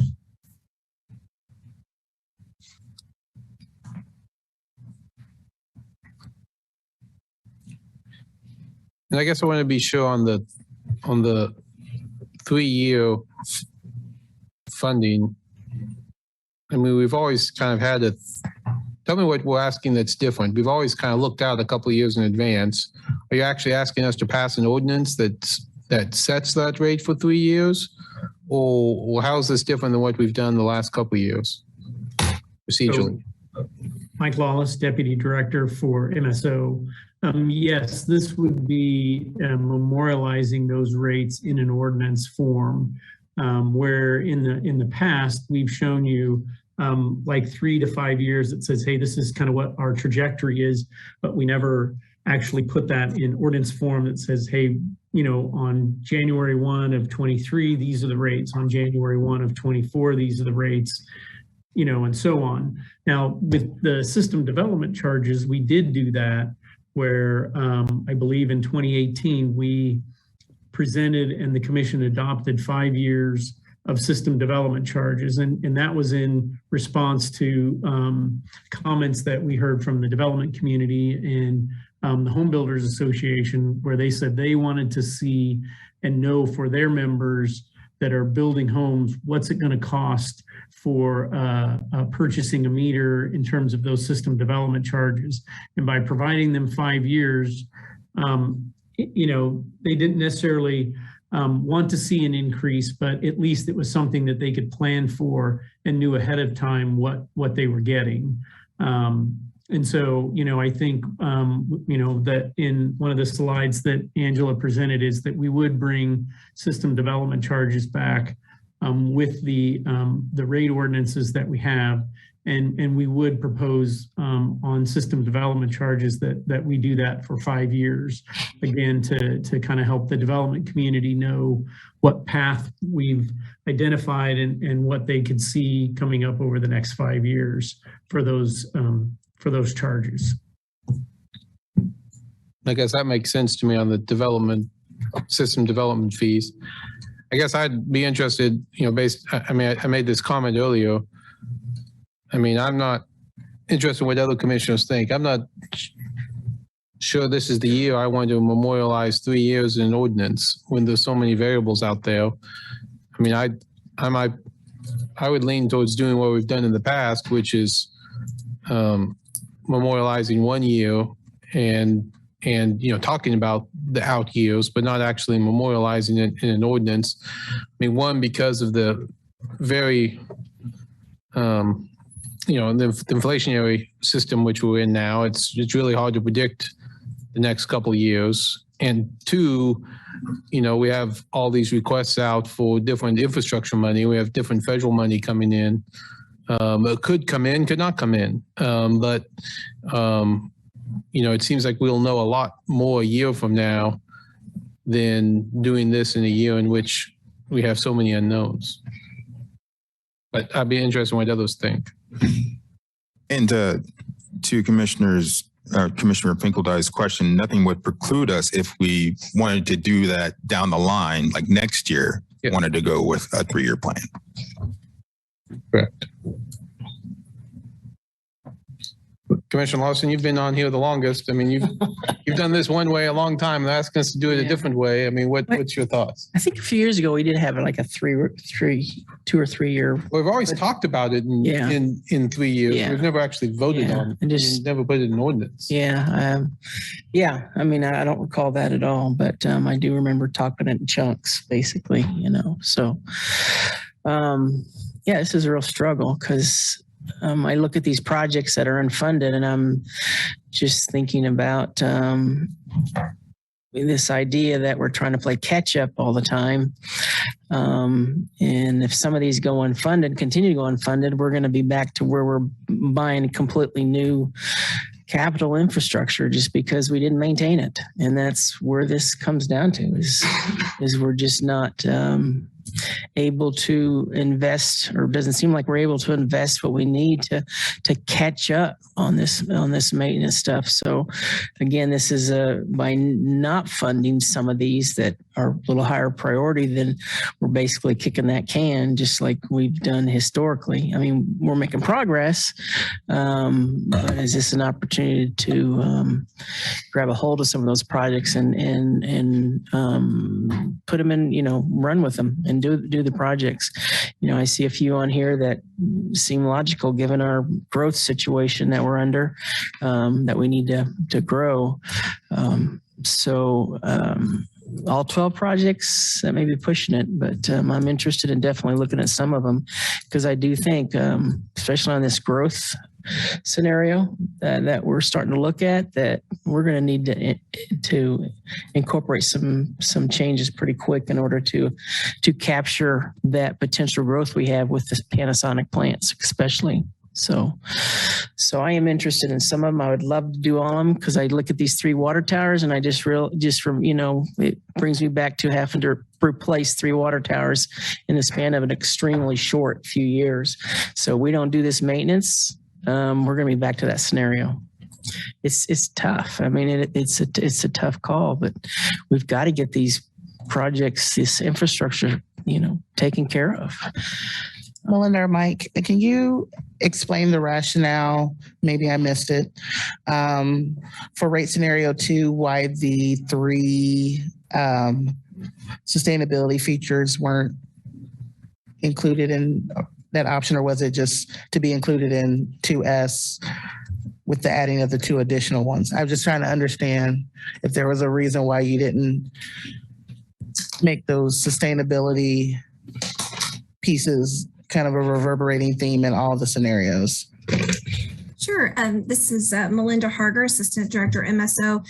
It was really for the simplicity of showing the 2, the scenario 1 that matches the CIP from last month, and scenario 2, fully funded CIP. And then what we did is we looked at the projects in there and which ones aligned the most with the ability to either utilize a green rating system. A lot of our maintenance projects wouldn't really be viable for that. We could definitely use sustainability best practices, but which would have a big impact if we had the funding for some larger capital investments in the sustainability area. So there's some features we can add into projects, especially at facilities where there's a return on investment, not only to environmental benefits, but sometimes on, the financial side, you can get a lot of that back in energy cost savings and things like that. But it does require those dollars up front. And on some of these projects, it's millions of dollars up front to do some of those larger capital sustainability projects. So we really identified our plant upgrade project. That is a large project, and we've already identified some things we could do that could reduce our chemical usage, and we could utilize Envision would probably be the best system for that, as opposed to LEED, because it is an entire plant project, a lot of process. And then the field campus project, now this would be, when we reference the 20% additional budget, it would just be on the utility funding of that phase 1 of the field campus, but it comes to a little over $3 million that we could apply to utilizing a green rating system such as LEED, but also implying some of those dollars to investment in either green infrastructure and or some renewable energy capital infrastructure there. And then the other piece that we wanted to throw that additional 20% on the third project, at least on the scenario 1S, was our vehicle replacement. We know there's additional costs with going with all electric vehicles, so we wanted to include more dollars in for that, since we know the electric vehicle infrastructure projects on the funded list here, in year 2024, 2025, it'd be great to be able to be getting those 100% electric vehicles and utilizing that infrastructure. Okay. So that was the thought process on some of those. Got it. Yeah. But to circle back around what I said before, I'd be interested in maybe doing the field operations campus, sustainability measures for that, and then also not doing all of the unfunded CIP projects, but some of them, and then mashing them up together on top of number one. It wouldn't be quite up to the level of number two, but it would be somewhere in the middle. And we would at least be going forward on a huge sustainability measure, which would be the field operation campus.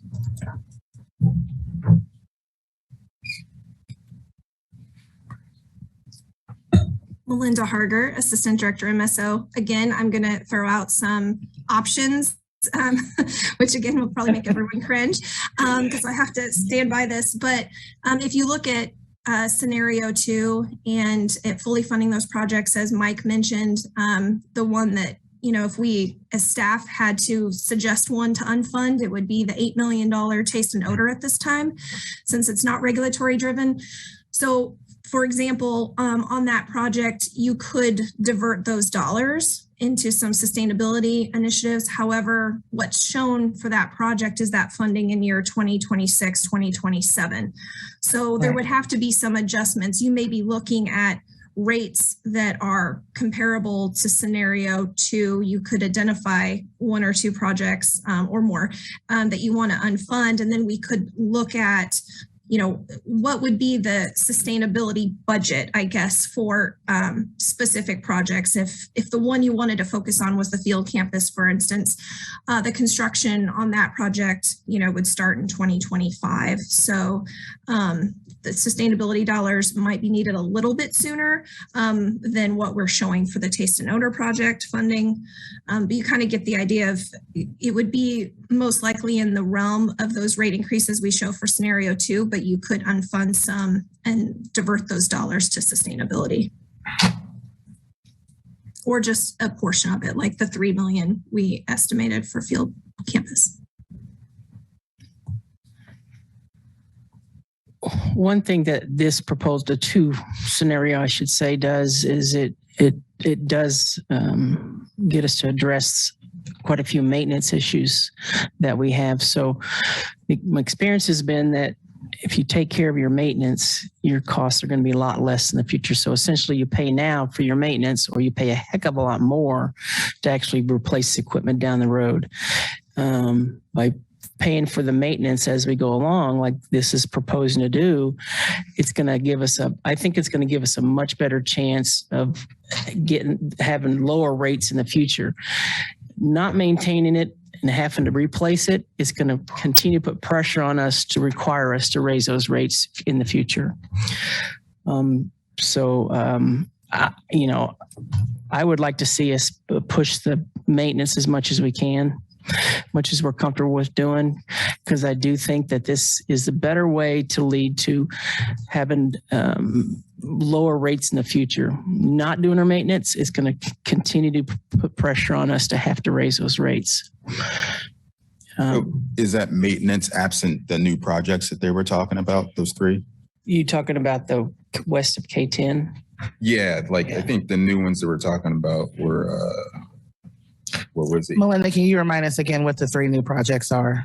Sure. The Southeast Conveyance Corridor, the Clinton Water Treatment Plant Taste and Odor Phase 2, and west of K10 Water Pressure Zone are primarily. Now, I would add in the private lateral and sewer extension cost sharing is technically adding new sewer main in a way, but it's resolving some issues with some private infrastructure. Yeah.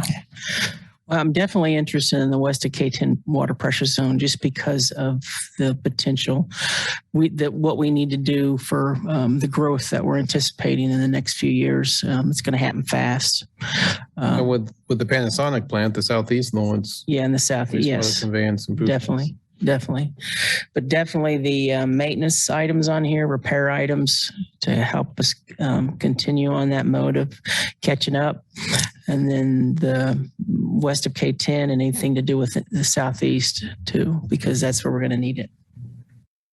Are you saying to keep those or to? I'm saying, yeah, anything to do with the need for us to capture this opportunity from the Panasonic plant. I think is important that we try to get those in, and then also any sort of maintenance, because again, maintenance we pay now or pay a lot more later. So I didn't hear us really take anything away other than taste and odor.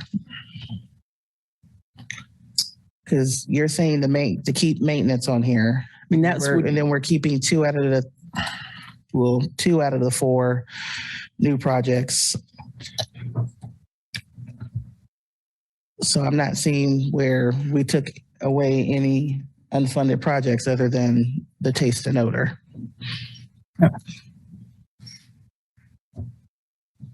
So is that what you're wanting to do? About 20% of it. I guess certainly, I guess I'd say that the Clinton waste, and I guess I'd like at least to have, again, looking back without knowing a lot of details, both the car pipe gallery replacement at $1 million and the car low service 2 piping and valve replacement. I assume those are maintenance, but they also ranked, with a 7 and a 9 on the scale. And I guess I don't know why it ranked at a 7 and a 9, I mean, is that something because they're not that damaged, or is it because they're not that important, or because, I don't know why that is. So I guess, again, knowing what I know about the scoring system, I guess I'd like staff to look at some of those lower valued ones, why they received the low values. And, if we're looking to bring back something in between, either remove a couple of those on your recommendation or tell us why they really should be there. I guess is what I'm saying. So Mike Lawless, Deputy Director for MSO, I think it kind of goes back to what Melinda had said earlier. Those facilities are fairly old, and the piping in those galleries is old and needs to be replaced. I think it's kind of it's not something that anybody sees. It's not something that's above ground. It's not something that is brand new and sparkly. It's something that we need in order to be able to draw water out of the river or to supply finished water out into the system. And so they may not score very low, but I mean very high. But I think it goes back to what Melinda said: is our scoring matrix doesn't necessarily take into account that asset management component of maintaining what we have and getting a good score on that. Because I think if we had that in the scoring, that those 2 projects would rank much higher than they do now, because they are a vital piece of the infrastructure in order to either draw raw water off of the river or provide treated water, potable water into our distribution system. And so I think that's the answer that I would provide. It's helpful. Yes, and I would just add, in our scoring, we have a different score for each of the commitments, and these don't really earn a score and impact the progress indicators for engaged and empowered teams, equity and inclusion, community engagement, external funding. So that's why they really scored low, is unlike street projects where there is a lot of community engagement. When it's a plant project, it's not as outward facing and in a neighborhood. And so some of those opportunities to score higher don't really apply to our plant maintenance projects. It's helpful. Thank you.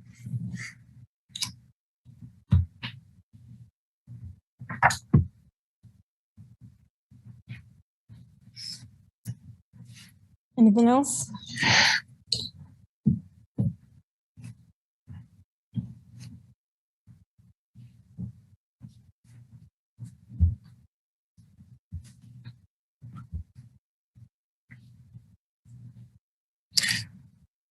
I would just say, I mean, based on the conversation, based on the information, thank you, Melinda and Mike, for sharing that.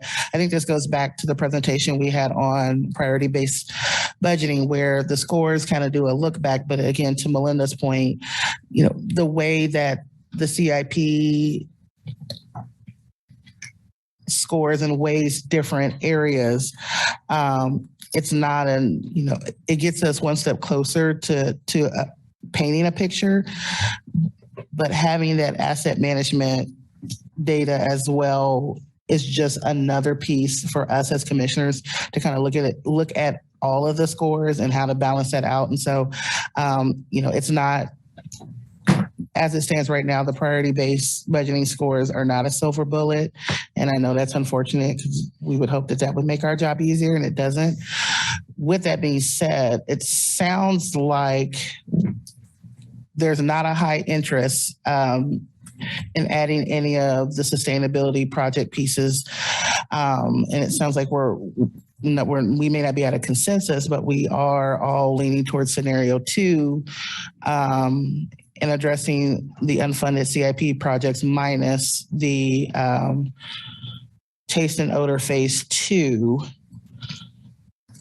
And so perhaps are we moving towards that? And then I think the only piece I didn't hear that we haven't heard from all commissioners on was in regards to just the rate model. I know Commissioner Finkeldine, you said you don't want to solidify this in ordinance. And so, I think I can argue both sides of it.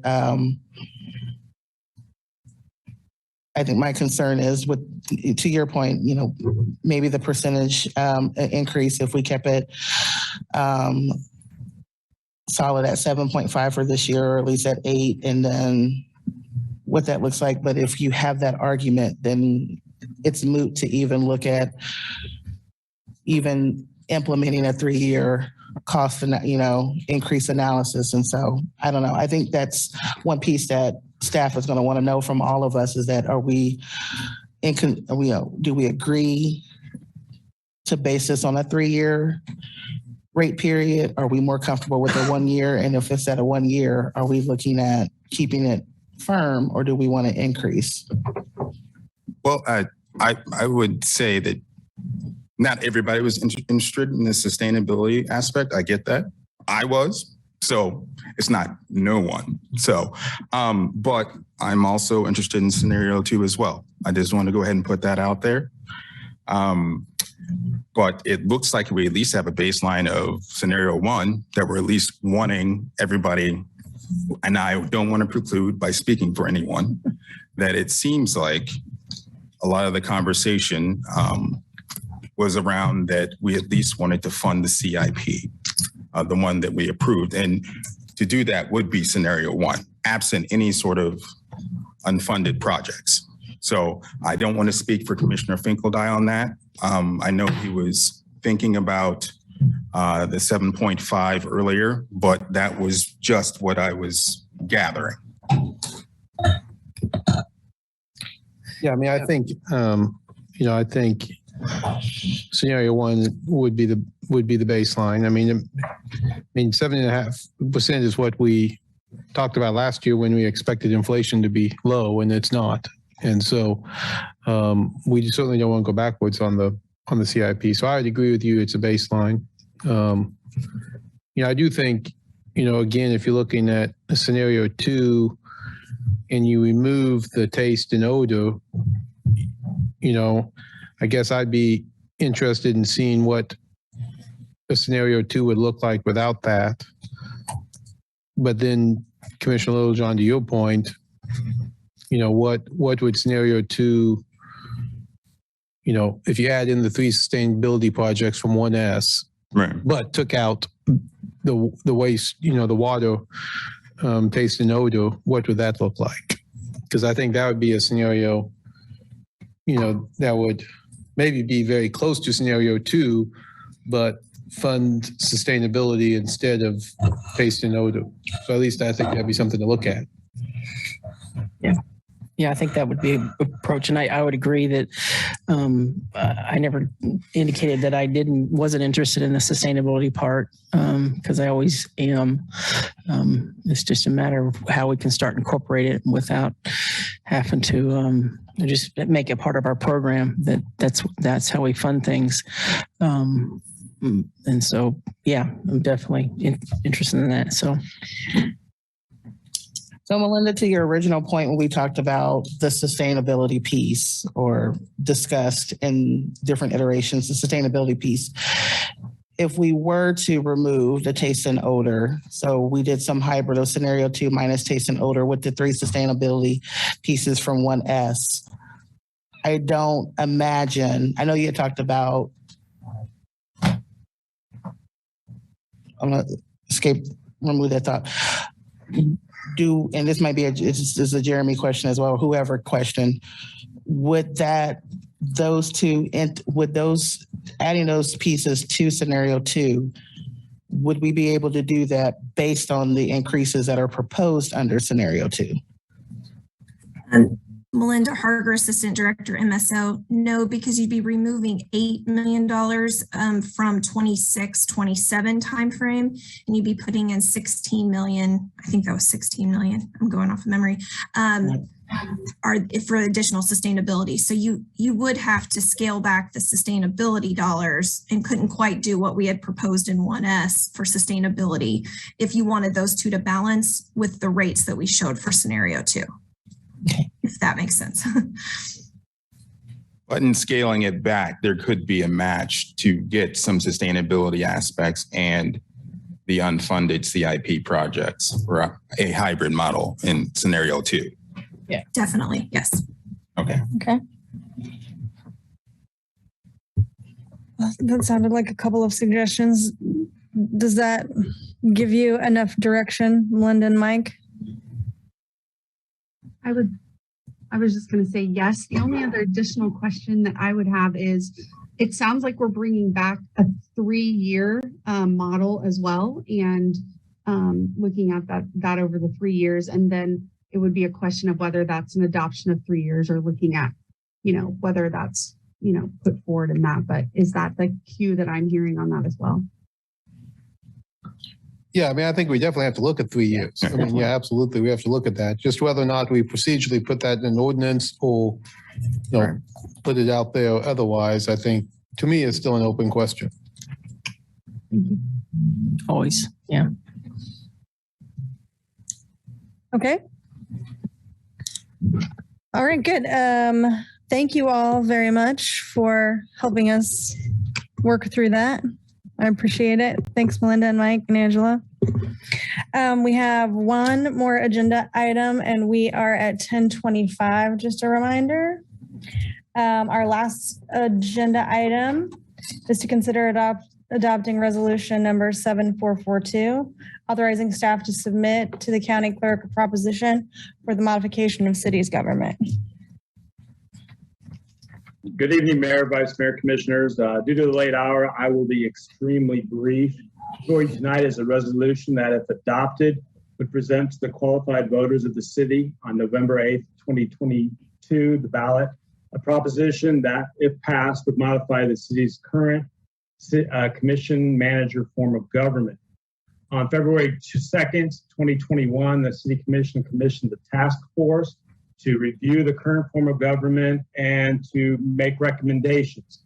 On June 15th, the task force reported back to the City Commission and made a number of recommendations. Dr. John Nalbandian, Professor Emeritus of the University of Kansas School of Public Affairs, chaired that task force, and he presented the recommendations of the task force. I don't see him online, and I don't know if he's He's here in person, Randy. All right, so I would turn it over to Dr. Nalbandian before continuing on with the resolution.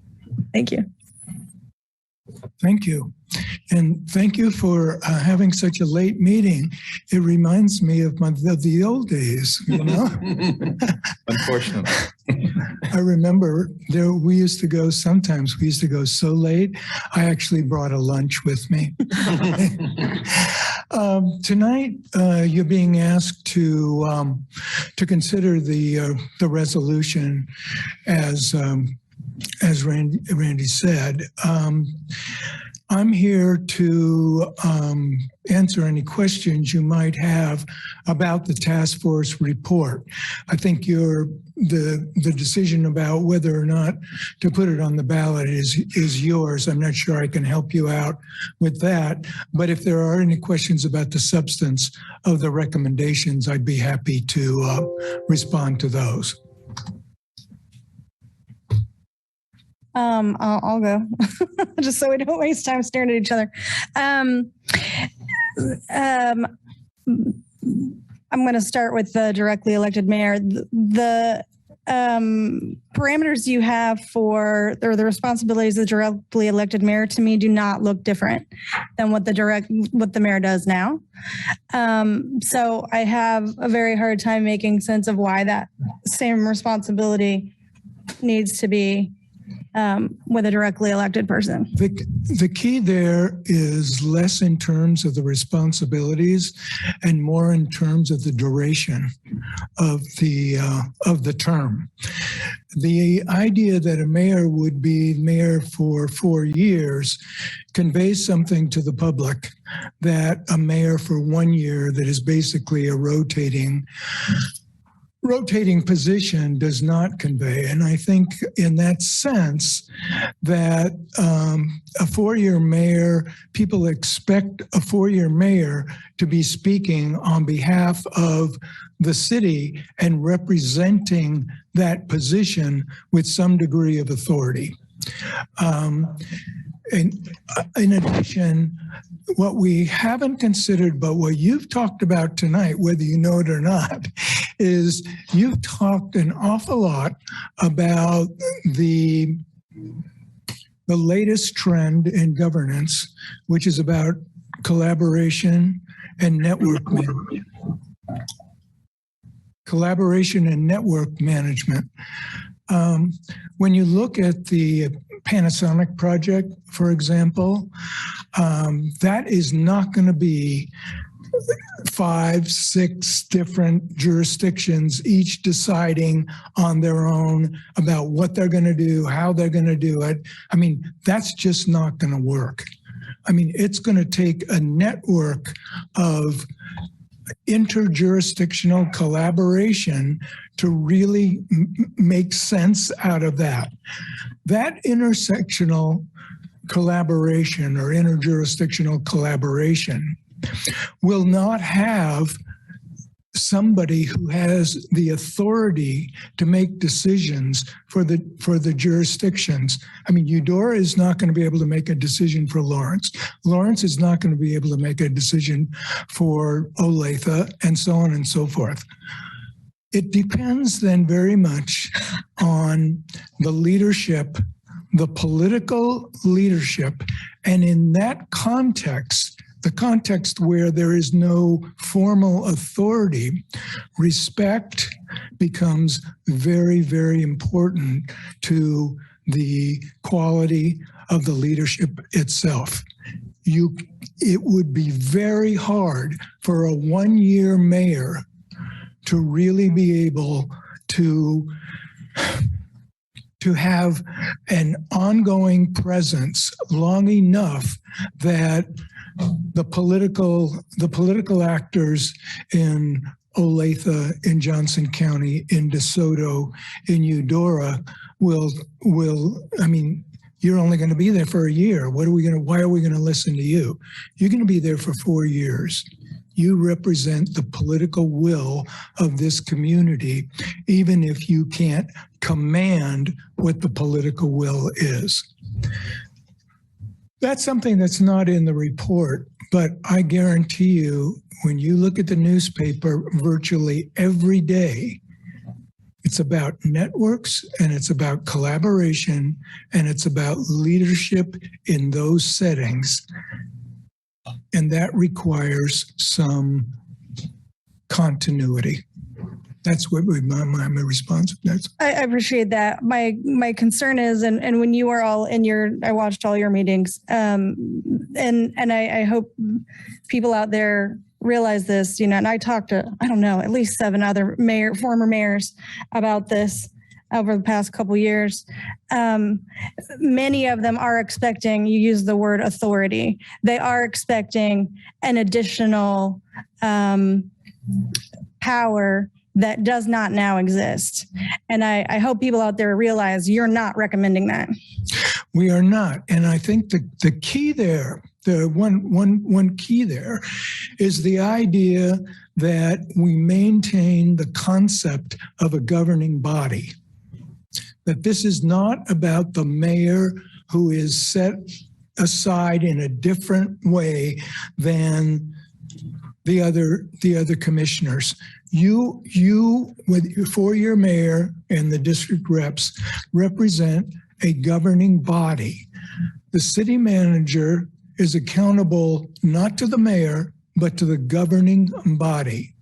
The governing body directs the city manager and the staff. The mayor does not do that. To the extent that we give those kinds of powers to the mayor, including like the mayor doesn't vote, but the mayor has veto power. You could do that too. But what you're doing then is you're sort of pulling apart the concept of the governing body. And that concept is so important because what it conveys and what it is supposed to convey is a collaborative relationship between the various, between the administrative apparatus and the staff. So what we don't want to do is to create an impression that the mayor is the chief executive. That's a different form of government. We don't, that's a separation of powers, separation of executive and legislative powers, mayor being in charge of the administrative apparatus. A separation of powers fundamentally is designed to prevent bad things from happening. Because right? Yep. The council manager form that you have and which you will modify is a reaction to that form of government. That reaction occurred in the early 1900s when corruption and patriotism and patronage was associated with separation of powers. So the council manager government, the concept of the governing body, was designed not to prevent bad things from happening, but to create relationships so that good things can happen. Any other questions? Yeah, I had one regarding the districts. Why did you all decide to go with 6 instead of like a hybrid model? Well, I mean, not necessarily if you didn't, but what is expressed to us is 6 districts instead of 4 districts and 2 at large. We thought that with 4 districts, that means like 25,000 people in a district. And when you think about Lawrence, that basically means 4 quadrants. And we thought it sort of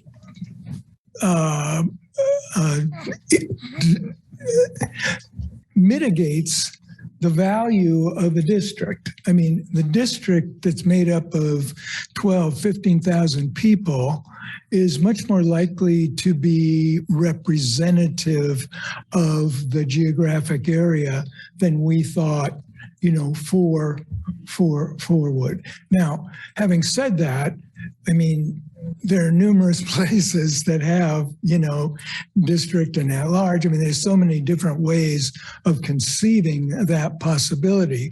The more traditional way, though, is to have the districts, and for 6 districts we thought would be more manageable. And then that would give a seven-member governing body. Dr. Nalbany, in your report in regards to that piece, you had mentioned that the hybrid would cause confusion among voters without much apparent benefit.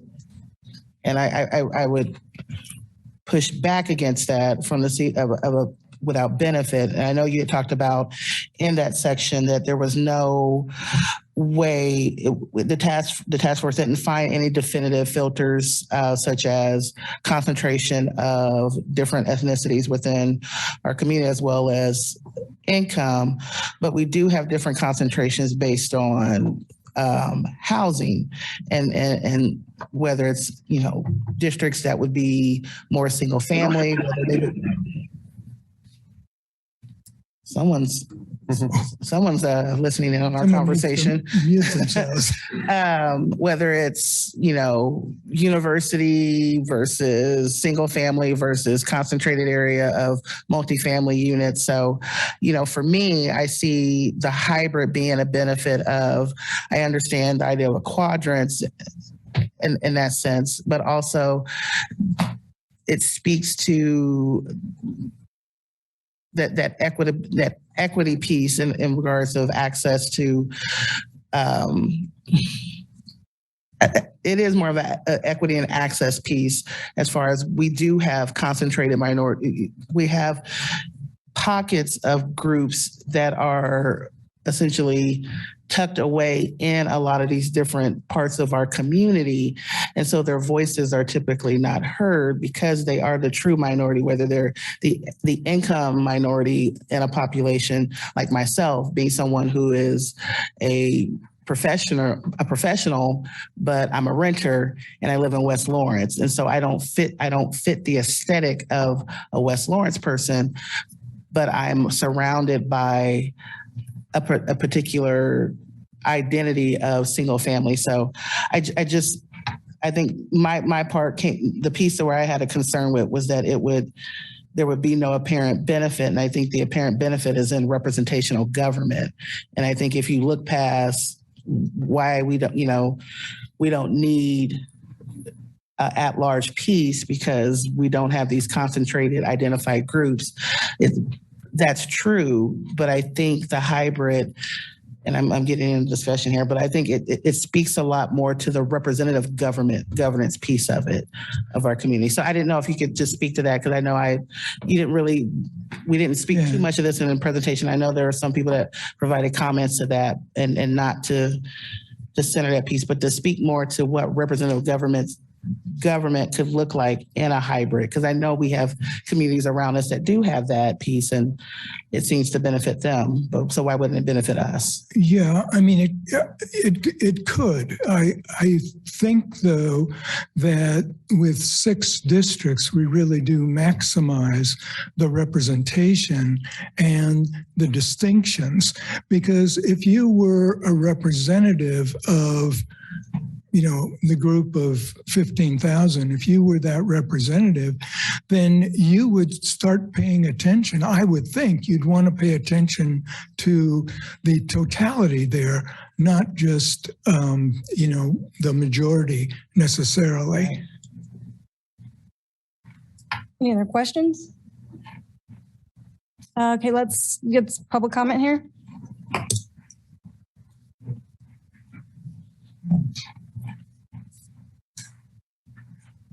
This ain't as long as some, but it's long. Okay, I've been here till 1 o'clock before.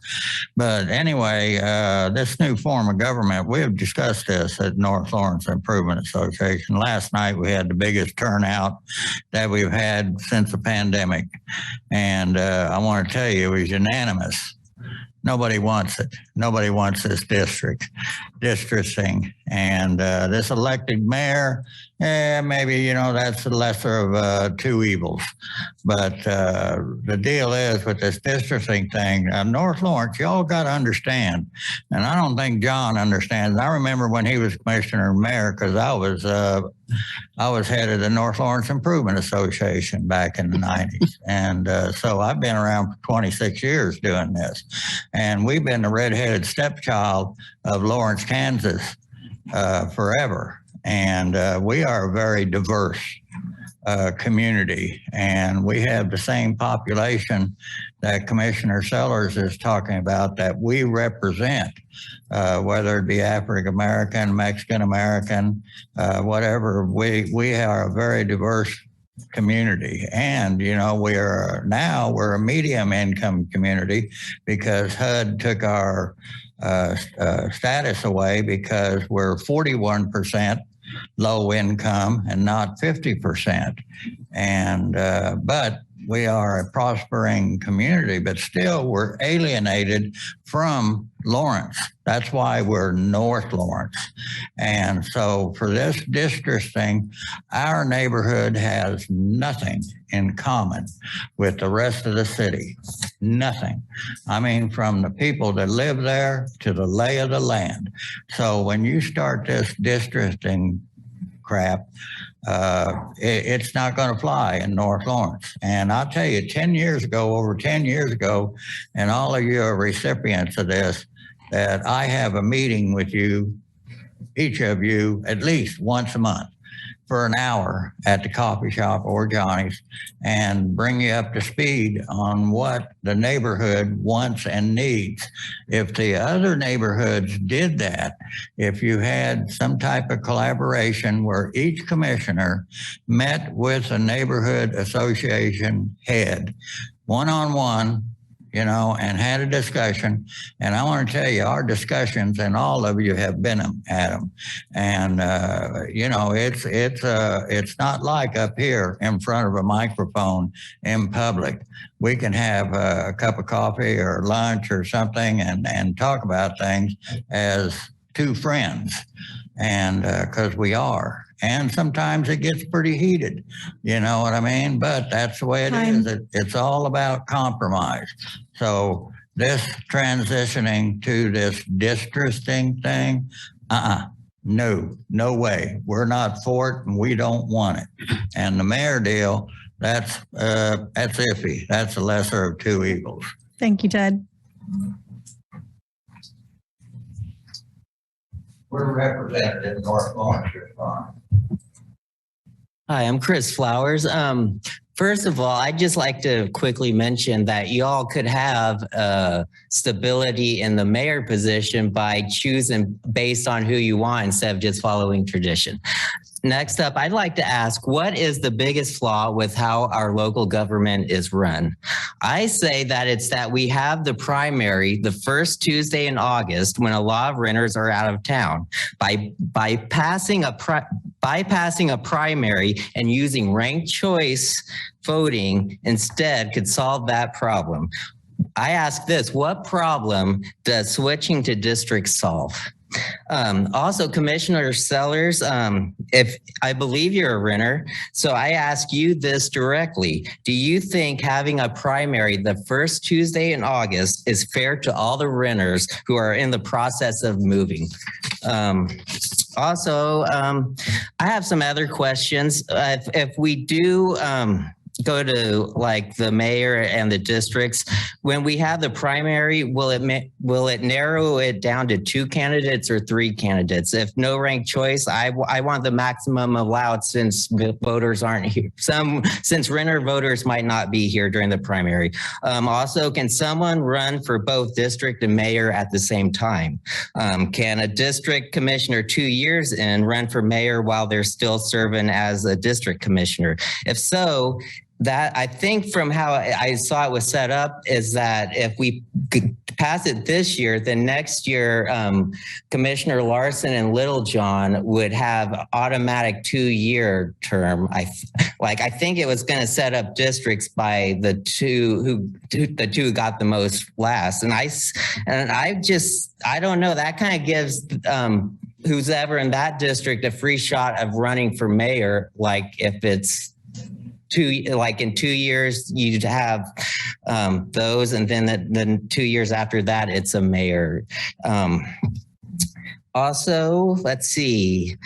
I wondered, like, what does this mean for the Fink? He's probably going to be in Larson's or Little John's district. So what happens next year? Does that mean he can't run for a district if he's in someone who's already occupied district? I don't think that's fair to him. I think all commission positions should be up for election and do like 3 get 4 and 3 get 2, because then it's fair for the Fink to run for district if he wants to run, if he's in Larson's or Little John's. Also, I think it's too late in the election cycle to even be putting this on the ballot. What if the state Republicans put in a ballot question at this point in the election? Would you think that's fair? Thank you. Thanks, Chris.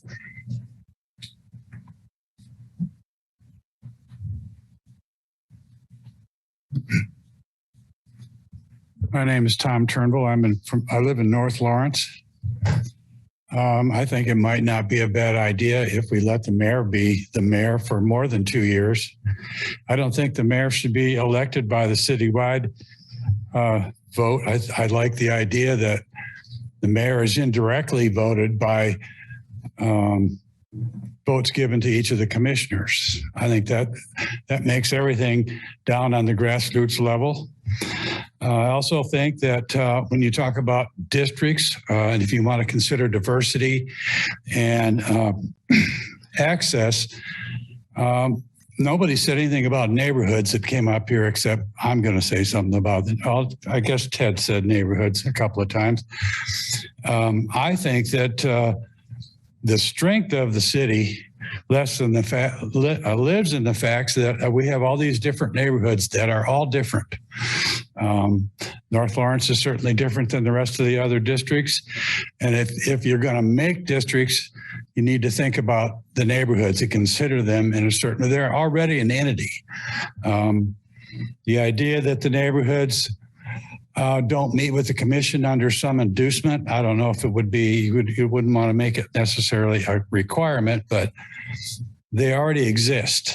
There are presidents of all the neighborhood associations, and there's even a neighborhood association, a group that meets on a regular basis, and they, I think, should be involved in, influencing this decision to change the government. I think it might not be a bad idea to modify what you have or what we have, but it's going to be really confusing for everybody to suddenly change our form of government.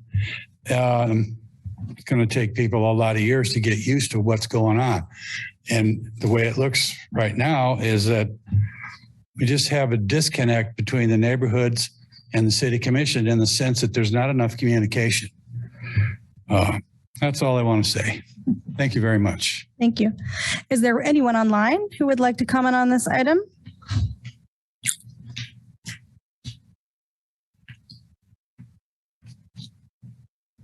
That's all the public comment. I'll just go first because I'll be honest. I have some real criticisms of what the result was of the group, but to be totally honest, I think the most main concern I have at this moment is putting this on the ballot, whether I like it or not. At the same time that the county is trying to add positions to their commission. I think it'll be confusing for people, and it may endanger one or the other once, especially I think the taxpayer realizes that they're going to get to pay not just for county commissioners who make twice what we make, but city commissioners. And in all likelihood, if we did a directly elected mayor, I would be happy to share my research here on what other mayors get paid by our quote unquote peer cities, not insignificant amount of money. So I'm happy to carry on and on about all the things about districts. And I want to agree with Mr. Turnbull and perhaps Ted, I think where you'll lose people is in a scenario where either North Lawrence and another neighborhood were lumped together in a district where they had no similar interests, or even historically actively opposite behaving neighborhoods. I think you're going to lose all the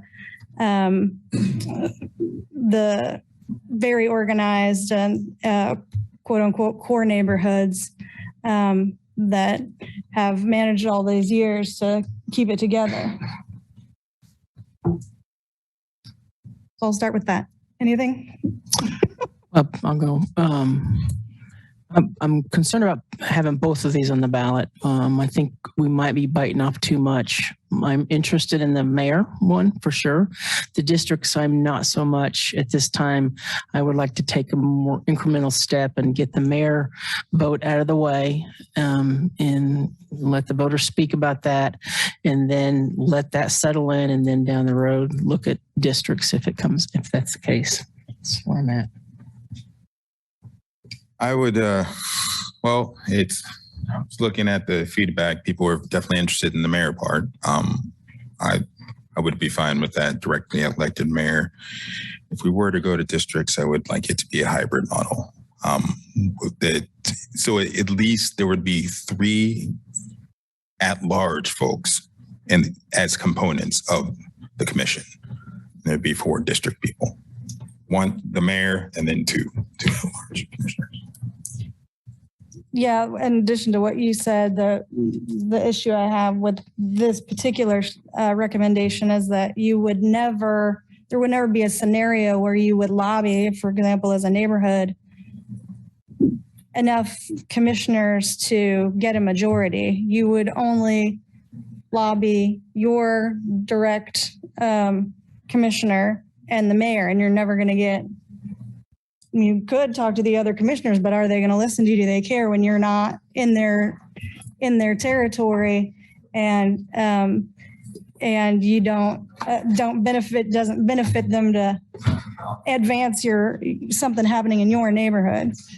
That's why I do wish that group had talked more about some of the hybrid options. They just didn't really get into that. Because in those kinds of scenarios that either of you suggested, you would be able to lobby a majority. You wouldn't necessarily have to talk to every commissioner, but you would at least be able to capture a majority. Yeah, I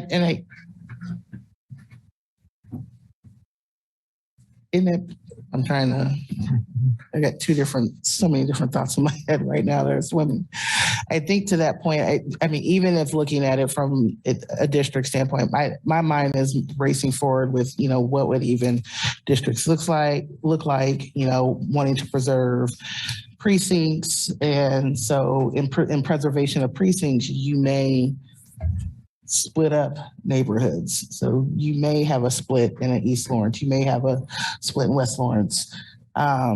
So I think that's one thing to consider, and in all of this, as we look at what districts would look like, and even splitting it into 4, if we went with a hybrid model and splitting it into 4, and having your 2 at large, because if we went with a directly elected, then of course the mayor would be at large. So you'd only have the 4 with the 2 to represent the 6 commission members. That's where my heart has always laid. That's where my heart's always been in this argument, even before it was in vogue for us to talk about form of government. It's been something that's been of interest to me as far as how Lawrence is made up, and just kind of the interesting pieces of being a resident here, and how I feel like in the 13 years I've been here, I've probably lived almost in every neighborhood in Lawrence other than Old West Lawrence. So there's that piece. I do remember previous conversations around this where I think maybe there was a standstill and my memory could be shot, where there was initial conversation about advancing the directly elected mayor piece and coming back to review what the commission piece would look like. I think if we're going to, advancing the directly elected mayor piece, we would still need to discuss, of course, the makeup of the number of commissioners, and what that would look like and how that would look like on future elections. And I don't think we got to that, and we may need to revisit that tonight. But I wanted to pose the idea for quick discussion or maybe future discussion. I don't know. Because Randy, I need you to remind me of, do we need to have a deadline for language to the election clerk? But, there are communities that elect their commissioners and council people at large, but then they are assigned to districts or wards. And so that's not been discussed.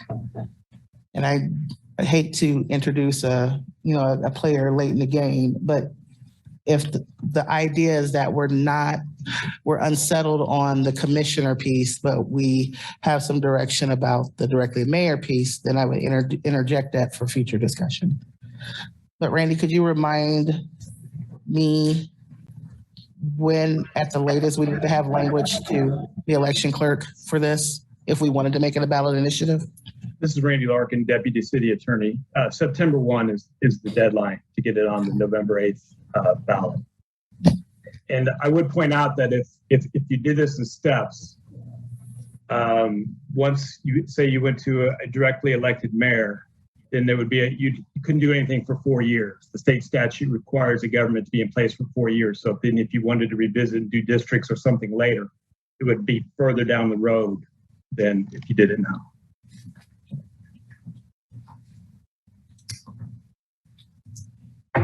Well, I would just say a couple things real quick. I mean, I would support putting what the committee put before us on the ballot, even if it isn't exactly what I would do. I think, putting something on the ballot and letting the voters decide makes the most sense.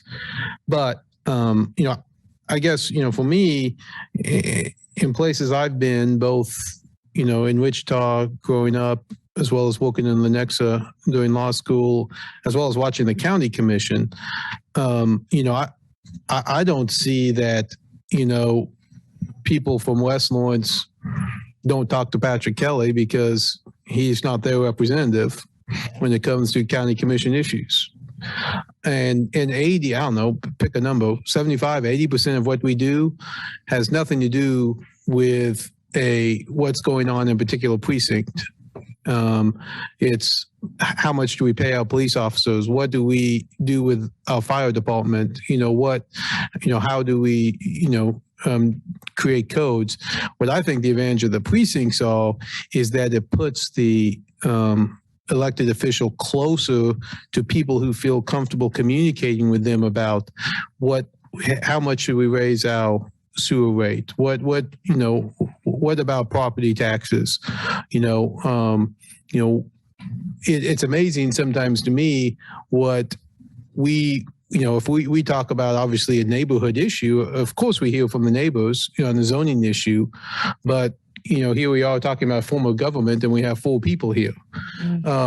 And whereas I think if you have precincts, you're actually closer to the people who feel comfortable with you and say to you, hey, I know my elected city, and I'm interested in talking to them about form of government or property tax rates or whatever. I mean, it's almost the bigger the issue we have, the less communication we get on it. And I think that's the advantage of precincts. And yes, are the possible downsides?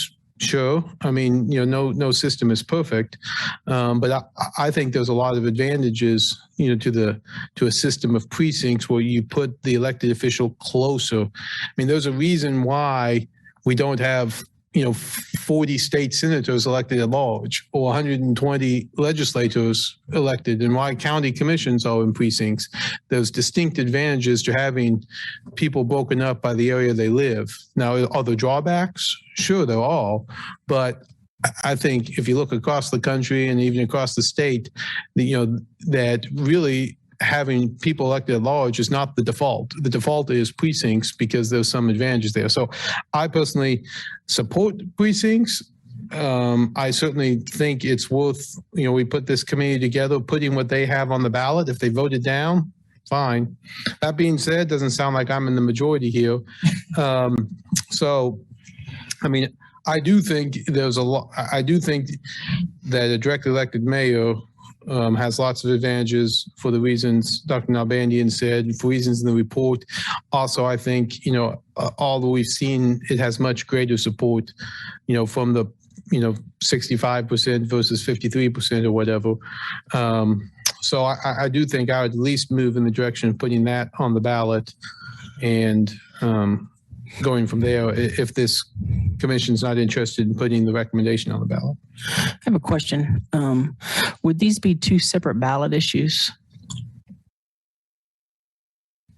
You mean two separate questions? Yeah, two separate questions. Yeah. This is Randy Larkin, Deputy City Attorney. Really, it's a yes or no question. So we're going to give them one question. So that needs to be decided by the City Commission and then submitted to the voters to elect on, to vote on. We can't put two questions on the ballot. You can't put two questions, yes or no, because it has to have 50%. Neither would probably pass, would be my guess. You start watering it down. A couple follow-ups. I agree, Brad, and that would be one of the reasons that I wouldn't recommend putting this on the ballot. I don't think that people are dissatisfied enough to even show up.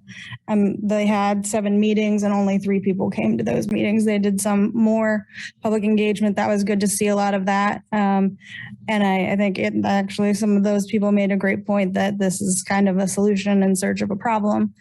And as Chris pointed out, by the way, not in love with having to agree with Chris all the time in one day, but we could just have one of us be mayor 2 years in a row. And I would also say, in thinking about how long you want that mayor position to be, at least one of the mayors that I talked to that we hold in very high regard thought that 4 years was far too long, that it is a grueling job and that 4 years is too much. I guess you could talk me into 2 years or 3 years. But we would be able to do that right now.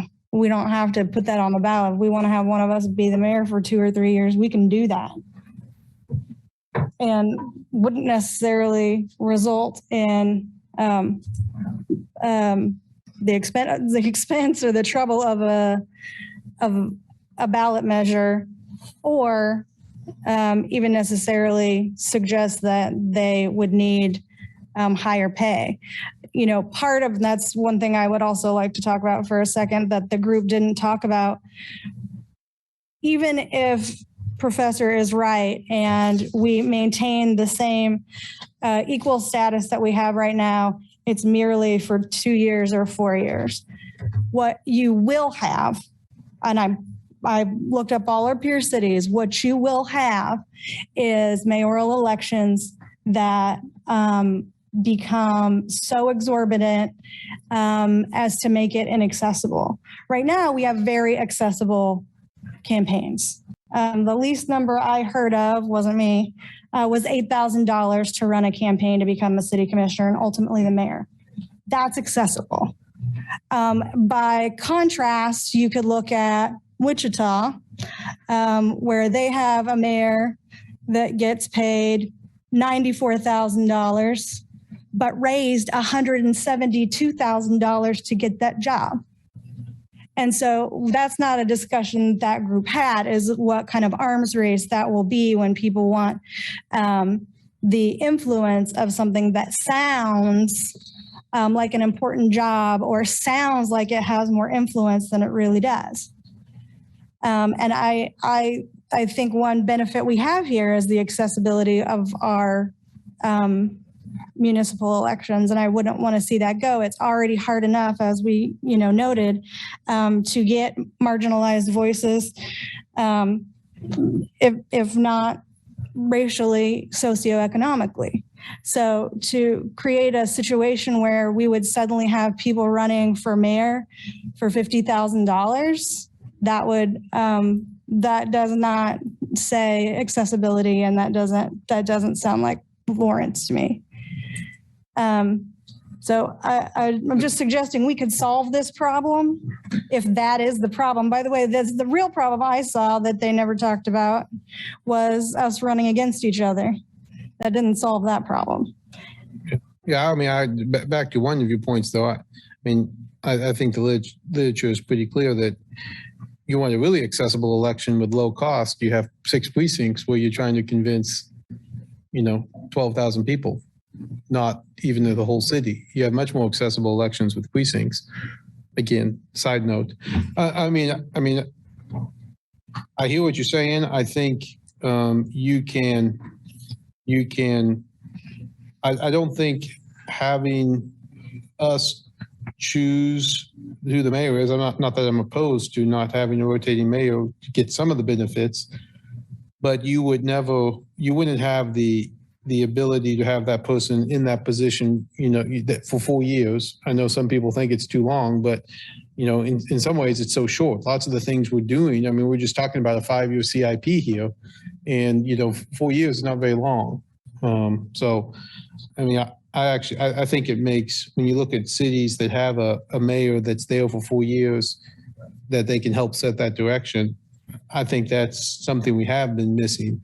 And if you say, the question I think, if we look back over the last 30 years, I would say the problem that we were trying to work on is, not having some of that consistency. And I think we could be better served with that. So again, sounds like you don't want to put anything on the ballot. I am not having any of it. Okay. So, I would say about directly elected mayor or one of the hybrids. I feel like you could take some of that power grab out of that by making them a non-voting mayor. So what I did enjoy was what Professor Nalbandian spoke about several times, is that in this scenario, the mayor is the convener and just runs the meetings. So they're going to be a collaborator. So when they run, they're not going to be, which is another thing that's interesting about the argument that you guys make in your note, having a directly elected mayor will not make these campaigns more interesting or more in-depth, especially if your intention is for the mayor to not necessarily be on a platform the way other commissioners would be on a platform, or if there was districts, you would want them to have a certain kind of neutrality and for their skill set to be running the meeting and finding consensus. So when you're interviewing, those are different interview questions, right? Finding out whether someone is good at having a relationship with their teammates and running a meeting is different than coming up with 5 things on a platform that you push for 4 years.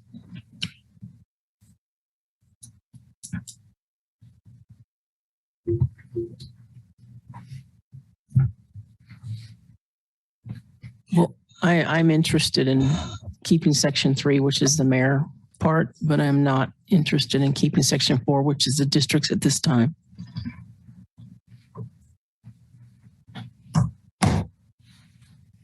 And if these were 2 separate items on a ballot, then I would say yes, put them both on there. But the fact that they have to be one, that's what I struggle with. I will say one more thing on this mayor thing, and I'll let you guys figure out what you're going to do. In addition to making what I really do believe will make it far more expensive to run, certainly the mayoral campaigns, is that when you elevate a position like that somewhat, even if all the parameters are the same, in addition to the amount of money that you will ultimately have more gatekeeping than we have now. At this point, you can meet all of us by the end of the week. Someone will call us, as Mr. Boyle points out, and have coffee with all of us. If someone raises $176,000 to become the mayor, a lot of that access will drop off. I personally never had a beer with the mayor of St. Louis, but you can pretty much run into any one of us around here. I just think that that elevates the position to a place that necessarily takes out the access that we enjoy right now. I guess I would, I mean, I hear what you're saying in theory, but I mean, I've had a beer with the mayor of Lenexa. I mean, he's a banker and he works part-time and he's been the mayor there and he doesn't spend anywhere close to that to become the mayor of Lenexa. Oh, I've got those numbers. Yeah. Oh, no, I've got it. And, you know, Wichita is a whole different beast. It is. Given the number of people there, its own media market and all that. Apples, I oranges. think that's not a good comparison. Yeah. Well, I do have Lenexa and I've got Overland Park. Yeah. And so again, I mean, I hear what you're saying. It would be different, but so Commissioner Littlejohn, Commissioner Sellos, we have one no vote to anything. One, at least you would put the mayor on the ballot. I think enough people participated in surveys and enough interest has been shown to put it on a ballot. 300 people. Hey, you might not agree with me, but I mean, we got 2,000 people for parklets and Ted, sorry, Ted. out of all please. respect for you, we're up here, we're discussing this. Thank you. Thank you. So may I ask, are you interested in having both of them on the ballot or one? The other. Well, we can't split them. That's the thing. We can take one off. Well, I thought Randy said we have to have both of them. This is Randy Larkin, Deputy City Attorney. Let me clarify. They're the different forms of government. If you just go with a directly elected mayor, it would be a mayor commission manager form of government. Sure. If you went with districts, it would be, and this is state law, this is a little bit different than academics, but it would be a mayor council manager form of government. So those would be your kind of your two choices. If you wanted to go just, commission would leave it, everybody would be at large. That's how the state defines a commission. The commissioner governing body are elected at large. Council members come from districts or wards. And then if it's a hybrid like Olathe has, and I can't remember exactly the terminology, they have a special terminology for that as well, but it can be done. So I just wanted to give you, bring that to your attention, let you know that you could go one way or the other. Okay. You could have, and so anyway, if you have any questions. Gotcha. Well, Mr. Sellos? You good? Is the dust settled? Wasn't sure what was going on. We're waiting for here. No. I mean, one for me, at this point, I'm not interested in 6 districts. I stand firm with, and I've said it before, and I will continue to say it. I stand firm in having the hybrid approach. I think there's just too much to the unknown with 6 districts, and unless we weren't going to entertain an at-large with representative of districts, then that's a whole nother conversation that I don't think we have time to have. So I wouldn't be opposed to just simply putting the directly elected mayor on the ballot for November. As far as what turnout looks like, I know there's a great deal on the ballot for November. We have a couple of additional constitutional amendments. We do have state and federal elected, so it'll be a very dense ballot. But if we were going to put anything on there that I would feel comfortable with, it would be the directly elected, but it wouldn't be for the districts.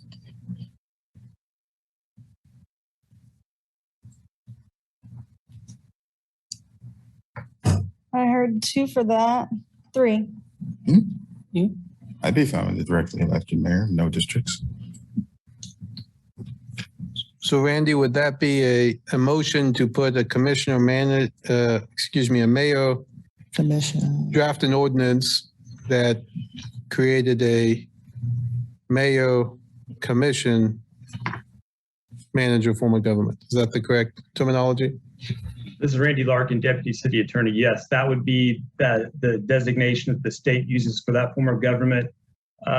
Would you want to stay with 5 commissioners, or do you want to go to 7? Do you want to eliminate the 2-year term and go to everybody have a 4-year term? These are things that need to be resolved on the resolution that we would submit to the county.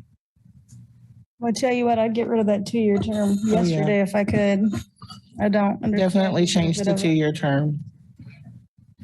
That would be fine with me. I don't know. Yeah, I agree. I mean, I think if we're going to go this way, we'd stay with 5. Yeah. Eliminate the 2-year term and go with the mayor commission form and put that on the ballot and see what happens. So would that be 5 including the mayor? Yeah. Okay, so it's still the same setup, but just one, the mayor would be 4 years. instead of one. Literally doing the exact same thing. Yeah, okay. And this is Randy Larkin, Deputy City Attorney, and how that would work would be 1 election cycle. There would be 3 up for election, would be 2 commissioners and 1 mayor.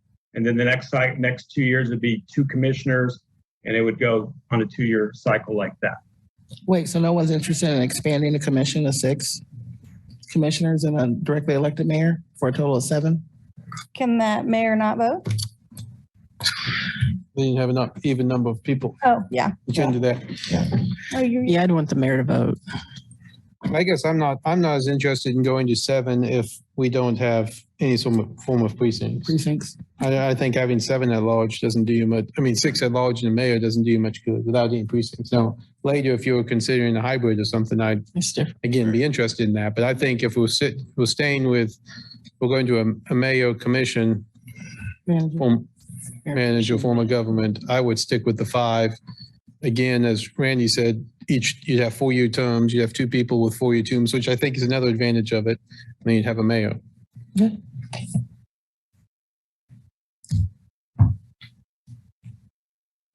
Yeah. Randy, did we check the boxes? This is Randy Larkin, Deputy City Attorney. Yes, I have enough information. I can bring a resolution back to you on the 16th. Thank you, Randy. Thanks, everybody. I won't say one more thing about this, which is I think that you will also get people who are entrenched for many, many years and hard to oust, which was the opposite of the problem that we have now. Could be true. We didn't bring up in the ordinance or in discussion term limits. Yeah, they didn't talk about that too much because that's not the problem we have right now. I'm sorry. Term limits. Oh, yeah, we sort of touched on it, but we said, it's rare that a commissioner in the past that has been on for such a long time that we would actually have the experience of saying, yeah, we should have term limits. Yeah. Is that something that question. Is that something that could be discussed later or added later to do term limits? Is that Randy? This is Randy Larkin, Deputy City Attorney. Yes, I suppose at any time that could be something that the City Commission decides on and makes an ordinance to say a certain period of time. It would probably start at that period of time. So if you put a limitation of 2 terms of 4 years, it would start at that point and it would count against anybody who had terms previously, and you could go forward like that. So yes, that could be done at any time.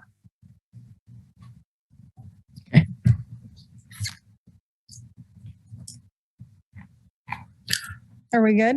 I think we're gonna have to add 5 minutes or 3 minutes so we can finish up here. Do I have a motion for that?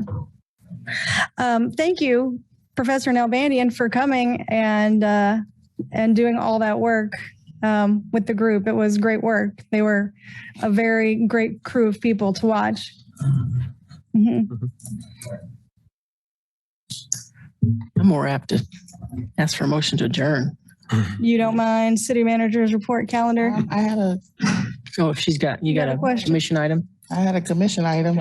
Okay. I wanted us to bring in our discussion. You got to make a motion We need for to 3 minutes. Time isn't. Oh, I moved that we extend the meeting by 3 minutes. 3 minutes. Second. I have a first and a second. All those in favor? Aye. Aye. Passes 5-0. Go ahead. My commission item. So in regards to our discussion around utility rates, if we could, I'd like for us to discuss the special rate and look at options to adding additional populations to that special rate designation. I know right currently it's for our senior and 60 plus population based on income. But like I said, in additional conversations we've had around housing and vouchers and vulnerable individuals in our community, I think it's worthy of us to look at if there's other identifiable groups that would benefit from being a part of that special rate. I'm definitely interested. I'm interested as well. I would be interested in as well. Okay. Got that? Yes. That brings us to the city manager's report. Just two items. One, the ex parte information for your attention, and also the future agenda items that's on there. Again, we keep a pretty full schedule coming up. Are there any public comment on this? Nope. Cool. Any public comment online? Cool. Calendar? Anyone see anything that needs to be added? Looks good. We did want to ask about the, if any of you would be attending the event tomorrow night regarding the presentation that was presented at the library, the Criminal Justice Coordinating Council. We didn't have it on the calendar and we're not posting another agenda. So we want to make sure we're looking at that if we're going to have more than three or more commissioners attending. Saw it today. Okay. Thank you. What is the meeting tomorrow? You're talking about the Report again. Report. The report again. I'll go into more detail. Yeah. Okay. That's what I thought you said. I couldn't quite hear. So yes, I'm interested. So one of you will be attending, but is anyone else planning on attending the event tomorrow at the library? Okay. No, ma'am. Thank you. All right. Move to adjourn. Move to adjourn. First and second, all those in favor? Aye. Passes 5-0. Good night, everyone.